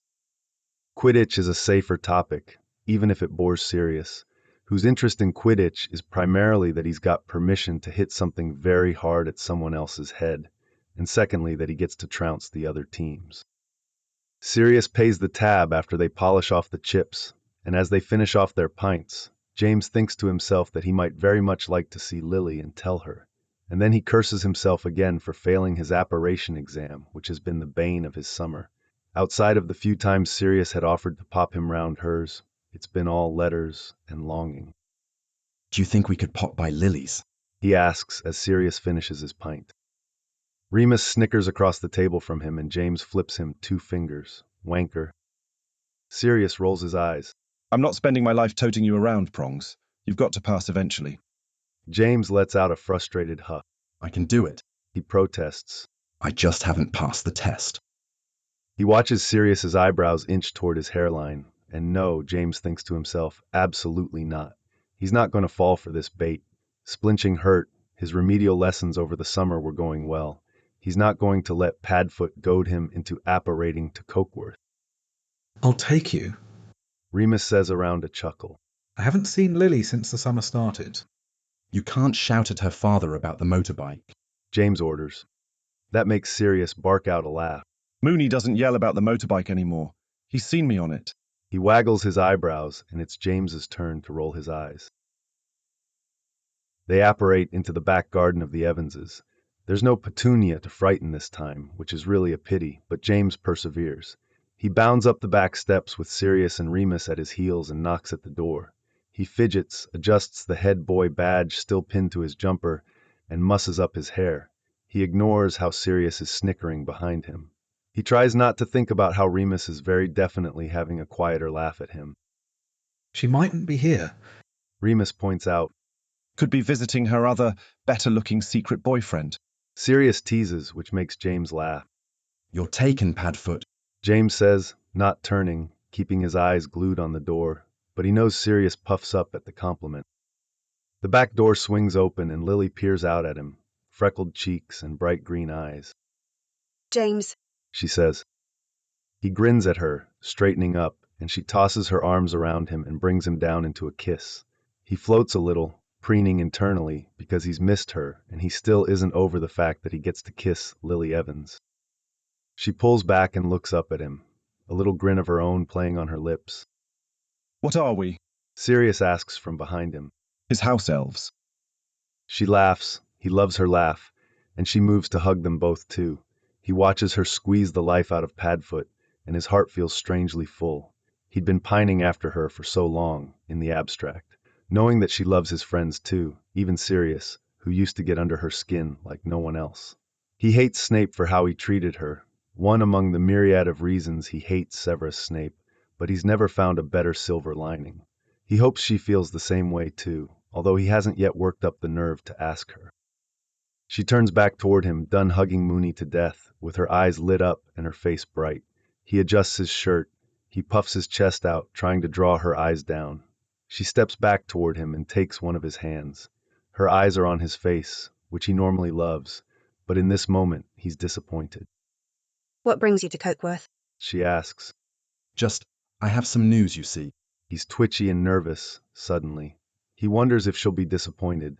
She might have been hoping for a swat like Fenwick or Cresswell, or their own Moony, who would have been ace at headboying. I do as well. She says, conspiratorial smirk pulling at her lips. I've gotten a letter today. Sirius lets out a little tortured yelp that sounds so much like Padfoot. James actually glances over to make sure he's still human. You first then, James says. He squeezes her fingers. I'm head girl. She nearly shouts, tossing her free arm around his neck. She giggles into his neck.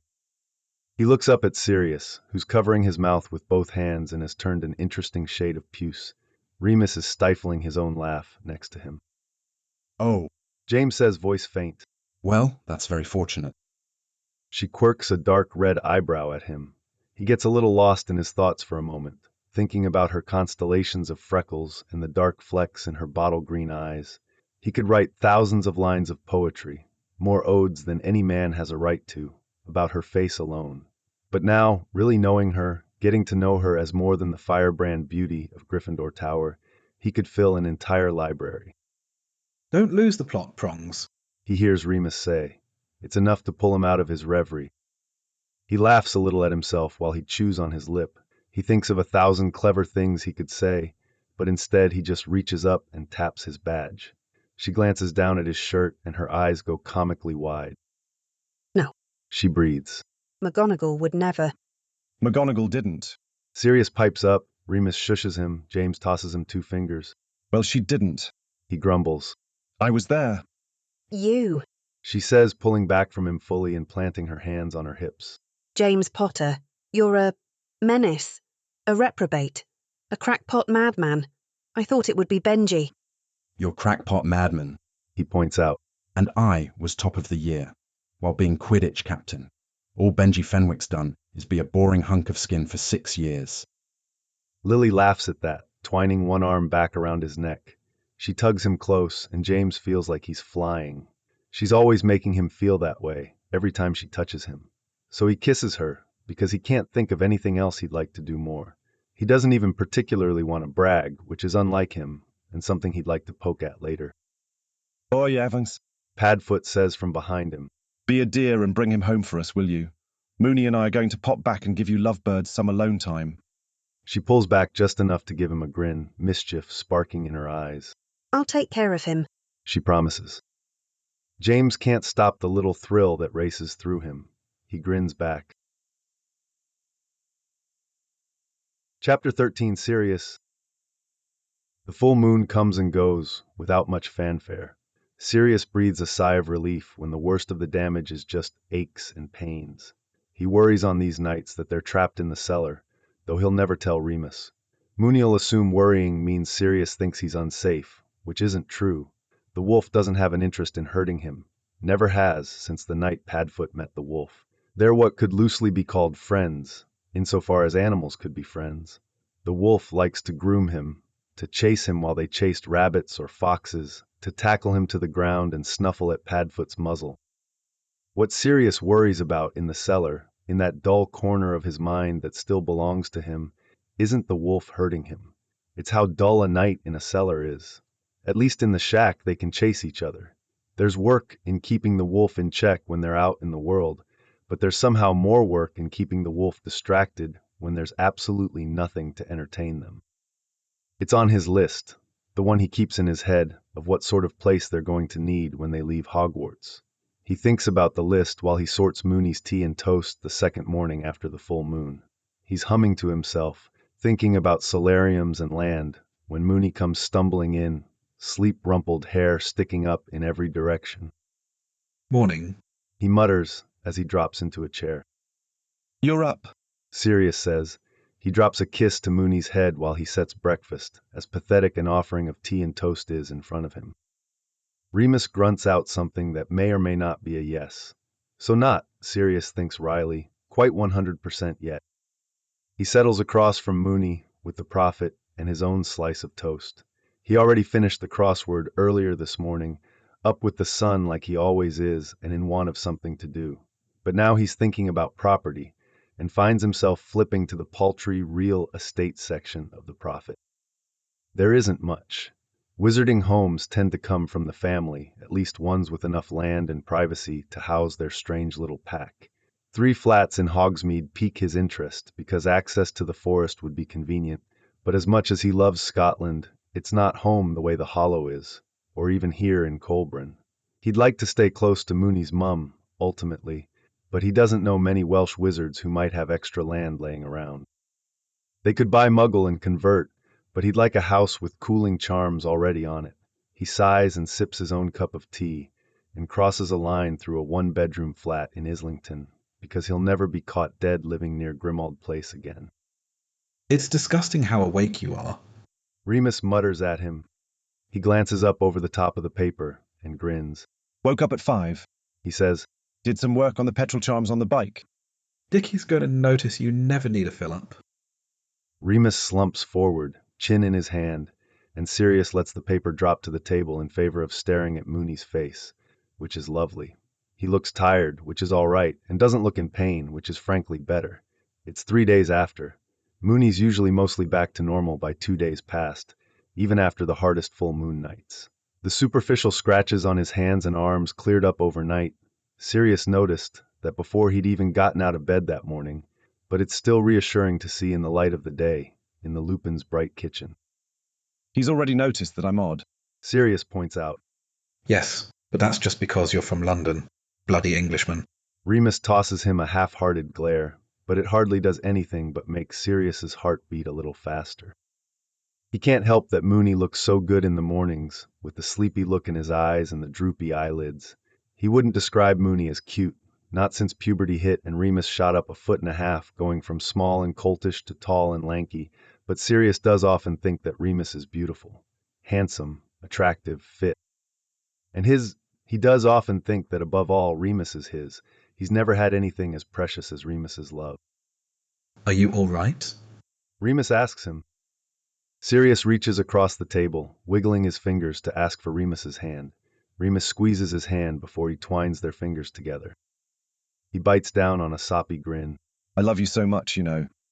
I've sussed that out. There's another squeeze to Sirius's fingers this time. I love you too. Been looking for houses, Sirius says. His cheeks heat because it's embarrassing how domestic Remus makes him want to be. Big, bad Sirius Black, dreaming about being trussed up in an apron and baking scones on Thursday nights. Remus looks up at him, eyes searching his face. Find anything worth looking at. Sirius shakes his head. It's all flats in the Prophet. We could do with a flat. It's just the two of us. And sure they could. Sirius could picture them, living close and tight in a 3-room London flat with creaky floorboards and an odd noise in the pipes whenever they showered. He can see them sharing a tumbler of whiskey out on the fire escape, huddled under a blanket, shoulders bumping together while they steal kisses under the starlight. Or out in Hogsmeade, with enough space to put on a record and dance together in the kitchen, chest to chest. The setting didn't matter. He'd be happy with Remus anywhere. But they need space, and to be close to Hope, and to be within apparating distance of a curry shop and a chippy, and to have a fireplace, Elsewhile, James Potter, the apparition failure, would never be able to visit them, and he'd like to have space for James to visit. Maybe, he thinks, it isn't strange for him to want to settle so quickly. He spent so long not having a real home at all. Years of thinking of Grimmauld as just a place he had to sleep. A prison, maybe. He wants to put real roots down, to have their runes carved into the cornerstones of the house, to let his and Remus's magic seep into the very bones of their own place and make it theirs. Remus sets his teacup down with a thunk that pulls Sirius out of his own thoughts. We've got time, though. Remus says. Nearly a whole year, really. And Sirius supposes that's true, but he'd like to have it settled for his own sake. The itch under his skin that he's always imposing on the Potters and on Hope both, despite the fact that he knows he's more than welcome. Hope likes him well enough to not mind. Dad and Mum would let him live in Rosewood House forever. He won't lie to Remus, nor will he just blindly agree that it doesn't matter. He's starkly honest because that's been asked of him, and he's asked for it in return. But he doesn't want to talk about it right now, over breakfast on the day they're meant to meet James and go to Caerphilly for Quidditch. He's had enough of ruining Remus's joy with his neuroses to last a lifetime. Excited for the match? He asks instead. He sees the worry flash through Remus's eyes, before Moony shakes his head and grins at him. I am. There's a hint of smugness on his face. The catapults are going to clobber the arrows. James is going to cry. Sirius's interests lay more in pints of ale and bags of roasted nuts, of watching Remus watch Quidditch and laughing while James squeezes the life out of his shoulder and nearly falls out of the stands. He's excited for the holiday, he thinks, while Remus drains the dregs of his teacup and hauls himself to his feet. He lets go of Moony's hand reluctantly and leans back in his chair, profit forgotten in favor of watching Moony's face come alive as he flits around the kitchen, chattering about seeking strategies and beater hit rates. It's going to be a lovely holiday, he thinks, as he pulls himself up to wrap his arms around Remus's middle and give him a kiss. They make it to Caerphilly and the Galloping Gargoyle by 10:30. The innkeeper is a slip of a man who looks as though a strong breeze would be enough to knock him over, in dark brown robes with a catapult's badge pinned to the collar. He takes one look at James, trussed up from head to toe in arrows blue and silver, and mutters something under his breath in Welsh. Remus rolls his eyes and answers him back in his own lilting Welsh that Sirius doesn't think he'll ever get over hearing. James, meanwhile, behind his blue and silver charmed glasses, probably can't see the man and definitely can't see inside his bag, where he's shuffling through his pants and his toothbrush to try to find the parchment with their reservation on it. You've upset the locals with your enthusiasm. Sirius mutters to him out of the side of his mouth. He's still got both eyes on Remus, leaned against the check-in counter, chatting with the innkeeper who seems much more receptive to a lad with smudges of catapult's colors on his cheeks. By the time they drop their things in their room at the inn, Sirius is ready for a pint. The room is nice, all dark wood and paneling with a big glass door leading out to a balcony. He claims the bed closest to the windows and the balcony by throwing himself on it, face down, while James and Remus argue with each other, and Remus unpacks their bag. They're only going to be there for the night, but Moony's the sort who needs his socks folded in a drawer. James, on the other hand, is an agent of pure chaos, and upends his entire traveling bag onto the top of his bed and fishes around in the mess, until he comes up with his coin purse and the packet of tickets they'd gotten for Solstice. They make their way to the stadium together. There's a walking path from the inn through a wizarding campground filled to the brim with witches and wizards getting ready for the game. There's a whole row of pop-up pubs and restaurants, a series of stalls featuring all sorts of themed baubles. Sirius can smell 1,000 things that smell delicious, and he almost wishes they'd thought to come earlier and get breakfast in the camp. They drag James away from the small, quality Quidditch supplies stall that's at the end of the market path and up through the forest to the top of a hill, where the home grounds for the catapult sits, shrouded in enough warding to make muggles forget why they were in the wood in the first place. Sirius doesn't care much for Quidditch as a spectator, never has, but he does like a spot of live sport. There's excitement in the air. He's got a fair mind for betting if there's a black market book. He loves a packet of roasted nuts, or the sheer variety of pasties available for sale. He's got plans for the campground market after, regardless of who wins. But he's half rooting for the catapults because he's certain the celebration after will be that much sweeter if the home team takes the win. James tosses an arm around Sirius's neck and pulls Mooney close to his other side. Lads, He hollers, practically in Sirius's ear, while he drags them both toward the entry gate to the stadium. quid itch. Their seats are good, high up in a box with cooling charms on and next to one of the many concessions. The quaffle is set to drop at 1, but Sirius leaves the lads to their pre-match squabbling and sets off toward the counter. There's a fair showing. He passes a wizard dressed as an arrow, face painted entirely light blue, on his way to get the pint that's calling his name. Then he plans on settling back with a pork pie, a pint, and a lot of agreeable nods to both James and Remus whenever they look toward him. A Quidditch holiday might not have been his first choice, but there are, he figures, much worse ways to spend an August afternoon. The catapults win, though it's a near thing. The Seekers collide in midair trying to scramble for the snitch, Griffith snatching it nearly out of Cornbry's hand as they both tumble off their brooms. Sirius worries for a moment that James, pitched forward over the edge of their box to watch the chaos, might toss himself off in despair. He doesn't, groaning instead and throwing himself to the floorboards in a mimic of an epic tantrum. Mooney's unbearable on the walk back to the inn, crowing about the victory as if it's his own, and catching James in a headlock that almost sends them sprawling down the hillside.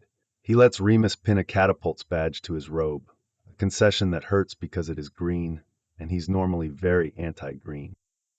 They clamber into their room like a herd of elephants, falling over each other to get through the door, and beat each other to the shower. They're all sweaty, dirt-covered, and hot from an afternoon in the sun, and they're roughhousing on the way back. Sirius loses, on purpose, dragging James to the floor to let Mooney by, who's still fresh enough from the full moon that he deserves the first shower. The last of the lingering aches are probably gone, but Sirius would always rather pin down a sweaty James than let Remus suffer in silence. After they're clean, they make their way out to the footpath again. They've got a stuffed full coin purse and a mission, which is to head up to the campground and get utterly, completely pissed. James owes Remus 3 pints, 1 for each foul. Sirius plans on finding a pennant and a nice little bauble at one of the stands for Mooney. He might even get one for Prongs, which would be good for a laugh. They flit from stall to stall with pints in their hands, jostling each other, and stopping to chat with some of the fans who are reveling. James stops by a bench occupied by sad sods in blue and silver for a spot of commiseration, before he joins them again with a package of sausage rolls that he splits, reluctantly, with Sirius and Mooney. They get back to the inn late, stuffed full and half drunk. James falls into bed face down, still in his robes and boots. He's asleep before Sirius can manage to get the duvet over him, but that's all right. Sirius charms his hair green and scarlet while he kicks off his boots, and then it's time to sleep. Mooney's soft and warm in the bed next to him, curled up against Sirius's back, the breath against his neck, a soothing, lullaby kind of thing that helps pull Sirius down into sleep. He dreams a memory, the 4 of them laying in a circle in the grass, staring up at the stars on a brisk autumn night. Mooney's fingers were tangled with his and his heart felt so full, it hurt. It all comes crashing down the next afternoon. Sirius goes home with James when they check out, fluing back together after extracting a promise from Mooney that he'd be over that night or the next morning. Mum's waiting for them in the sitting room. She lets them chatter about the evening, about the fun they had in the campground and the night at the inn. There's something wrong, though. Sirius can feel it. Dad peeks his head in from the kitchen, that same unsettled look Mum has in his eyes. Sirius, he says, beckoning him toward him. We need to talk, son. Sirius goes with a sigh. It's never good news when he gets pulled into the kitchen. He thinks of the things it could be. McGonagall, maybe, although he doubts she'd violate his trust. Lyle, but that issue's been dealt with as well as it can be. He shakes his head and stops just inside the doorway, toeing the threshold. What's happened? He asks. I spoke to Arcturus last week. He says, voice soft, which Sirius recognizes as him trying to keep Sirius calm. It doesn't work, or maybe it does, but not enough to stop Sirius's stomach from clenching. Grandfather came calling here too. He asks.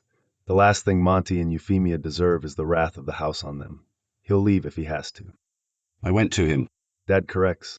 Doria suspected he's up to something. I was concerned. He's always up to something.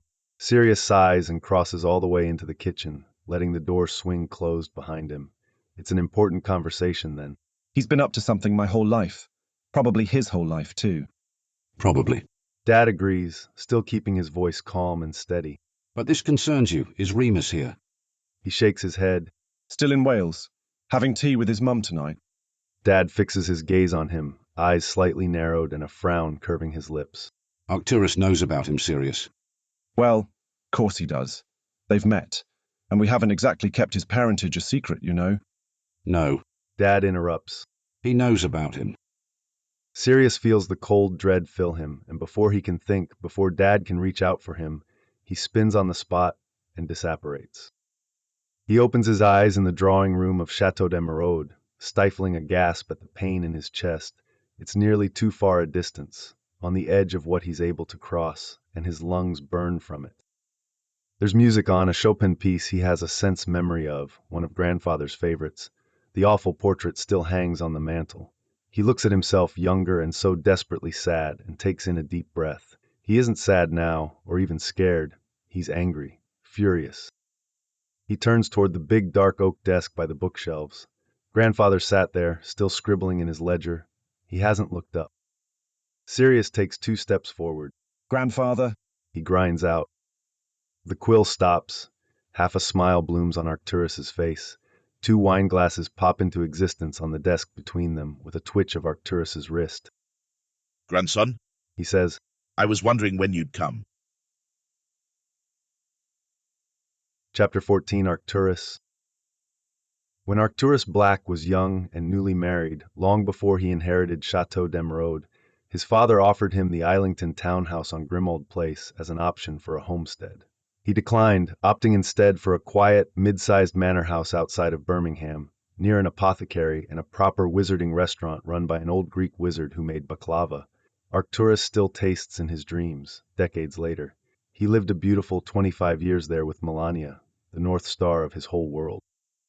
They raised Lucretia and Orion there, reared them up to be proper blacks until they were off to Hogwarts, one then the other, 4 years apart. He filled the time after they left for Scotland, traveling between the vineyards in France and the distillery in Ireland, stepping into managing both the business and the family foundation, so his father might enjoy the fineries of life in his retirement. The Birmingham house held his worst memory too. The day in '39 that Gellert Grindelwald came calling, flanked by his cousin Pollux Black. You can be great, Grindelwald had said, all silver-tongued and smoother than a river stone. There's power to be had, Arcturus. Help me purify the world. Arcturus was the firstborn son of a firstborn son, the heir apparent to a fortune built first on blacksmithing and later on Irish whiskey and French wine. He was the son of 1,500 years of power being refined generation after generation, the future lord of the house. He was already pure, already powerful. Grindelwald's vision of the world could do nothing for him but bring him to his knees. Arcturus Black groveled for no one. He sent them away, feigning indecision. Work was done to secure the house. They kept it under Fidelius, Arcturus giving his father the secret to keep. To his friends he called it privacy, a haven against the dual wars brewing on their doorstep. To Pollux, who knew the whole truth, it was a slap in the face. Orion asked for Walburga's hand in marriage, and Grimmauld Place with it on the day he turned 16. Their match was, Orion argued over dinner with Pollux at his left and Cygnus at his right, the key to crafting the perfect black. They'd bring 2 lines back together, solidify the fortune. Grindelwald fell to Dumbledore. Pollux was dragged before the Wizengamot in chains, his right to travel restricted for a decade and his fortune garnished. Arcturus flourished, taking on more and more of the family obligations as his father's health began to fail, winning the minister's ear even as his cousin fell from grace. Arcturus and Melania went to Chateau d'Emeraude in '47, long before his father passed away and long after Orion had himself taken Grimmauld Place, content to spend his days in London, fawning over Cygnus and drinking brandy with Abraxas Malfoy. Orion had political ambitions, though he found limited success. Arcturus allowed him his distance to flourish on his own, though he doubted Orion had the head for anything beyond a petty advisor. Sirius came in '59, a screaming, perfect crown jewel. It was then, when he was holding his squalling grandson in his arms, watching him squirm and fuss while Pollux crowed about what a perfect little pure blood he would grow to be, what an excellent addition to the cause, that he realized his miscalculation. Orion was his son, his heir, but he was Pollux's man through and through. So Arcturus made a choice. He took Sirius when he could. For weeks, sometimes, if Orion and Walburga would release him from their claws. He taught him Latin and how to ride a horse, nurtured his love of books and learning.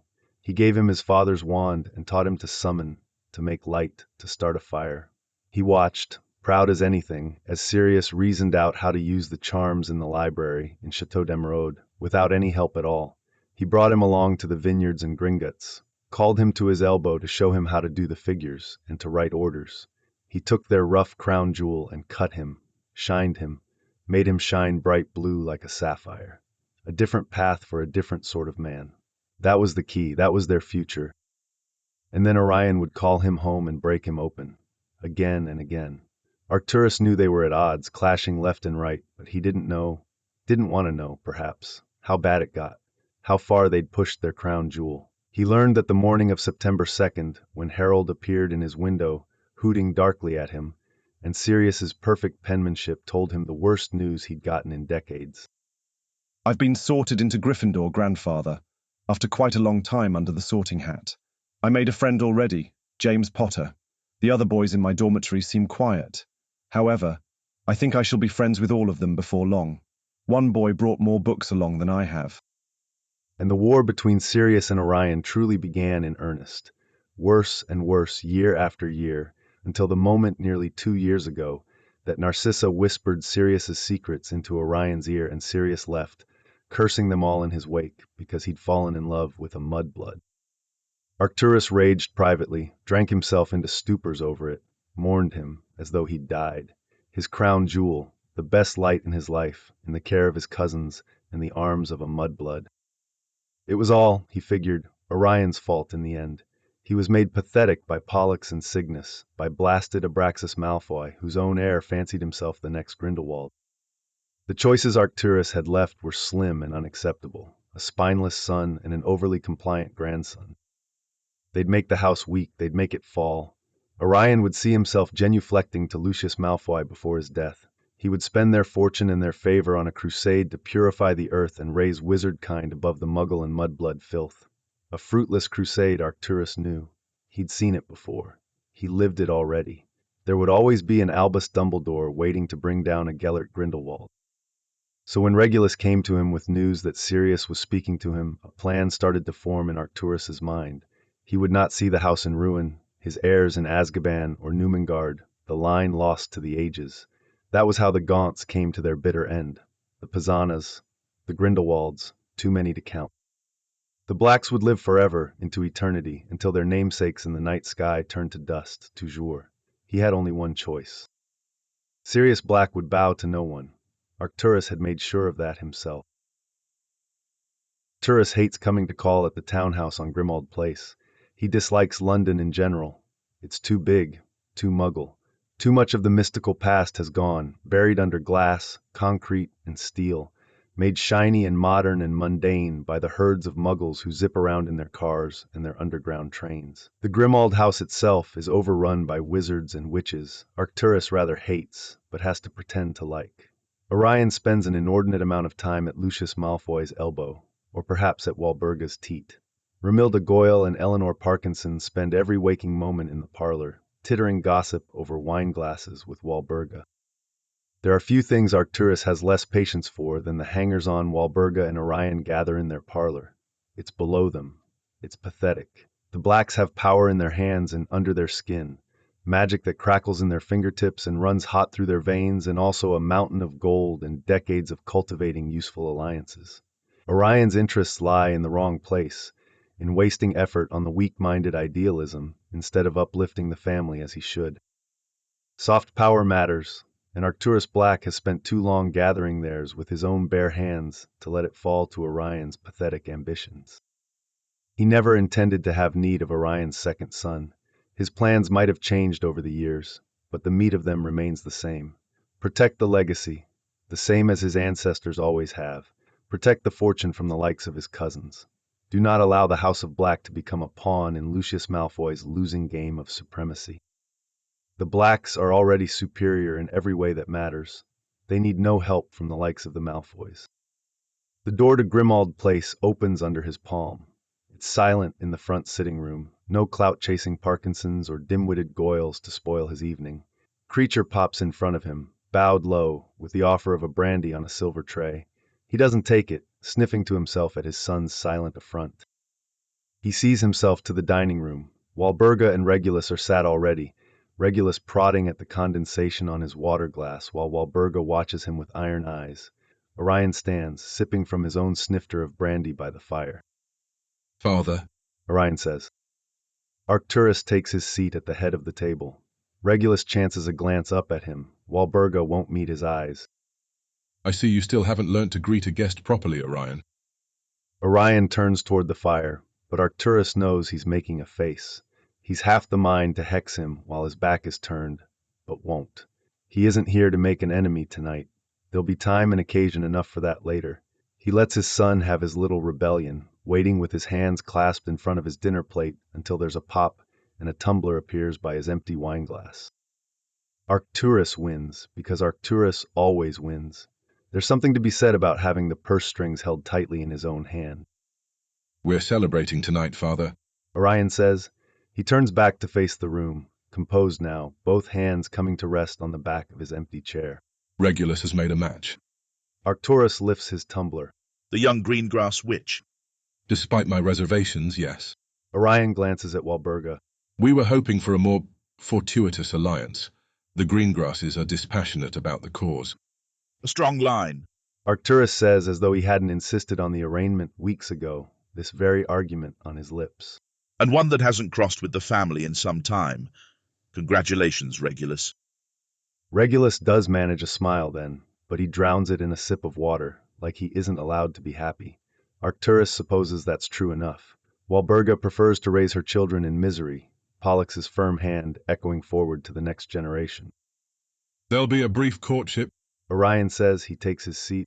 I expect we'll see the next generation of Blacks soon enough. Arcturus raises his glass again, inclining his head toward Regulus. There's joy hidden in Regulus's eyes, behind the smooth stone mask he wears in front of his parents. To Regulus and Lucinda, may they live well and long. He takes a sip and settles in for what he's sure will be a long, torturous meal. After dinner, he finds himself brought to the drawing room with Orion, nursing 2 more fingers of whiskey and the start of a headache.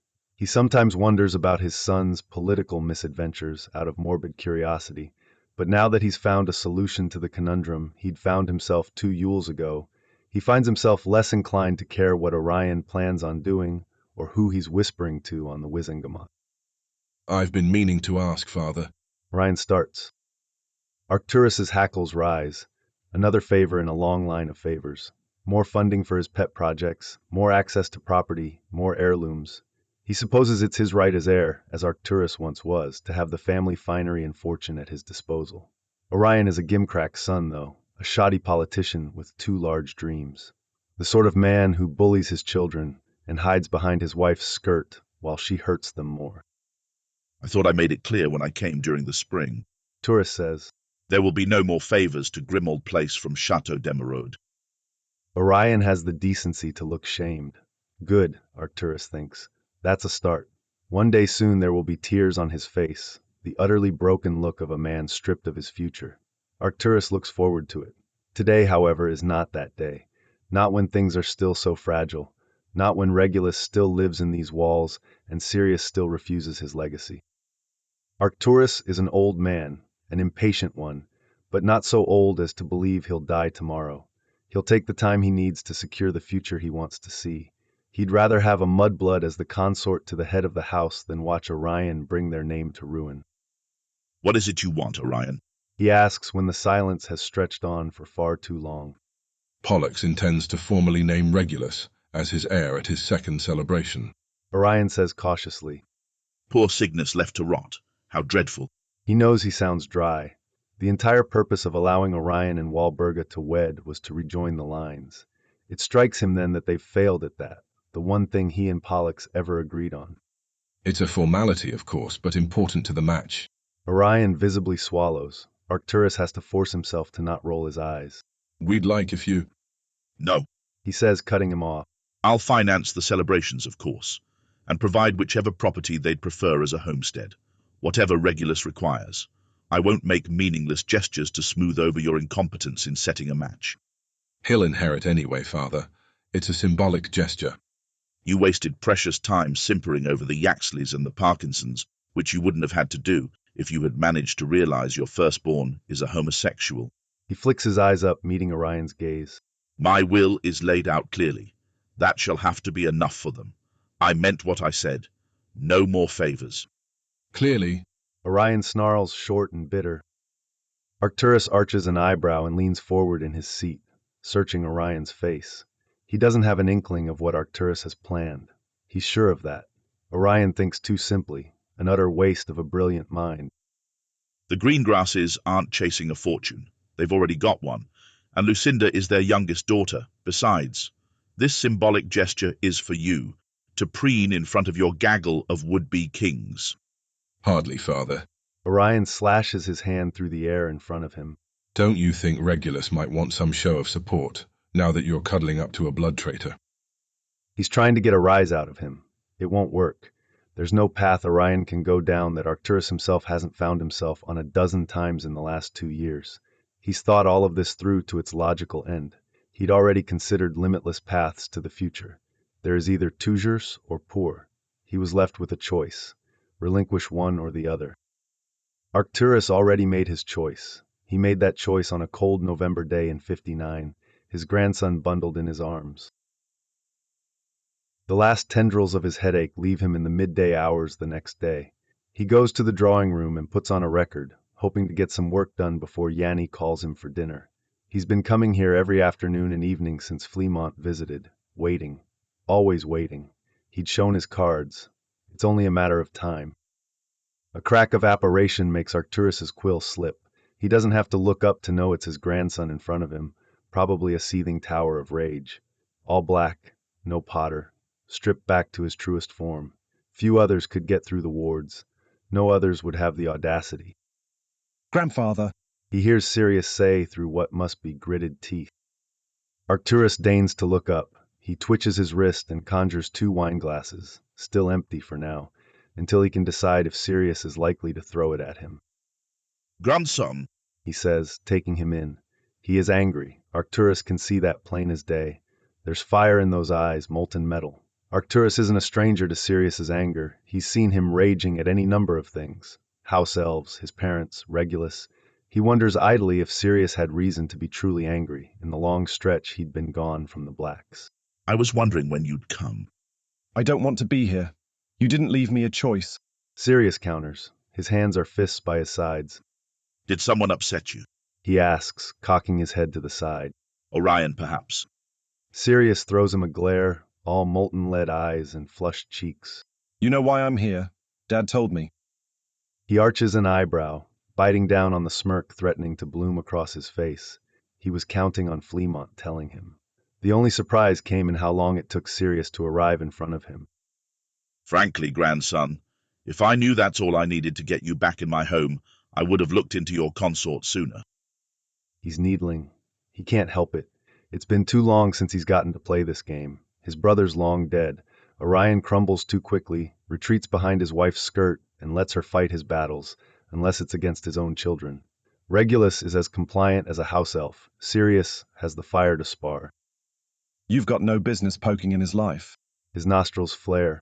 You'll say nothing to anyone. Arcturus considers. Or you'll do what? Sitting heavy on his tongue, begging to come out. They're on a knife's edge. Compliance through fear is an option, he supposes, but one better left for enemies than heirs. That's Orion's game. He took lessons in cruelty from Pollux, and Walburga was wrath incarnate. The poison of the indirect line, curling like devil's snare and cracking their foundation, bringing the house to ruin. Orion would never dare to come to him, pure fury, making demands. But Sirius did. Uttering his own threats, Arcturus is certain, given enough time and reason. He needn't bother. Arcturus has no interest in cutting out Sirius's heart. If I planned to ruin your consort's life, I wouldn't be foolish enough to tell your father about it. You know better than that. He sees the moment where Sirius remembers he's a black, that he's sharp and clever in a world where men are often neither. It flashes across his face, hardens in his eyes, he straightens himself, simmering rather than boiling over. What did you possibly hope to accomplish? Arcturus flicks his eyes up to the portrait above the fire. He'd raised a Ravenclaw and got a Gryffindor. He wonders, sometimes, what he would have gotten if he'd let nature run its course, rather than to meddle. What sort of man Sirius would be if he spent the whole of his childhood at Orion's knee, instead of part of it at his own. A princeling befitting of the indirect line, unsure how to wield the power in his veins, perhaps. He did get that, he realizes dimly, in Regulus, who he largely ignored. In all honesty, my grandson returned to me. He taps his fingers against the cover of his ledger. Did you expect I wouldn't be curious about the man you left us for? I don't know what Regulus told you. Sirius starts, which is interesting. Arcturus didn't know that Regulus was keeping things from him. Perhaps he has a sturdier spine than Arcturus gave him credit for. Not a thing. Taurus says. He cares too deeply for your reformed bond, I suppose, to break your confidence. A werewolf, Sirius, with a muggle for a mother. Sirius bristles. He's a better man than most, better than you. That, Arcturus doubts. He understands love, though, and the absurd sentiments it brings. He thinks of Melania, the soft sound of her voice, more soothing than a calming charm, the twinkling galaxy in her blue eyes, the way her nose crinkles just so when she laughs. It's as though you fell in love with the intent to annoy Walburga and Orion. Arcturus sighs and waves a hand, the 2 wine glasses in front of him filling with Shiraz. He'd prefer a finger or 2 of whiskey. Sirius probably would as well, though drunkenness would do neither of them favors. 1 glass floats towards Sirius. He doesn't take it, despite it knocking into his hand. I didn't fall in love out of spite, grandfather. He tries to bat away the glass, agitated, but Arcturus's magic is as persistent as he is. This isn't a social call. I don't want your wine. You forget yourself, Arcturus says. He waves toward the chair to the side of his desk. Sit, drink your wine, shout if you must. I don't want to sit. He's fuming. 6 years as Godric's disciple and 18 months in Fleamont Potter's care have left him with too many feelings shining like beacons on his face. That's something Arcturus can repair. I don't want to drink your fucking wine. I want you to forget whatever you think you know. I'm disowned. I'm a Potter now. Leave me and my fiancée alone. Arcturus lifts his own glass. I had no suspicions, you know, only curiosity, and it took me 3 days to find out your consort is a werewolf, Sirius. He sips. How long do you think it will take your future colleagues trained to recognize such a thing? Sirius freezes again, his lips a thin line. Will you keep him a dirty little secret? Arcturus continues. Locked away in your precious homestead in Wales. He sips again, giving Sirius time to stew, to give himself time to watch the sparking thoughts flit across Sirius's face. People are decent. Hardly. Arcturus raises an eyebrow. A lie you tell yourself perhaps because you've found yourself surrounded by Godric's men. How many people know? He pauses for a moment. Arcturus thinks he might be counting. It's careless of him to not just know. Less than 30. 29 too many. Arcturus murmurs, mostly to himself, but Sirius bristles again. So you're counting on the common decency of wizards raised on nightmare stories of men like him. Have you simply forgotten that you lacked the power you had to keep them quiet out of fear or respect? Are you joking? Sirius explodes. Did you try to get me here to rub my face in it?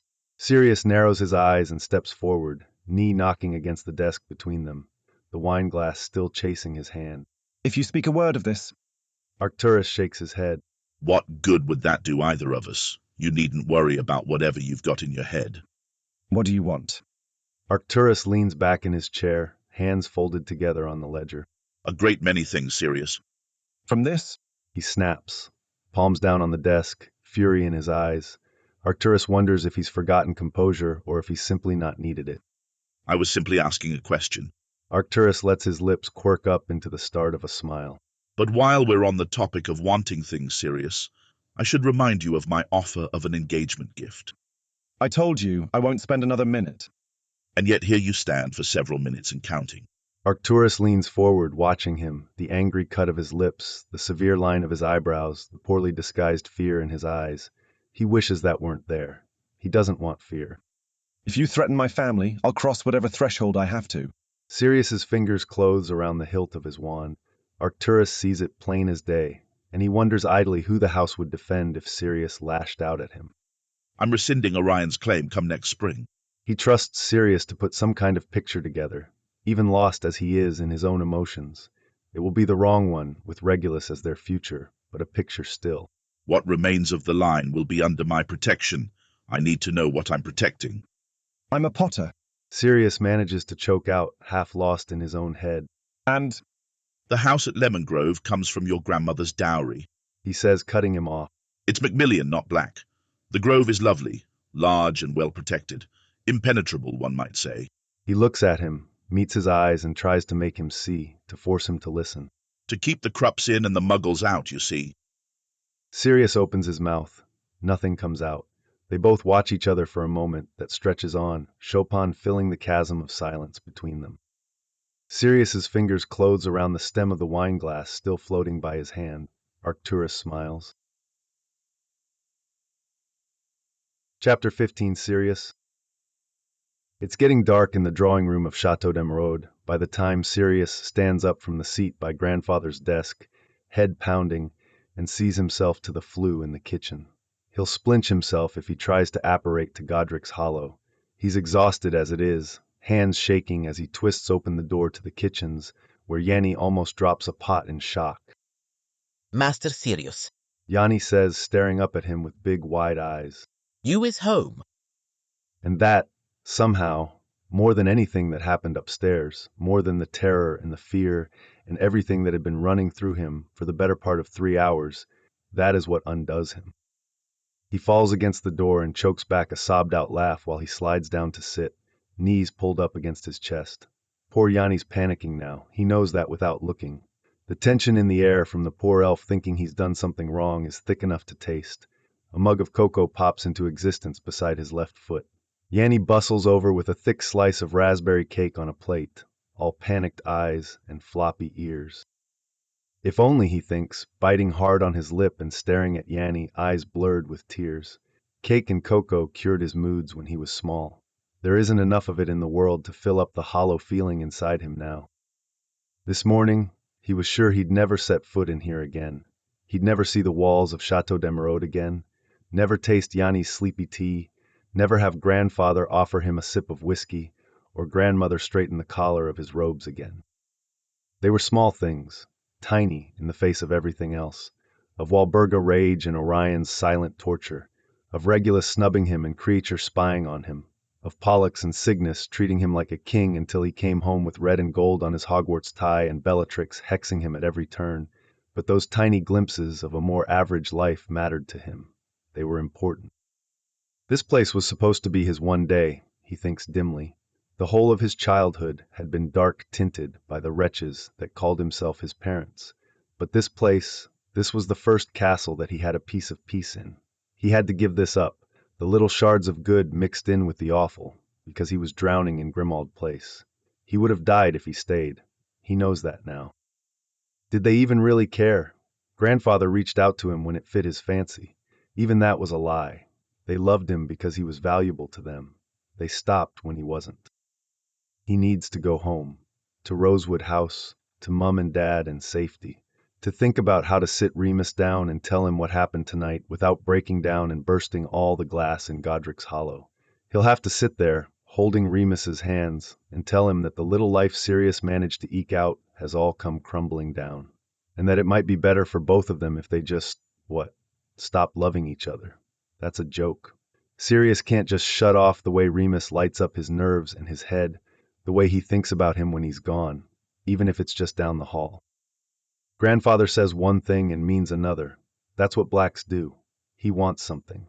He hasn't said what yet, but he will. And Sirius knows nothing good can come of it. Arcturus isn't Orion, but why would he trust him to be honest when their whole family history is built on stabbing each other in the back? When Arcturus can sit there in front of him and say he's disinheriting his only son. He scrubs at his face with both hands, but the tears don't stop. Yanni's abandoned the cake by the cocoa cup, he notices, and is banging around in the cold cupboard by the cooktop. Sirius can't quite manage to get words out of his throat. Can't tell him to stop and leave him alone. He needs a minute. Just enough to collect himself and get to the fireplace so he can leave and go home and try to piece together some semblance of something to say to Remus other than the thoughts banging around his head. It's his fault again. And grandfather's right. What are they going to do? Hide Remus away? What kind of an idiot is he? Going into the one field where everyone will know what to look for. They'll know the first time he asks for a full moon day off, the first time they meet Remus and see the tired lines around his eyes and the silvery remnants of scars from years of transformations. He can't breathe. He's trying, gasping and choking breaths that don't quite make it to his lungs. Somewhere in the kitchen, Yanni drops a plate and disapparates with a crack. He barely registers it over the frantic sound of his own heartbeat and his ragged breaths. It's for the better. He'd rather be alone anyway. Yanni might have been his favorite house elf, but he's still an elf, tied to the capital H house. There's another crack, just as loud, and he hears a very human sigh that makes his head snap up. Melania Black stands there, regal even in her nightgown. No matter what she's wearing or doing, she's always been every inch the black Sirius never could quite manage to be. She says Sirius's name softer than Sirius has heard in years. Sirius swipes his hands across his face again, trying to gasp in a breath and choke back his tears at the same time. It doesn't work. It's never worked. One day maybe he'll stop being soft and thin-skinned, a crybaby like Orion used to call him. Grandmother steps closer to him. Sirius flinches and slams his eyes shut. It's automatic, despite the fact that grandmother's never raised a hand or a wand to him in his life. He feels small. Young. Half his mind is lost. In the library at Grimmauld Place with Orion looming over him or down by the door to the kitchens, caught between Walburga and the cellar door, looking up at her lips twisted into an angry scowl.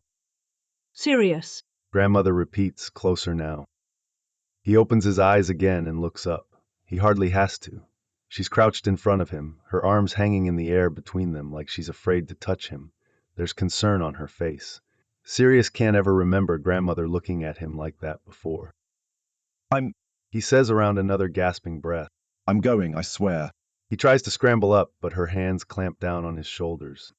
You'll wind up in Spain if you try to flew like this. Melania says. What are you doing here? Grand. He takes in a stuttering breath. I came to see grandfather. She lets out another sigh and grips the fabric of his robes in her fingers. And saw him, I suppose? He nods. He lets her pull him up to his feet. She banishes the cake and the cocoa before he trods on them as he stumbles up, one hand against the mahogany door behind him.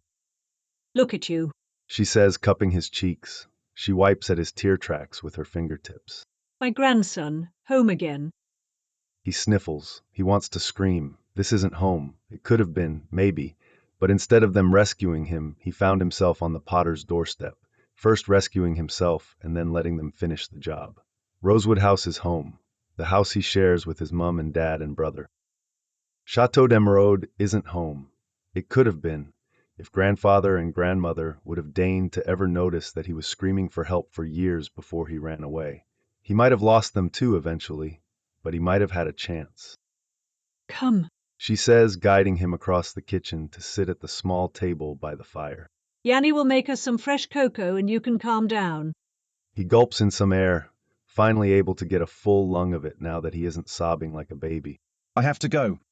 You have to get yourself together, she says. She looks at him, jaw set and an eyebrow arched gracefully on her forehead. Arcturus says you're going to Oxford next year. I wish you'd. She pauses, lips turned down into a little frown. I'm glad you found your calling, Sophia, even if I have to watch you from afar. Sirius sniffles and wipes at his face again. Yanni bustles over with 2 cocos floating on a tray in front of him. You weren't at Solstice, he says. Her face softens. No, she agrees, taking his subject change in stride. I haven't gone, not since, well. She offers him a sad little smile. Since you left, Sirius. He wraps a shaking hand around one of the mugs. It's his, the one she'd gotten him for Yule 3 years ago, with silver inlaid beater's bats on it. I didn't think you cared, he says. Sirius. She bites her lip. She stops herself from reaching out again, her hand freezing an inch off the tabletop. Would you have read a letter if I sent one? You didn't, so I couldn't tell you. The fury he had upstairs is gone, but the bitterness remains underneath all the sadness. Out of all of them, grandfather and grandmother might have loved him once. I wish I knew you didn't. I love him. I'm marrying him. Next year, I think, although we haven't decided a date. I've heard, although I wish it was you who told me. She lets out a sigh and picks up her own mug to sip at in their silence. Arcturus says he seems bright. He's amazing.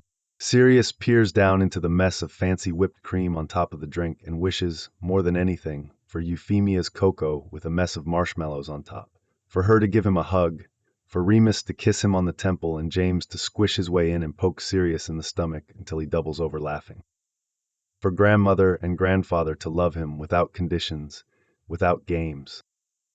It was worth it. She asks him. I'd do it again. He says he looks up and meets her eyes. It was the easiest choice I've ever made.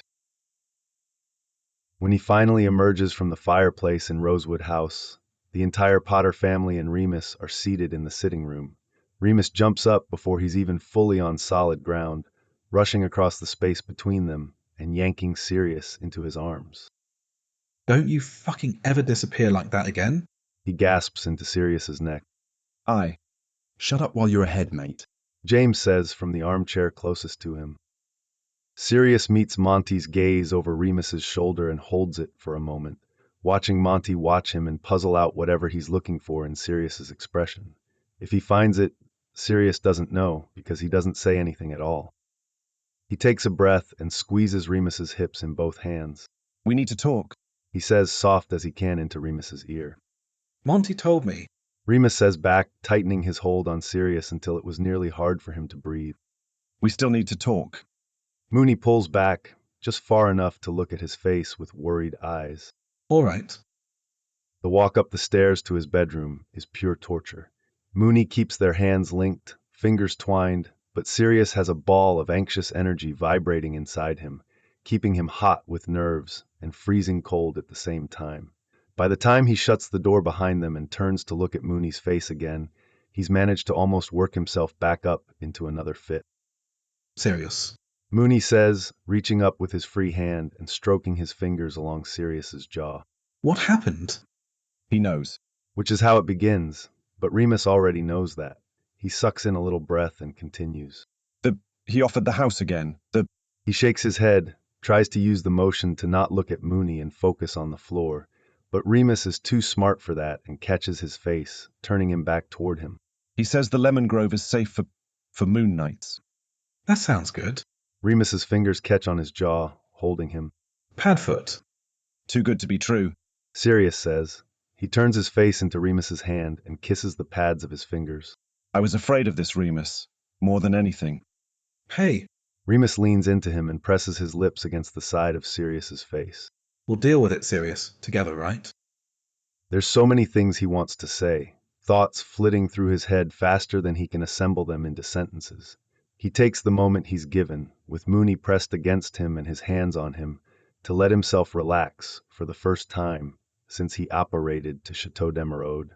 Mooney holds him against him for a while, the hand on his face slipping up into his hair and pulling his head down against Remus's shoulder. I love you, Sirius mumbles into Mooney's shirt. I love you too. Mooney answers. He presses another kiss against his head. Eventually, he pulls away. He takes Remus to the bed and sits him down, tells him everything from grandfather's taunts to his promise that he isn't trying to ruin Remus's life, about grandfather stripping Orion's claim, and his strange talk about needing to protect what's left of the house, as though Sirius still counts, Remus along with him, to the ridiculous engagement gift and the strange thoughtfulness of a home he'd chosen, as though Arcturus could guess Sirius's objections before he made them, safe maybe for Remus on full moon nights. About a promise over Shiraz that Arcturus would just give the house, not let it out to them, not like Grimald or Star's Cradle, or the 50 other places where relations live with grandfather as a landlord. Their frank talk about blood purity, about how Arcturus said it doesn't matter and his scoff when Sirius pointed out that it rather had mattered, at least to Orion and Walburga. I'm not Pollux, he'd said, But Sirius didn't doubt for a second that the conversation would have gone an entirely different way if Remus were able to have children with him. That's bleak. Remus says as he pulls Sirius down against him, flat on the mattress. Sirius snorts. True, though. Not a uterus between us, Mooney. We're a stub end to him. Mooney hums agreement. What does he want, though? Fuck if I know. Sirius answers. He rests his chin on Remus's chest and looks up, tracing his fingers across the bridge of his nose. It scares me, though. You could say no. Could do. There's a freckle just there, in the middle of his cheek, underneath his left eye that Sirius loves. He swipes the pad of his thumb over it. I don't think he'll give up, though. And grandmother's in it too now. Remus opens his eyes and looks down at him, going half cross-eyed from the effort. Your Gran? No, James's Gran. Of course my grandmother. She gave me cocoa and called me Sapphire like I was still a kid, and I folded like a bad poker hand. He sighs. Do you think... Remus reaches for him again when he cuts himself off, hand going back into his hair, twisting a curl around one of his fingers. Do I think what? That they loved me. He knows he sounds pathetic, high and half broken, but he knows Mooney won't shame him for it. He thinks they might have. They might still, however blacks can manage to love. Certainly Orion and Walburga never did. They tolerated him when he was very small. Liked him, maybe, before he'd started to get opinions. Loved him, though, the way a parent is supposed to love a child, the way Hope loves Remus. How Euphemia and Monty love James, the way Giles loves Peter, not for a moment. I don't know, Remus says. His face crumples like it pains him to say it. He murmurs Sirius's name and tucks him tighter against him, the hand in his hair tightening and the other rubbing soothing circles on Sirius's back. I thought he was going to threaten you. And then he said, about the lemon grove. Sirius sniffles into Remus's shirt.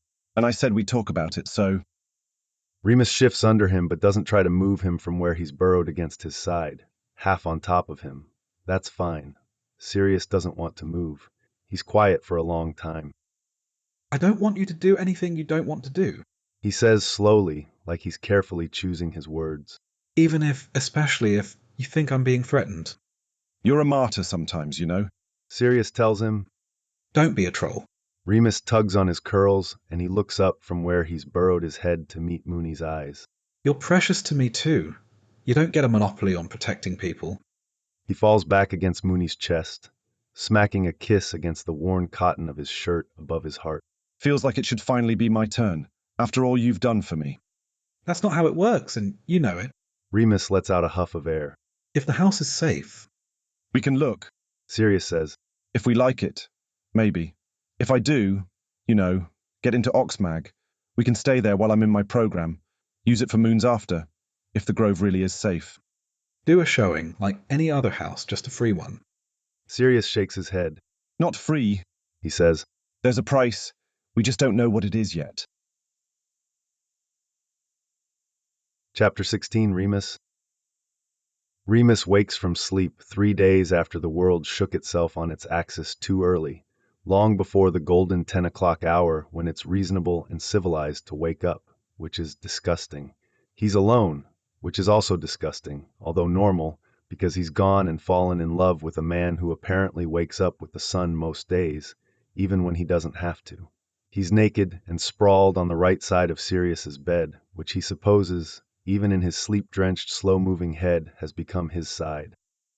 The room is cool, bordering on cold. Sirius must have added a second layer of cooling charms over top of Monty's, because outside the warm cocoon of the bedclothes, Remus almost shivers. He digs Sirius's softest sleep clothes out of his wardrobe and dresses while he listens for noise outside the bedroom. He doesn't like being naked, really. He feels vulnerable and exposed, the worst parts of him on display, although that feeling tempers when Sirius is next to him and goes away entirely when they're tangled up in each other. The house is unusually quiet, even the birds outside are hardly singing. He flicks open the curtains covering the window closest to him. It's full morning, since it's the blasted summer, when daylight seems to stretch forever. Monty's outside, far back past the pear trees, fiddling with a fence post. There's something idyllic about Rosewood House in the summer. Maybe it's the childhood freedom Monty and Euphemia offered. Maybe it's the magic of falling in love, really falling, tumbling arse over tea kettle, on that single glorious day they had together 2 summers ago. But this place is special. will always be special, Remus thinks. He wonders where Sirius is. He knows where James is, still tucked in bed like a normal person with no job and no classes to wake him up before noon. Without classwork and mischief to keep him up late into the night, Sirius falls back into what Remus assumes is his natural rhythm, going to bed long before any self-respecting teenager should, and waking long before Remus. Remus, famously not a morning person, could definitely go back to sleep for another 10 hours. He wants his fiancée, though. He wants a cuddle, Sirius's body heat and his lips against the back of Remus's neck as he falls back into a second sleep. There's no use in it, he decides.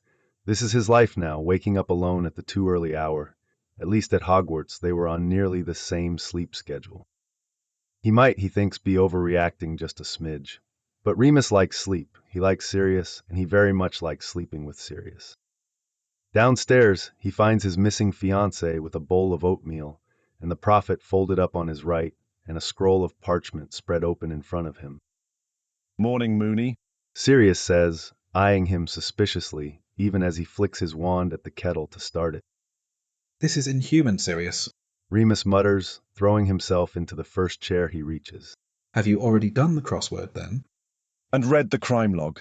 Cousin Rodolphus got a week in Azkaban for jinxing a muggle. Remus can't muster the energy to make a face. Not really, but he tries. What sort of jinx? Fuck if I know, but I'm sure he deserves more than a week for it. Remus eyes the parchment scroll Sirius was scribbling on while Sirius bustles around, fiddling with Euphemia's fancy tea leaves and sorting out sugar. What's this? He asks, tapping his finger against a list of names on the parchment. Sirius glances back at the parchment. Just thinking about the hand fasting. Starting a guest list. We haven't even chosen a date. Sirius shrugs. Not a guest list. Just people I'd like to get cloth from. Remus looks up at him questioningly. Atsy here, Padfoot. Sirius laughs and sets a mug of tea in front of him. Toast. Oatmeal. I could fry an egg. I'm not actually incapable of making my own breakfast, you know. I do. Sirius flicks his wand and summons a muffin from the pantry. It lands neatly on a napkin next to Remus's mug, and a sort of fond annoyance settles just under his ribs. I'd just like to take care of you, which isn't a crime, you know. Remus makes a pleased noise into his mug.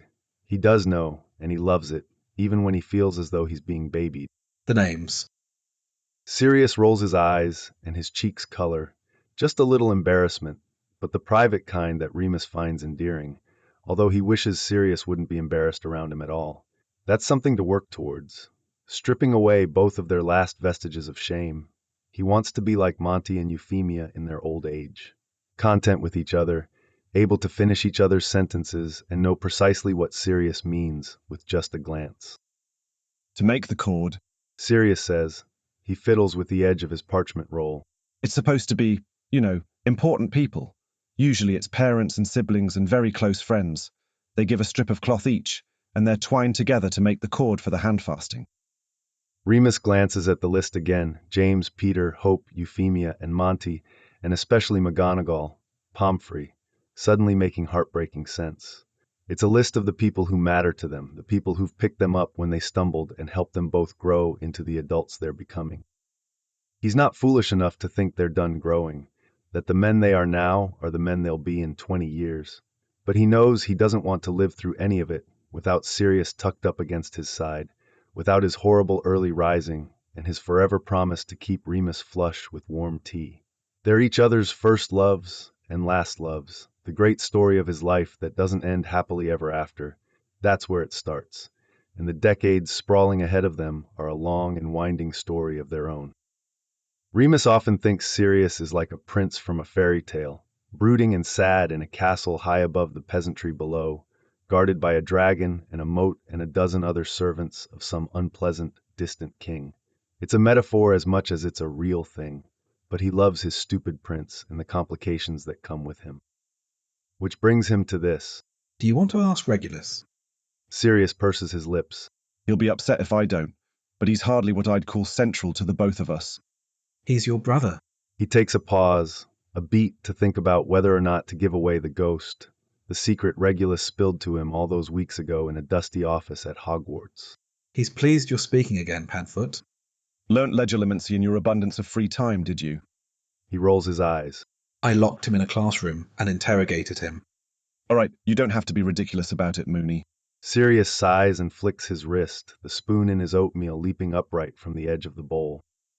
Remus is distracted for a moment, watching Sirius's long, elegant fingers make lazy circles in the air as the spoon stirs his oatmeal.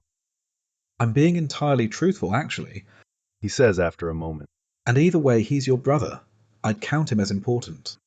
Well, Walburga pushed me out, and I'm not asking her for a strip of cloth.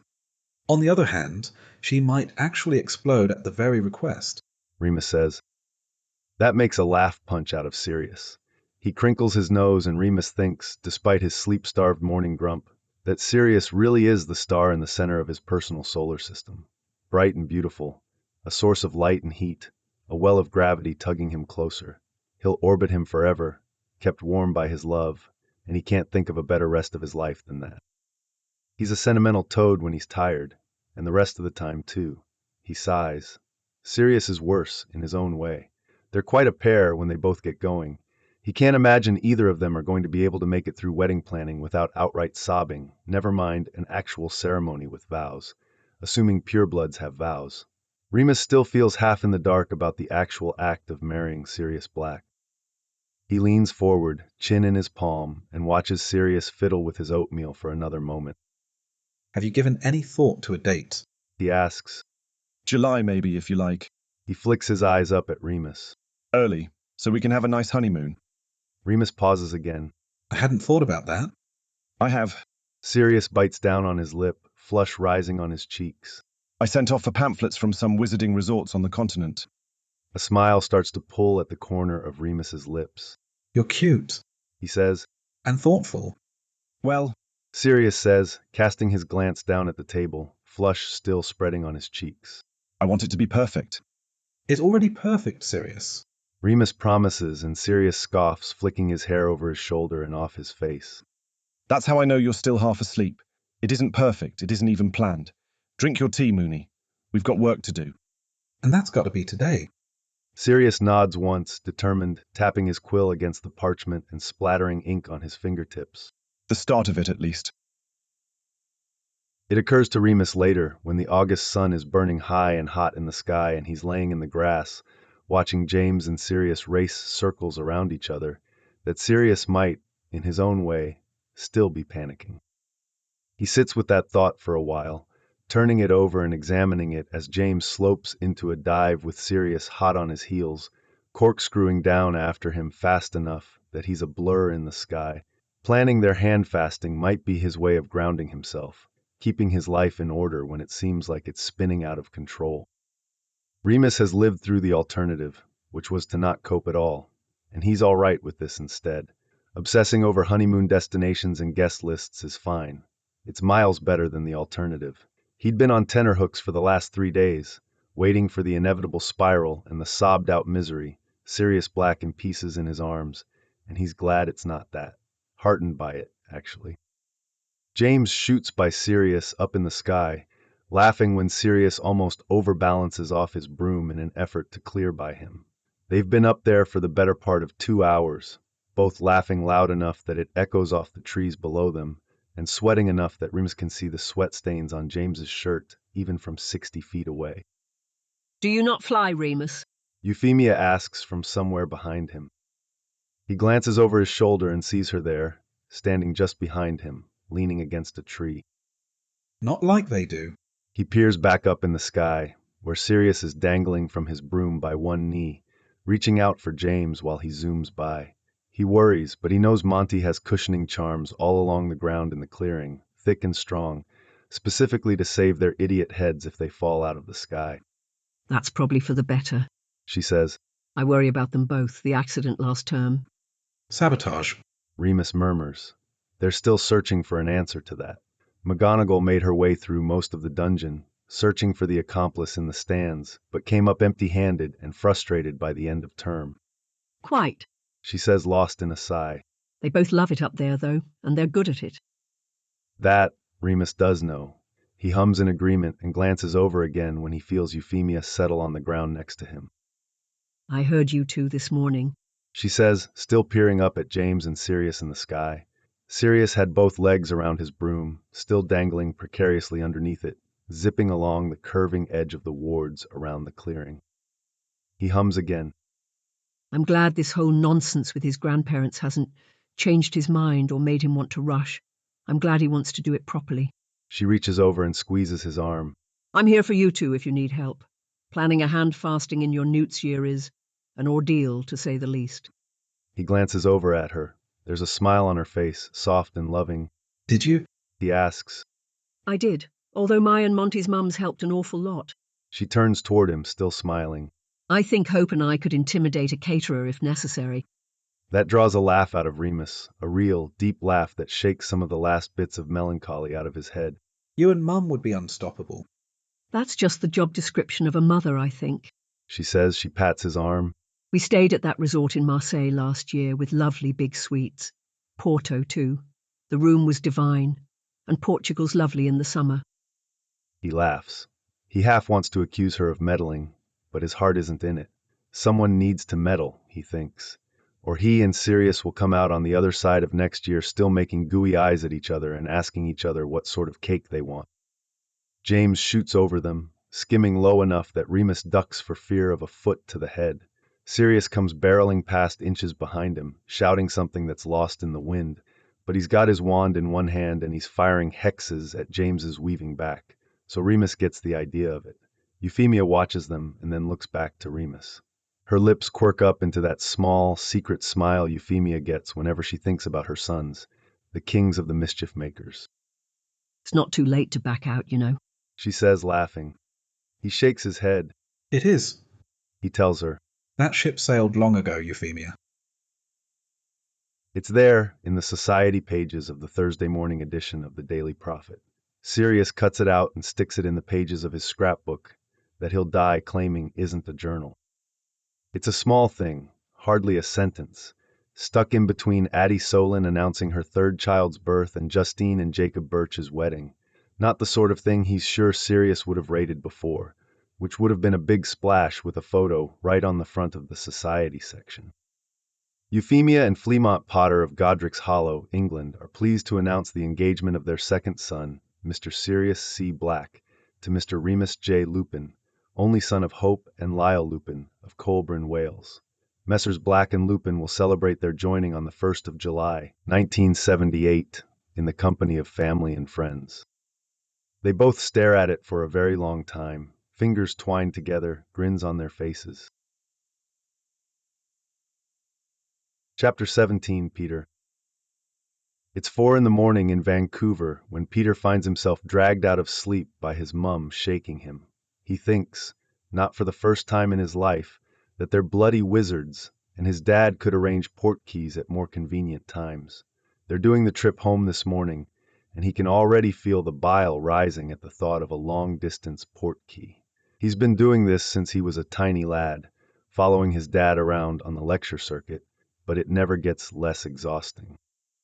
Mum, he complains. It's too early to stand. She doesn't dignify his whining with a response, which is probably fair. Dad's nowhere to be seen, which means he's probably already downstairs, chatting the front desk wizard's ear off while he waits for them. He gives up. She'll just come back in 10 minutes if he doesn't get up and start getting ready anyway. It's not as though he's going to be left to sleep in Canada while they take off for England. Not that he'd want to. Canada was just a stopover on the way home from Mongolia, a 2-day jaunt so Dad could have a visit with an old Oxford mate, some stodgy professor named Reginald. He heads the Academy of Vancouver now, a wizarding day school that really makes Peter appreciate having a whole castle at his disposal. The Academy students have to live at home during the term. He shivers at the thought. Peter would have been happy to have been left in England with his mates for the whole of the summer, or in Tokyo with Hikari, a beautiful witch he met in July at one of Dad's lectures. Mahotokoro was fun. He could have spent another week or 2 there, exploring the school and the grounds. There were loads of plants and creatures he's only read about in books, and on top of that, Hikari was staying over the summer for a course. He's not so silently grateful that this is the last summer he's going to be tugged around the world by his parents. He knows he's lucky. His parents love him and take him places. They make sure that he's worldly and well-educated. He knows he could have it worse. He just wants to be at home more often than sometimes. He wants to see his friends. He doesn't want to become a ghost for weeks at a time. They'd been traveling for most of the summer, and after the return port key this morning, he'll never have to be dragged across the world again. He hasn't decided where he's going after Hogwarts, but it certainly won't be anywhere but the British Isles. Peter knows he doesn't want to go home. 9 months away from his mum and dad every year got him used to having them out of his hair and off his back. He sort of hopes Prongs asks him to get a flat together, at least for a little while. Padfoot and Mooney are certainly not going to want Prongs crashing in their spare room during their honeymoon phase, although, he supposes, they're used to hexed closed curtains and silencing spells to hide their private moments. Peter prefers an empty classroom and a transfigured cushion, to each their own. He gets ready slowly. They're apparating to the ministry satellite office to pick up the port key at 5, so he doesn't have to rush through a morning shower and brushing his teeth. He peers at himself in the fogged-up mirror when he's done. It isn't enchanted, which he's secretly grateful for, because the enchanted ones tend to tell him he looks cute, which he isn't going for. Peter wishes he were as ruggedly good-looking as Prongs, or as aristocratically beautiful as Padfoot, just about every day. He hates mirrors pointing out that he's cute, with his button nose and his chubby cheeks. Then again, he's managed to date half of the upper-year girls at Hogwarts, and he always manages a holiday romance on his trips, so he can't be that awful to look at. He packs away the last of his toiletries as his mum flits around their room, checking every nook and cranny for left-behind things, as though they'd had a chance to unpack at all. She pinches his cheek as she bustles by him with a tin of fancy biscuits he picked up from a tiny, wonderful-smelling bakery in the Wizarding District in Ulaanbaatar. I thought those were for Remus. She asks him with a knowing smile. There's still a dozen, Peter says. She laughs and passes behind him to tuck the tin away in one of their suitcases. There were 24, I thought. Well, some of them were for me, you know. He grins at her. I miss them. Didn't think I would with all the drama of last term, but I do. She knows, of course. Peter writes a good letter, and the drama in the dorm makes for an interesting narrative. It wasn't quite the Shakespearean tragedy of 5th year, or the twisty-turny mess of 4th year, but the latter half of 6th year was a series of fever dreams wrapped up in a neat silk bow. They're your friends, She says, giving his shoulder a squeeze as she breezes past him for the door. Of course you miss them, darling. He throws his bag over his shoulder and peers at the nest of blankets on his rented bed. Once, when he was 7, he left his favorite stuffy behind in a room in Lima. He's been a paranoid bastard about his things ever since, deservedly so. Sleeping without Mr. Hippo had been a fraught, tear-filled nightmare of a week until Mr. Hippo had come home via Albatross. He no longer sleeps with Mr. Hippo. He's got a place of honor on top of the wardrobe in Peter's bedroom. But the fear of leaving his things behind, important things like his wand or his favorite pair of dancing hippogriff socks, lingers. Mum shrinks their suitcases and tucks them away in her purse, while Peter does his once-over, and then they're off, tromping down the 3 floors between their room and the reception. Dad is down there, with a copy of the local paper tucked under his arm and his briefcase in his hand. He grins at them. There's my late risers. He booms, reaching for Mum and giving her a smacking kiss on her cheek. Peter doesn't point out that it's hardly 4:30 in the morning. He doesn't point out that no one in the Merlin-forsaken universe would consider rising before the sun late. He counts to 4 and reminds himself that he loves Mum and Dad, and he'd genuinely be poorer for it if he didn't have them in his life. He just wants to go home, where the sun has already risen on August, and it's Peter's season, his time to shine. Peter Pettigrew is, first and foremost, nearly too young to be in the class of 1978. His birthday falls on the last possible day of admission, 31st of August. And as such, he's always felt a little behind his friends, even as he manages to keep up with them. He's shorter than Padfoot and Mooney by 5 or 6 inches. He's got a higher voice than Prongs, although barely. Sometimes he blames that on Wormtail, his squeak making its way into Peter's voice box, but he reckons that's a thin excuse. He's the baby of the mischief makers, long may he reign, but he's the only one of them with a summer birthday. Of course, the disadvantage to that is the fact that Peter Pettigrew also has the world's most inconvenient birthday for a wizarding child. The 31st of August isn't a day that young witches and wizards aged 11 to 18 really ever have the time to go to a birthday party or spend the afternoon getting ice cream and seeing a film. Peter loves films. His mother, whose favored cousin is a squib, brought him to see Cousin Abby and to see The Jungle Book when he was 7. Were he ever to need a memory for a Patronus, he supposes that would be the well from which he drew, the pure joy and awe of a child watching a bear dance across a screen. Instead of the usual day in a transfigured crown with platitudes of royalty being tossed about by his friends, Peter finds himself every year with a boon, the freedom to make August wormtail season, a chunk of days and weeks where his parents allow him to do whatever he wants, and his friends find their way out of their own arses to be the tag-alongs for once. August begins with an international port keychain and a very long nap, but Peter Pettigrew has no intentions to let that be how August continues. For the first 2 days after Peter gets home, he mostly sleeps. There's a pile of post by his window, letters from Prongs and Padfoot and Mooney, a packet from the Harpies fan club, his Hogwarts letter, weeks of post, piled high and teetering on his bedside table. He saves the Quidditch for later because the more pressing matters are the stories woven in his friends' letters. He's glad he hasn't got anything planned because he's exhausted from the time changes and snowed under by correspondence. He passes out on top of his duvet the moment he falls into bed. Peter spends the first real free day of his summer break alternating between reading letters and sleeping. He answers what he must, which is very little, other than to apologize to Evans for the delay in his reply, since he was in bloody Mongolia when she sent her letter. It's a nice day, a great day, really. Ideal in the way that Peter wants most days to involve very little but precisely what he wants to do, and what he wants at the moment is an endless, intermittent nap. He came back exhausted, going from the regimented schedule at Hogwarts to his dad's inflexible travel schedule with very little break in between. He wants to do nothing, if only for a little while.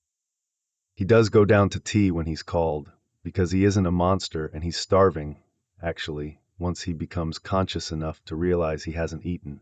He doesn't take the time to do the maths to count the hours, the sudden change from daylight to afternoon, the exhaustion taking him under until he came up and shoved a weeks-old packet of crisps down his throat as some kind of excuse for breakfast. Mum and Dad are at the table as though nothing's happened. There's a nice spread, flaky bread, and a hearty stew more fitting for a cold winter's morning, but Mum's stew is legendary, and Peter's no fool. His stomach growls. He'll eat whatever she puts in front of him. I suppose you're leaving us soon enough, Dad says, patting the back of the chair to his right. I thought I'd pop over to see Prongs and them. Peter tells him as he ladles himself a bowlful of stew. It's been an age since we've had a proper lad's day. Just glancing through Prongs' letters seems to imply a summer he's sad to have missed. He'll die jealous of their Quidditch weekend. But Prongs' letter after, with its frantic play-by-play and his lamenting not taking enough time at the campground, gave him hope for a repeat in the future, which he recounts over. He doesn't tell them that there's been drama of epic proportions. That's secret, something for Padfoot to share if he wants. Peter knows Sirius will shout some things from the rooftops, how much he loves Mooney, most of all. But black family drama has always been something kept under lock and key, private until necessity made him speak it aloud. He'd die of embarrassment if Mum and Dad found out, and then he'd come up from the dead and murder Peter in his bed for causing it. I'm sure they'll be happy to see you, Mum says as she tears off a hunk of bread and dips it in her stew, all-knowing eyes glittering at him. Not until morning, though, darling. He flews because he must. He thinks while he's twisting the top off the flue powder jar that this might be the last time he has to flew to Rosewood House. Next time might be over winter break, when he's finally 17 and free to apparate himself wherever he'd like to go. He tosses the powder in with a grin and steps through, tucking his elbows and falling through until he stumbles out in Prong's parlor, sooty and sneezing. Wormtail. James shouts from somewhere to his left. There's a clatter and Peter turns toward the noise, sees the blur of Prongs tossing himself at him, and grunts when all 11 stone of James Potter slams into him, sending soot flying up into the air. You're home. I'm home, Peter says, a grin spreading across his sooty face as he struggles to straighten up with James squeezing him half to death. There's less than a month of summer left, but this month is his. Chapter 18, Remus. It's too early in the morning one hot morning, after the second too late night around the bonfire in a single week, that Remus is woken up by Sirius bouncing on the edge of the bed. He opens one eye, which is how he knows it's Sirius and not Prongs or Wormtail with a death wish, and the grin that splits Sirius's face is enough to get him to open both eyes. Wake up, Sirius says, reaching out and pressing the pads of his fingers against the hinge of Remus's jaw. Mup. Remus grunts out, struggling against the sheet that he's tangled up in to reach out himself. Hardly. Sirius laughs. He swoops down and smacks a kiss against Remus's lips. Remus manages to get his fingers around Sirius's wrist and keep him there when he tries to pull away. This, he thinks, is the only acceptable kind of morning. He thinks about all the times he's woken up alone and can't imagine living like that again. Sirius's side of his bed cold and empty. Sirius breathing laughs against his cheek, the feel of his pulse underneath Remus's thumb, the heat and light of him against stripy sheets in Remus's chest. He loves these mornings. What did you want? Remus asks around a yawn that threatens to crack his face. A kiss. Sirius murmurs against the line of his jaw, lips chasing the trail of warmth his fingers left behind. Gave you one already, you greedy bastard. Remus turns anyway, just enough, and presses their lips together. They kiss for a while, lazy in the soft morning light. Remus is content enough to almost slip back into sleep, but for Sirius's lips and tongue distracting him from falling back into dreams, the scrape of his teeth with a nip to his lip, the kind of bite Remus likes, soft and lovely and exactly right, a grounding force instead of blind terror. Love you. Sirius murmurs against his lips before he pulls away, and Remus barely finds the wits to reach out to catch the collar of his shirt between his fingers to keep him close. There's a laugh, the best sort of laugh, warm and sweet like caramel, a calming thing against the buzz in his brain.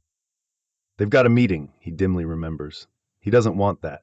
He wants a repeat of the night before, of skin sliding against skin, and Sirius's clever mouth on his stomach, on his thighs, lower. But they've got a meeting, so he opens his eyes and takes in the sight of the man beside him, a breathless smile and a flush high on his cheeks. What time is it? He asks. Sirius's grin slips into a smirk, gray eyes catching the light as he ducks, his hair falling into his face. Early enough, he says as his fingers dance down Remus's side to slip-slide under the waistband of his pants. Belinda Crabbe is a very intimidating witch. Remus realized that the first time he met her, that day in Hogsmeade. She handed him a key to Sirius's Gringotts vault with an arched eyebrow and a judging glare, as though she could see right through him, right down past the uneven hem on his robe, past every scar on his body, and right to the very muggle pieces of his DNA. She didn't say anything about that, though. Instead, she turned to Sirius and said, I don't see what all the fuss is about, frankly, and he's got a lovely smile. That stuck with him, that sort of flippance that means something important to someone who's not ever really seen it all. He's always moved through the world knowing that wizards are scared of him firstly, and that a certain section of them would spit on his shoes if given the chance. It's oddly refreshing, in the shadow of a long pure blood legacy like the Crabs, that he'd just simply be unimpressive, fussless. That made him like her then. He likes her now too, with a desk between them instead of a brunch spread. It isn't often I get asked to find a client a homestead. She leans forward across her desk, that eyebrow passing judgment on them again. Especially out of the Blacks, especially when there's a home being offered and refused. The property Lord Black set aside for you is lovely, Sirius. Sirius shifts a bit, enough of a change that Remus, who knows him better than he knows himself, can feel it like a charge in the air, the defiant black sheep, pushing his way forward. It's a last resort, Sirius says. He squeezes Remus's fingers the point they're linked by, and Remus squeezes back. Grandfather probably thinks he means well, but I won't be indebted to them. Not again, not... Not after everything, Remus thinks. Not after being left for dead for 18 months, and only thought of when it's convenient. He's got dozens of tumbling, terrible thoughts about the Black family, the whole lot of them, and he'd push them all aside if that's what Sirius wanted, if he wanted to fall back in with his grandfather and grandmother, if he wanted to slip back beside Regulus in family portraits. But it isn't. Remus knows that with the same surety that he knows Sirius wants butter and apricot jam on his toast before Quidditch matches, and that he worries he's too quick to anger and quicker still to spite, like Walburga. There's distance on his face, as though he's looking 1,000 years behind them. Alphard said to me in his letter, he asked me to not look back at them.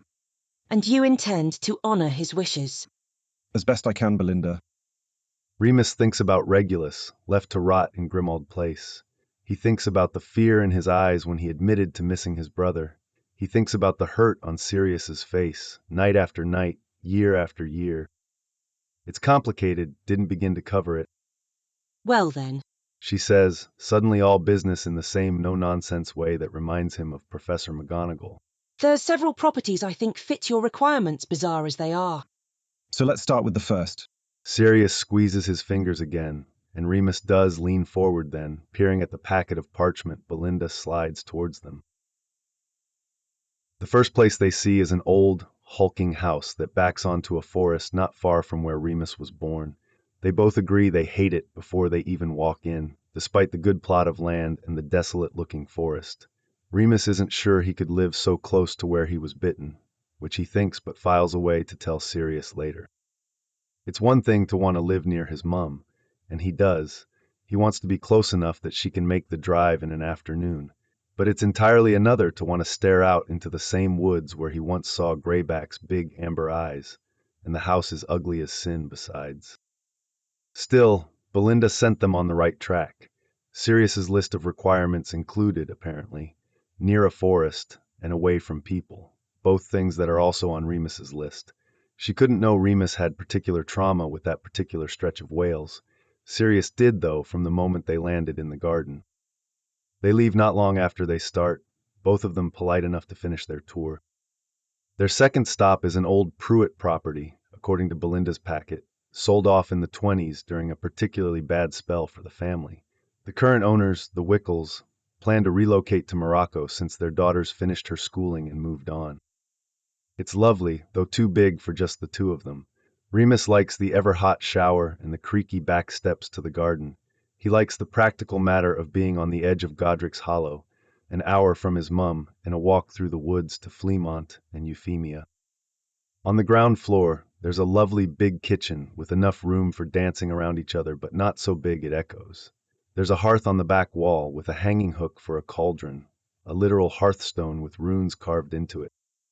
He presses his fingers against it. Sirius leans over, chin against Remus's shoulder, and huffs a sigh. I like it, Sirius says. Remus strokes a finger against a long, curvy indent in the rune. What's this say? Home. Sirius answers. Remus closes his eyes and takes in a sharp little breath when Sirius squeezes his middle. He does not like the exterior, with more cracked columns than he cares to count, and an honest-to-Merlin 10-foot stone chimera in the garden.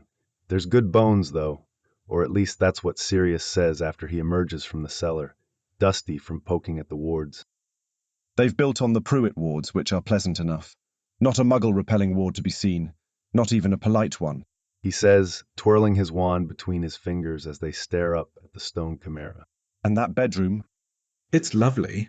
Remus agrees, thinking of the big windows and the lush burgundy carpet, which was a far sight nicer than the chimera in the middle of the garden.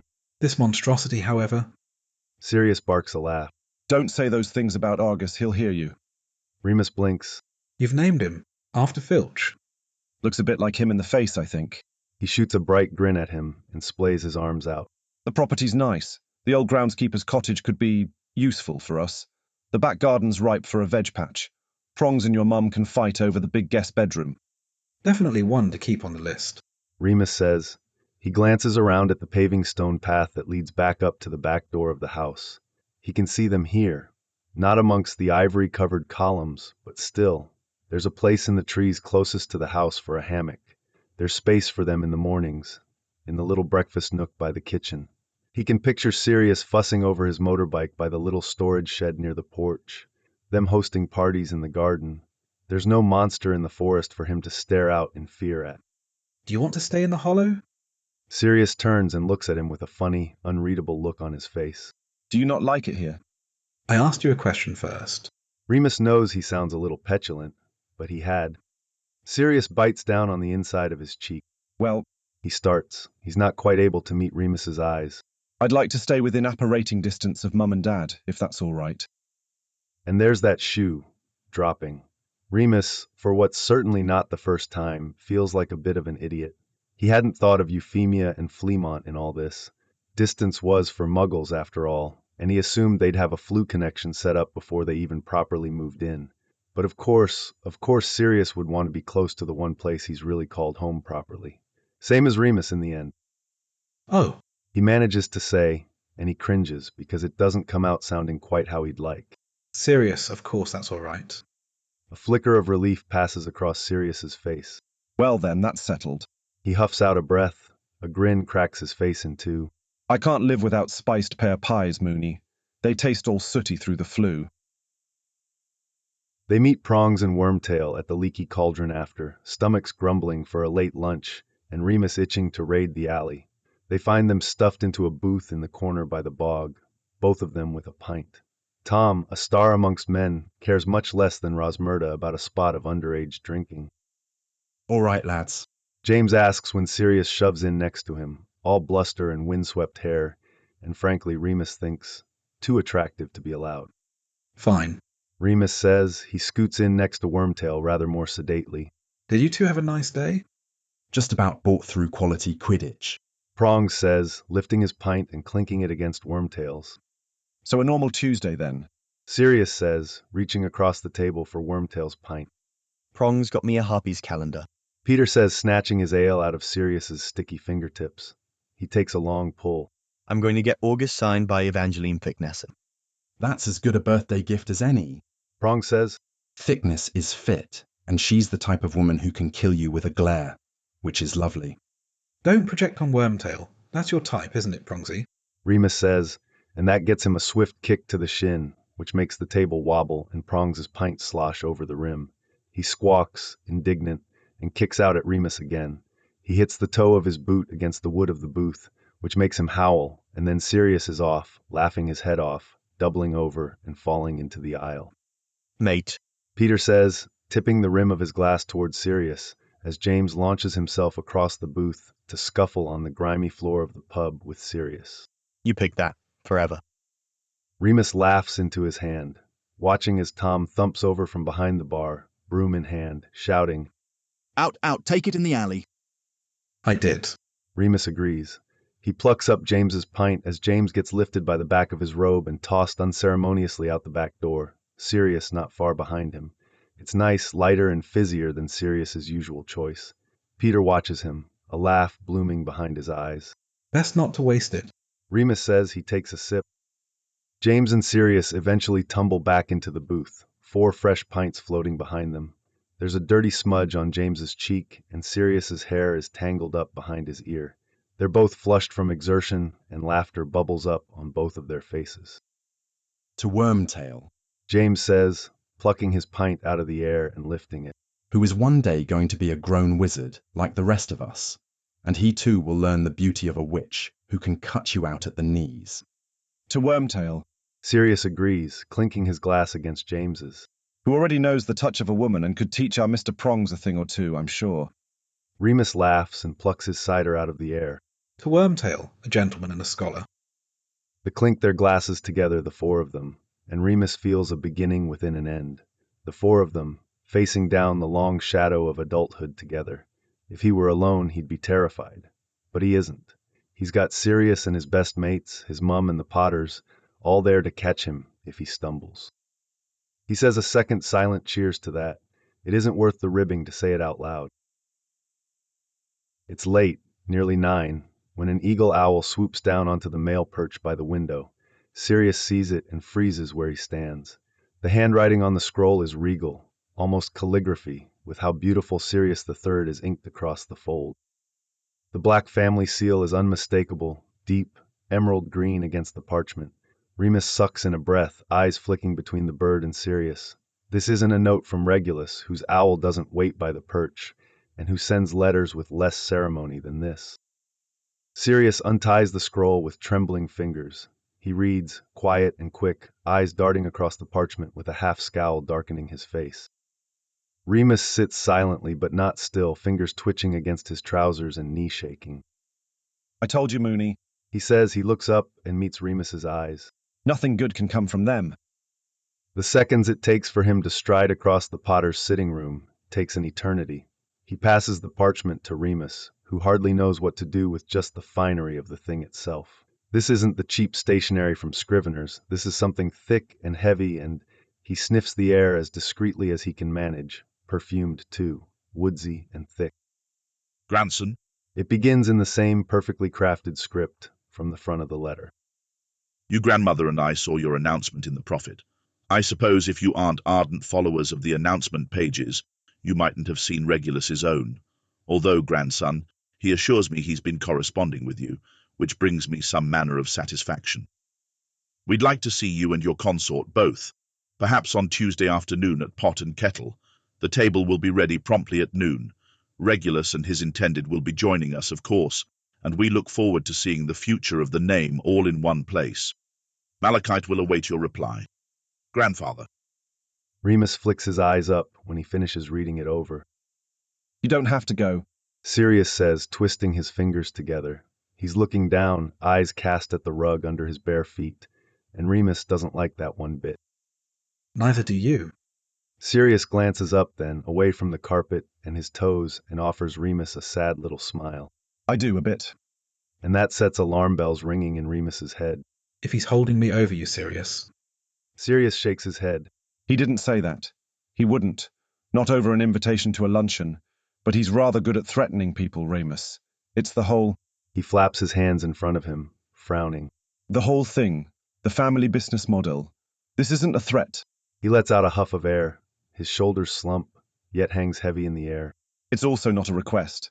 And I shouldn't go around irking him off over a Tuesday afternoon. And that, more than anything, sends Remus boiling over. What right does he have to make a demand on you? Where's he been this whole time, then? Sirius chokes out a wet laugh. Biding his time, if I had to guess. He's up to something, the scheming bastard. Though I suppose he always is. Remus pulls himself up out of the chair and scoops Sirius into a crushing sort of hug, the both of them pressed so tightly together he can't breathe properly. You aren't going alone, he says quietly. He thinks about the things Sirius has said to him over the years, the parade of whispered midnight confessions. Arcturus Black is a right bastard for this, for not saying what he means, because Sirius has so few memories he cherishes, so few good days, and Remus won't stand for Arcturus stripping those scant moments away from him. He'd stand in front of an unforgivable for Sirius if he had to without a second thought in his head. Sirius is his to love and protect, to keep safe and whole. He can manage a lunch. Chapter 19, Sirius. Belinda's packets of potential homes keeps them busy for the better part of the week. They see a small place in Hogsmeade on Friday, what has to be an old cottage that's been standing since time began. The inside is lovely, even if the sitting room is barely large enough for Sirius to lie down lengthwise. They'd fit, is his point, and there's something about Hogsmeade and the forest behind them, the magic just floating free in the air that seeps into his bones, that makes him feel at ease. Remus likes the place. It appeals to his working-class sensibilities, Sirius thinks. Even though they've got enough galleons to buy something grand, he knows that Remus will balk at it. He doesn't understand it, and it's a little frustrating sometimes, but it's still endearing in an annoying kind of way. If he's got to be annoyed by someone, he'd pick Mooney any day. He can picture them, 70 years in the future, two old men bickering over who misplaced the owl treats in the cramped little kitchen, groaning about snow removal charms in the midwinter, and aching backs from weeding the sprawling garden in the summer. Or the more near future of slow dancing in the sitting room and running laps around the guard with Wormtail in his pocket, and Prongs' future progeny giving him chase, while Mooney watches with raised eyebrows from a chaise under a tree. He leaves the viewing with a head full of the future, long, sprawling, and happy most of all, which is a fair turn from the doom he's felt since he got grandfather's letter. It's a nice place, but too far away from everyone. And I don't think it would hurt to get away from Hogwarts anyway. Remus says over lunch at the Broomsticks. They're squirreled away in a corner booth, though the pub isn't busy for once. It's just the village locals, really, since school's out, and it's strangely peaceful. Sirius chews on a chip thoughtfully. See, that's the bit I don't mind. I already know the shops.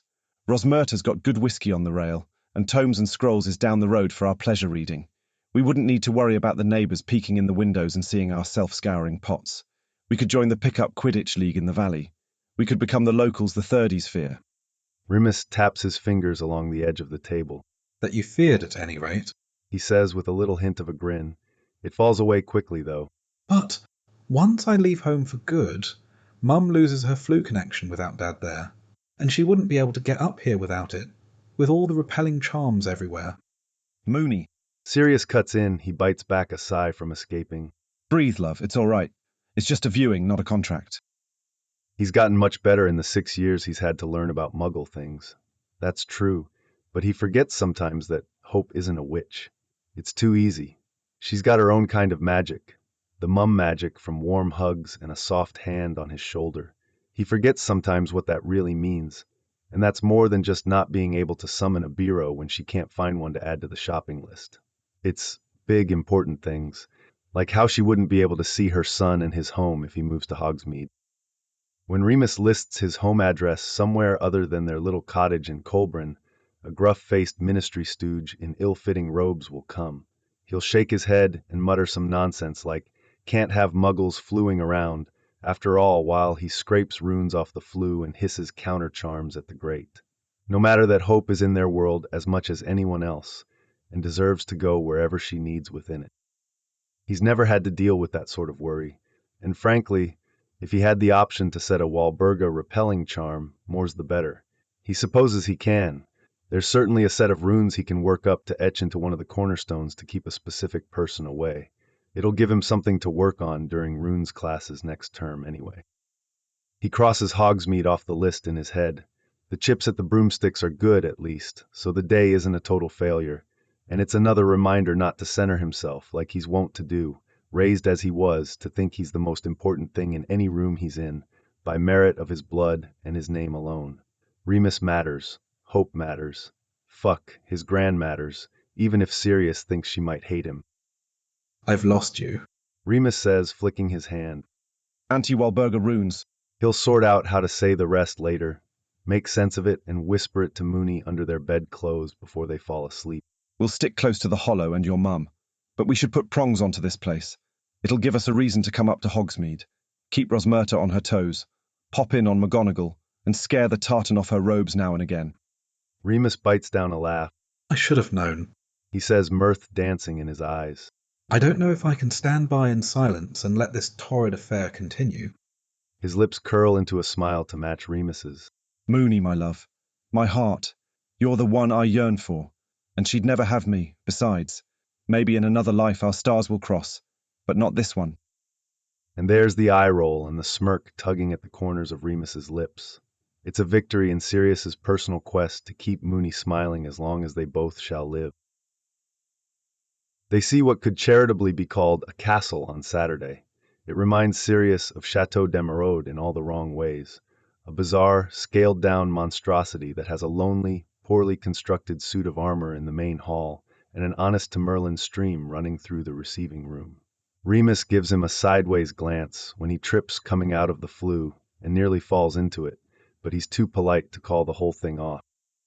Bless Moony's soul for that, because every room is worse than the next. It's genuine entertainment, how badly the house is decorated. As they make their way up to the master suite in the spire, Sirius has to actively stop himself from wheezing with laughter at the 2-story lime-green crystal chandelier that hangs in the void between the spiral stairs. At the top, in the bedroom suite, there's mustard-yellow window hangings that clash with the puce walls, and there, beside the bed, hangs one poorly painted portrait featuring a very well-endowed Randy centaur. It's the only artwork on the wall in the whole of the suite. That's all surface, though. The real crime is how the whole property feels. Without even looking at the cornerstones, Sirius can tell that there's not real roots that go down into the foundation and out into the garden. No tendrils of magic that leave a strange static charge in the air from the atmospherics going wonky with age in the attic. No doors that stick because they don't want to let you in. Not a lick of warmth coming from the walls. He'd guess, if he were pressed, that the house didn't much fancy being a stucco stone faker of a castle. He doesn't know who lives here, but he's certain he'd hate them if he met them. It's enough reason to scratch the place from the list, even without the other things. He does have a single moment of pure unhingedness, where he considers asking the estate agent if he could buy the portrait of the Randy centaur. Peter needs a proper coming-of-age gift, after all. He wonders, as they say their goodbyes to the agent and collect a pinch of flue powder each from an aging house elf, if this whole exercise is fruitless. They've seen a dozen places and only liked one of them. Maybe they should just buy a plot of empty land in the middle of a forest so they can build their own house from the cornerstones up. On Sunday, even Sirius sleeps in, exhausted from apparating up and down the whole of Britain. There's toast and eggs, courtesy of his wobbly-lipped mum who mightn't be saying it, but Sirius knows she's none too pleased that he's looking to fly out of her nest so soon. She throws an evil eye at the stack of listings from Belinda every time she passes them. Sirius doesn't have a long frame for the love of a mother. Not quite 2 years all told, but there's something warm and squidgy that blossoms up inside him at the thought that he'll be missed. After, when they're all awake and fed, the four of them chase each other out the back door, across the sprawling garden, and past the edge of the pear trees to the creek behind Rosewood house.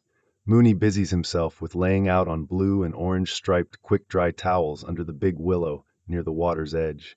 Prongs charms up a rope in one of the trees, while Wormtail unpacks his travel set of games. Sirius leaves Wormtail and Mooney to a game of gobstones in favor of taking swinging jumps into the lake, trying to outdo Prongs in both distance and style. Sirius loses enthusiasm for the water quick enough. Mooney's too busy looking concentrated and determined, and it's distracting in the sort of way that pulls his focus from any sort of competition with James. He hauls himself out of the water, shaking his hair out like a dog, and grinning down at Mooney, who's watching him with a besotted grin. Who won? He asks as he throws himself down on the towels, blanketing the space under the massive oak tree they've claimed as their own. Wormtail, Remus says, surprising no one. Forget the plants, mate. You've got a future in gobstones. Sirius flips over onto his back, hands clasped behind his head. He closes his eyes and cracks a smile when Remus's hand snakes into his hair, worrying his wet, tangled curls between his fingers. He yawns and closes his eyes. Remus scratches his fingernails against Sirius's scalp, which pulls a tired, satisfied sigh out of his throat. He stays like that for a long while, until Prongs splatters his face with a handful of mud from the creek. Then he's up and running after him, chasing after him on 2 legs and eventually on 4, knocking him sideways down the bank of the creek, where he comes back up on 2 legs, mud-splattered and laughing. These golden memories are ones he's grateful for, even as August dies with each passing day, the last summer rushing forward toward its inevitable end. There's an owl from Belinda waiting when they tromp in. Remus takes it, since Sirius is muddy shoes and a rat's nest of curls masquerading as a young adult and banished to standing perfectly still on the tiling until Euphemia finishes hexing the mud off him. There's something pleasant that purrs in his chest, watching Mooney in swim trunks and a ratty t-shirt, skin bronzed from all the sun, squinting over the details of their next house viewing. He forgets to be anxious about the week ahead until long after his shower, when he's settled in bed with Mooney reading the Lost Book of Merlin by Wandlight next to him. He doesn't say anything, just lets himself drift to sleep to the sound of turning pages, made warm and cozy in the places he's pressed against Remus. He dreams of drowning, the murky, dark water of a lake closing over his head, Orion Black standing on a rocky outcrop, watching him die with stone-gray eyes. If he wakes in a cold sweat on Monday morning, that's a secret he keeps to himself. Tuesday dawns before he's ready for it to come. Sirius sneaks off into one of the spare rooms and does a ritual, but he's back in bed before the sun's properly cracked the sky, yawning and falling back against the pillows without so much as a twitch from Mooney. Mooney's a furnace on the best of days, so he's warm beneath the bed covers, despite Dad's cooling charms woven into the walls and Sirius's own furious application the night before. He loves Mooney in the morning. Sleepy Mooney, his face smoothed out and the worry wiped away by good dreams, is a glorious thing to see. He reaches across the space between them and thumbs gently at the scar on his bottom lip. The constellation of freckles on the bridge of his nose is next. It's easy, really, to keep his hands soft and reverent. The weak morning light filters through his gauzy curtains, leaving the whole room soft and cozy. He wants mornings like this forever. He gets to have them too. He gets to hoard memories of every morning like a dragon on a pile of gold, an endless mountain of Mooney in the morning, Mooney sleeping, Mooney in his bed, the little yawning smile when Remus eventually stirs from even the feather light touches. Sirius can't stop himself from leaving. It's Tuesday. There's hours yet until he has to manage the excruciating task of a luncheon with Grandfather and Regulus. Ages until he's got to properly worry about the puzzle to which he's only got a third of the pieces. Not that he hasn't been turning the whole thing over in the back of his mind since they came back from Caerphilly, spending mornings banging around for clues in the dusty parts of his head that remember the mechanisms of the House of Black. Regulus's outstretched hand, Grandfather standing between him and Narcissa, Grandmother keeping his cocoa mug for a year and a half after he'd been banished from the tapestry, banished from Grimald, banished from everything. Regulus, one morning in the great hall, eating a piece of muffin, saying, "I'd rather not be reminded that I'm still very much the spare according to Grandfather Brother." He freezes, his pointer finger on a particularly lovely set of freckles near the bridge of Remus's nose. No. He whispers and then promptly bites down on his own tongue to stop the litany of curses to Godric and Salazar and Merlin himself that threatened to come shouting out of his throat. He practically throws himself out of his bedroom. There's only one answer and only one person who'll be batty enough to listen at barely 6 in the morning. Sirius bangs into James's room without any preamble. The door crashes against his desk with a loud thunk, bits and bobs rattling in their jars. He yanks the pillow out from under James's head and holds it against his chest. Prongs.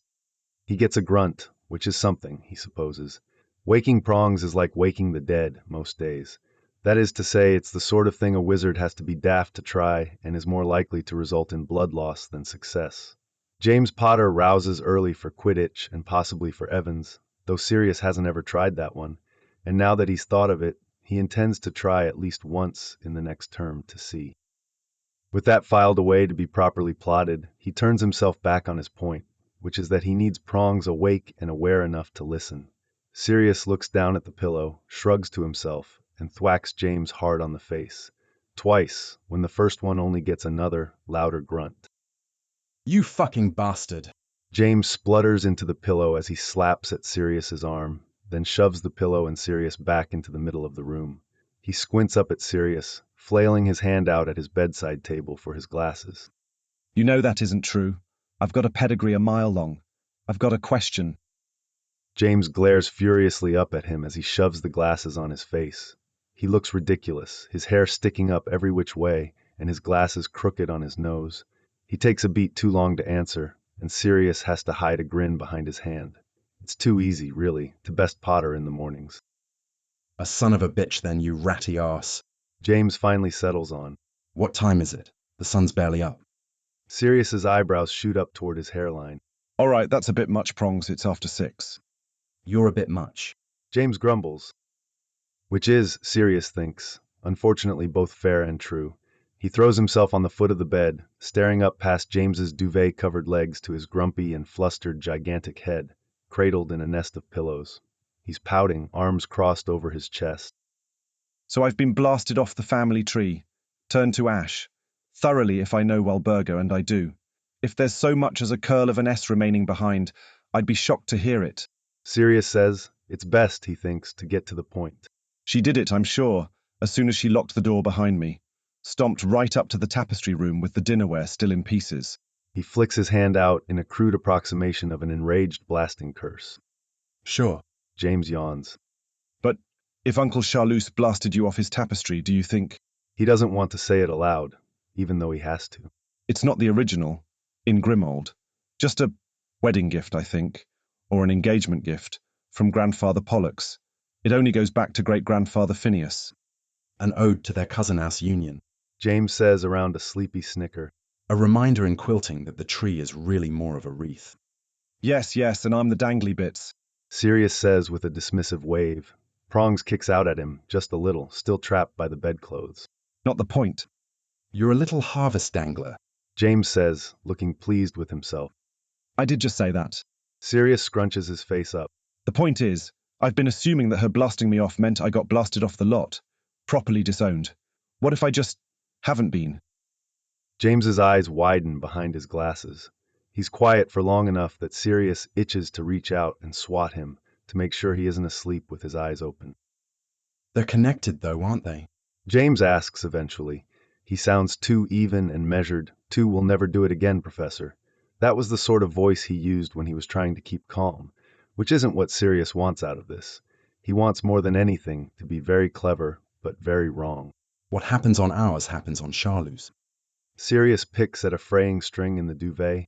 Yeah, but does it work the other way around? James blinks. He struggles a little against the covers and the mountain of pillows. I haven't got a clue. Potters don't go around blasting off people they disagree with. Mum wouldn't stand for marking up the tapestry. Dad would go spare, calling in specialists to fix it. Sirius swallows. I think, he says, managing to drag his eyes up to meet James's. If I were to guess, and I am guessing, that grandfather is working on a different set of facts than I am. Namely, that I'm still involved on someone's tapestry, somewhere, eligible to ruin the name, if I so choose. Well, you haven't gone and changed your name, have you? James says. Another yawn steals whatever he means to say next, and Sirius huffs, looking back down into the red and gold fleur-de-lis pattern on James's duvet cover. It's not as though it matters, Padfoot.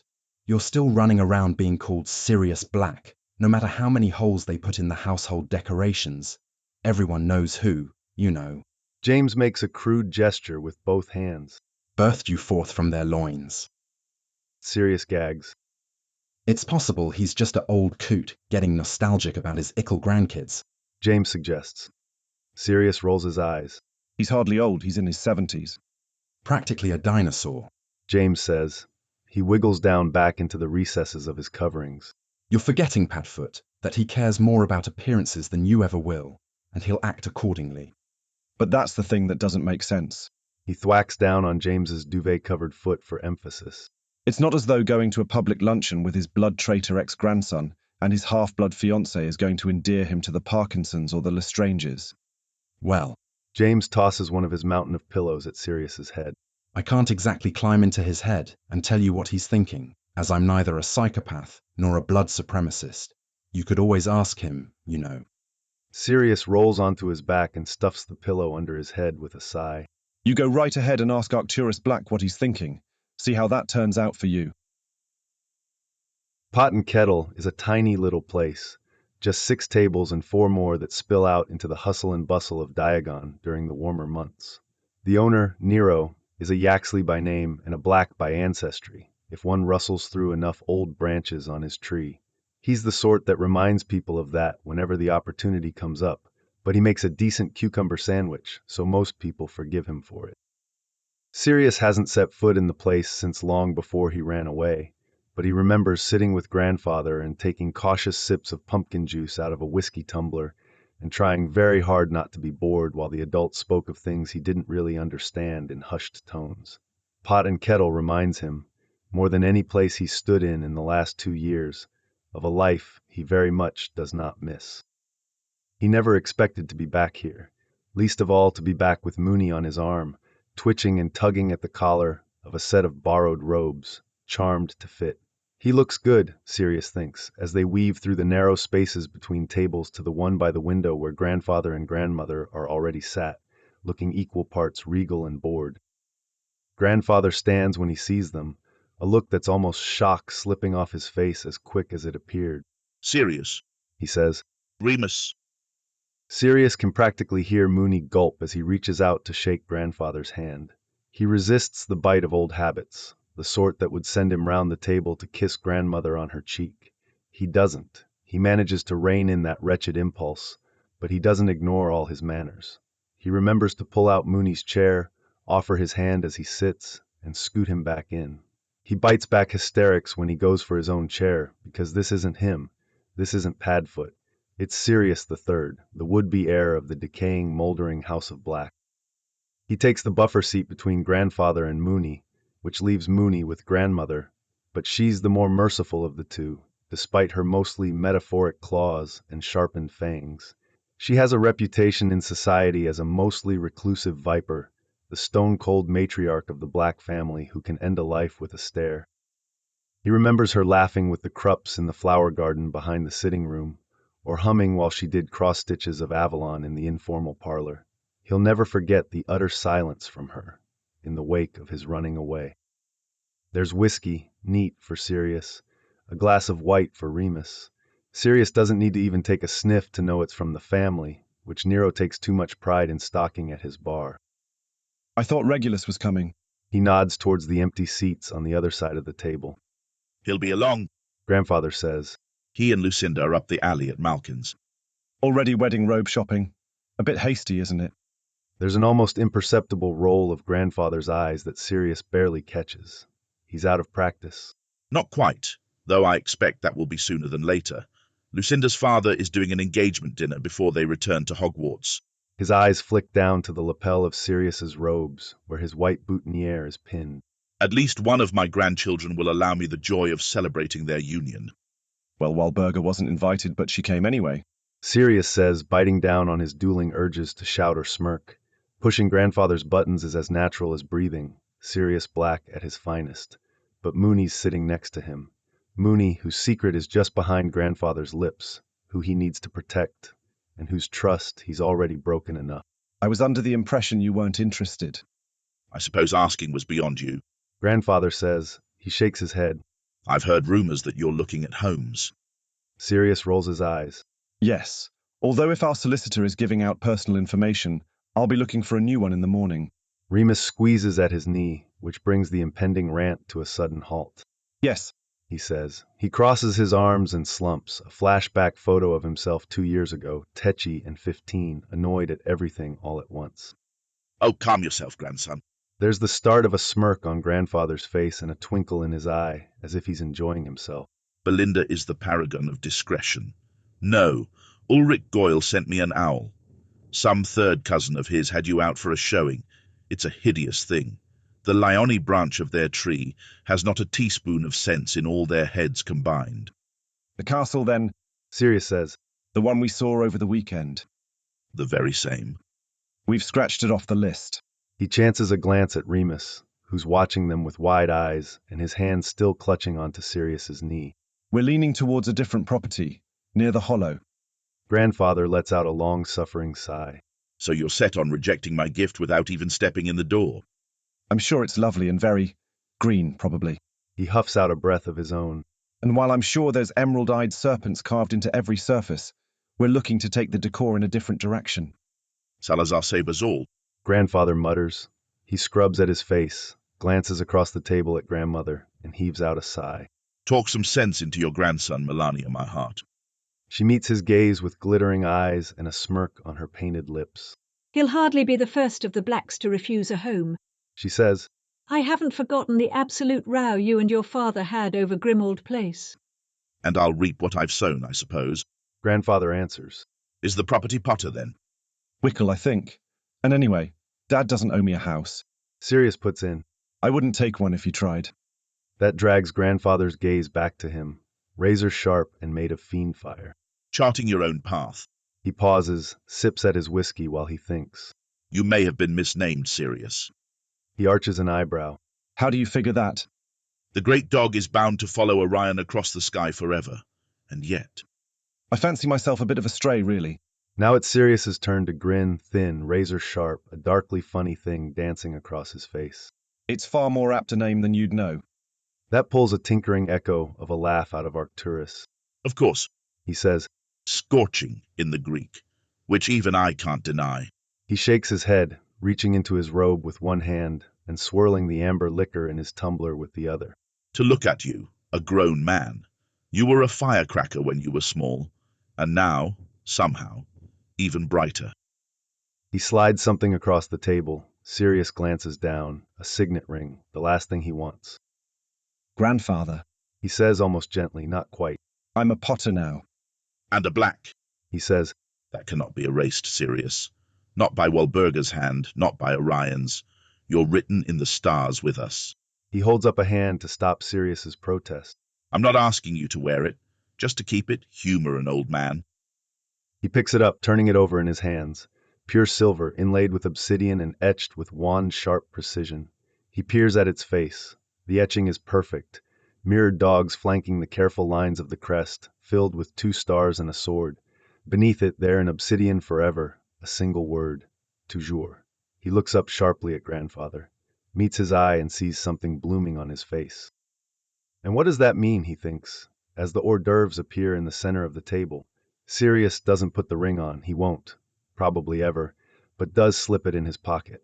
He lets his thoughts tumble, fit in with every other clue in his head, as he plucks up one of Nero's cucumber sandwiches. Well, that's the unpleasantness done. Grandmother says with the practiced tone of a matriarch, who's broken apart bloodier standoffs than this. Tell me, Remus, have you been to Pot and Kettle before? It's after, when he's kissed Lucy Greengrass's cheek and given Regulus a proper hug on the cobblestones of the alley, that he finds himself the sole focus of grandfather's attention again. Remus is somewhere to his left, making polite conversation about his Newts-level classes with grandmother. They've drifted away from them, he realizes, and he knows that isn't a mistake. He takes a page from James. What are you up to? He asks. Grandfather looks up from fiddling with his cloak clasp. Whatever do you mean, Sirius? A public luncheon. Midday in the alley is busy enough, even on a weekday. He can feel the stares of passers-by on his back. He knows they've been seen. That was the point of a table by the window and a long goodbye on the street. He hates this game, but he knows how it's played. I was under the impression you'd prefer to stay away from Chateau d'Emeraude. Grandfather peers around. He leans closer to Sirius, barely any space between them. I decide who is and is not a part of my line. Pollux and his wraith of a daughter may choose to recognize whomever they'd like, that is, between them and their tapestries. But I shan't give my cousin the pleasure of dictating to me who I call grandson. Orion forgets his place more often than he remembers it. Grandfather glances around. I mourned you like a fool. Instead of doing what I should have, I failed you. I neither ask for nor expect forgiveness for that.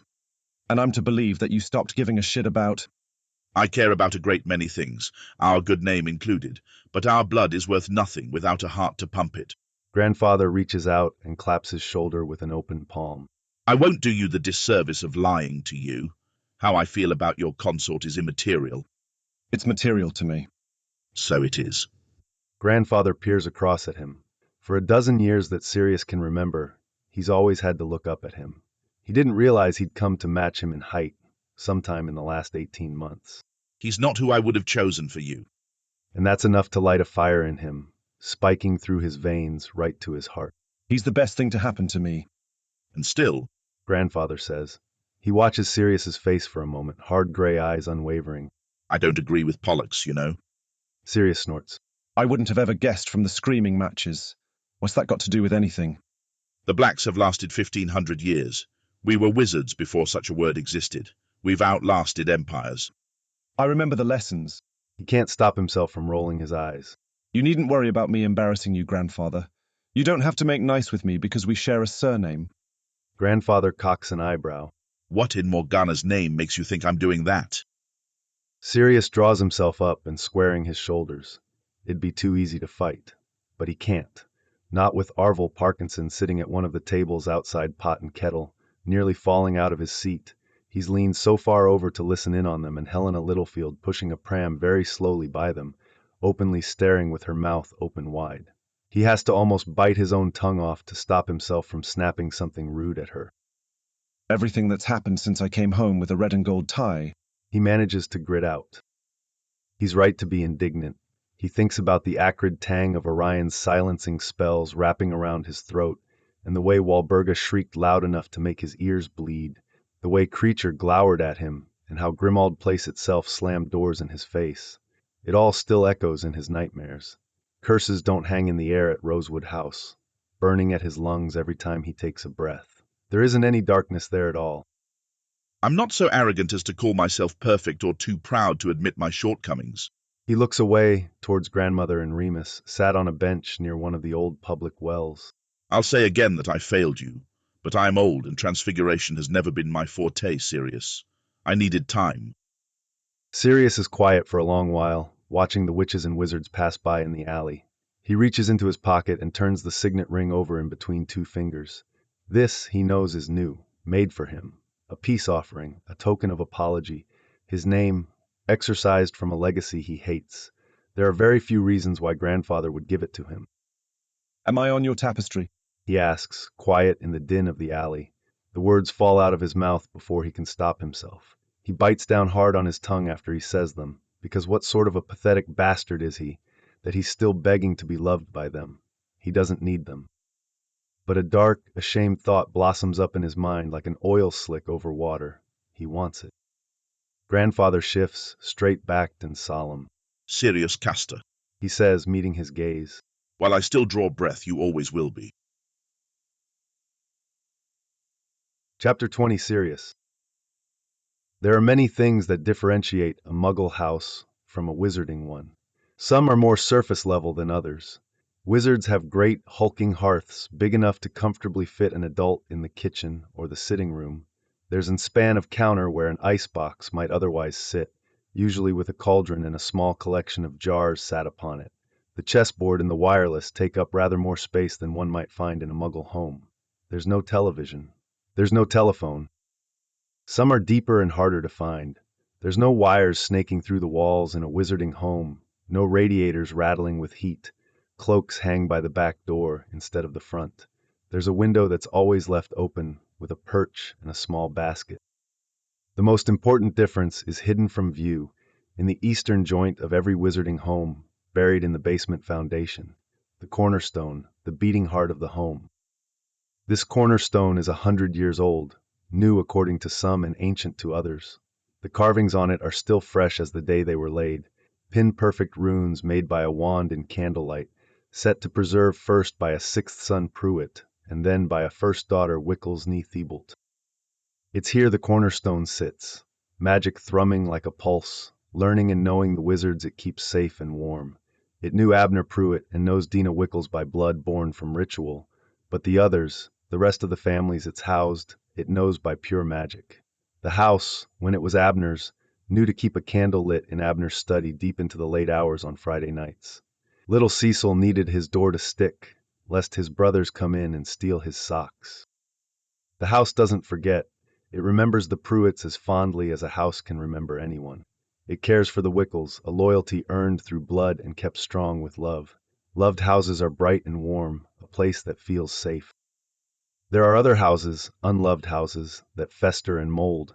The light coming in the windows is never quite bright, and they always feel like the walls are closing in. This house is not one of those houses, but it could become one, given the wrong blood on its cornerstone. And it's here, by this cornerstone, on the last Friday in August, that Sirius Black stands with a very sharp silver knife in his hand. A worried Remus Lupin peers over his shoulder, hoising a candle in an ornate gold candle holder high enough they can both see the intricate web of runes in the stone, shadows flickering over the smooth, deep etchings. They're alone in the house, as tradition and ritual dictate them to be. Beyond the ward markers buried in the grass outside, their families wait. Euphemia has a basket of treats, biscuits and sandwiches, and a jar of pear jam. James has 2 bottles of elf-made wine tucked under his arms, meant to be the startings of a proper cellar.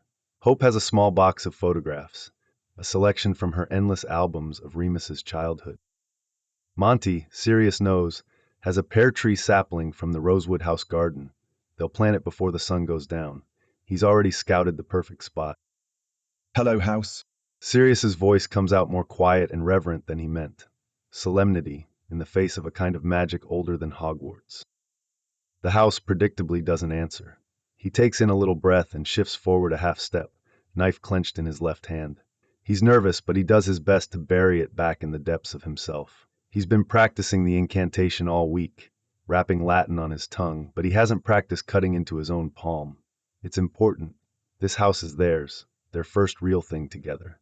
Mucking up the ritual lives in the fearful parts of his brain, where all his worst thoughts sit and wait until darkness falls. Are you sure you want to do this? Remus asks him. I've got to. He grimly replies. Unless you want to do it. He spares a look over his shoulder just in time to see Remus blanch. Sirius knew that was a no before he even asked. Moony hates blood. hates biting teeth and sharp claws, grits his teeth at the sight of a paper cut. I mean, Remus says. Does it have to be done at all? Of course it does. He waves toward the cornerstone. The house won't listen if we don't ask. And we've got to ask with blood. He shoots a razor-sharp grin over his shoulder. All the best magic is done with bits of yourself. Hairs and toenails and bits of old skin. Padfoot. Sirius laughs. Blood's fallen out of favour, I suppose. This is old magic. Weird pure blood magic, you mean?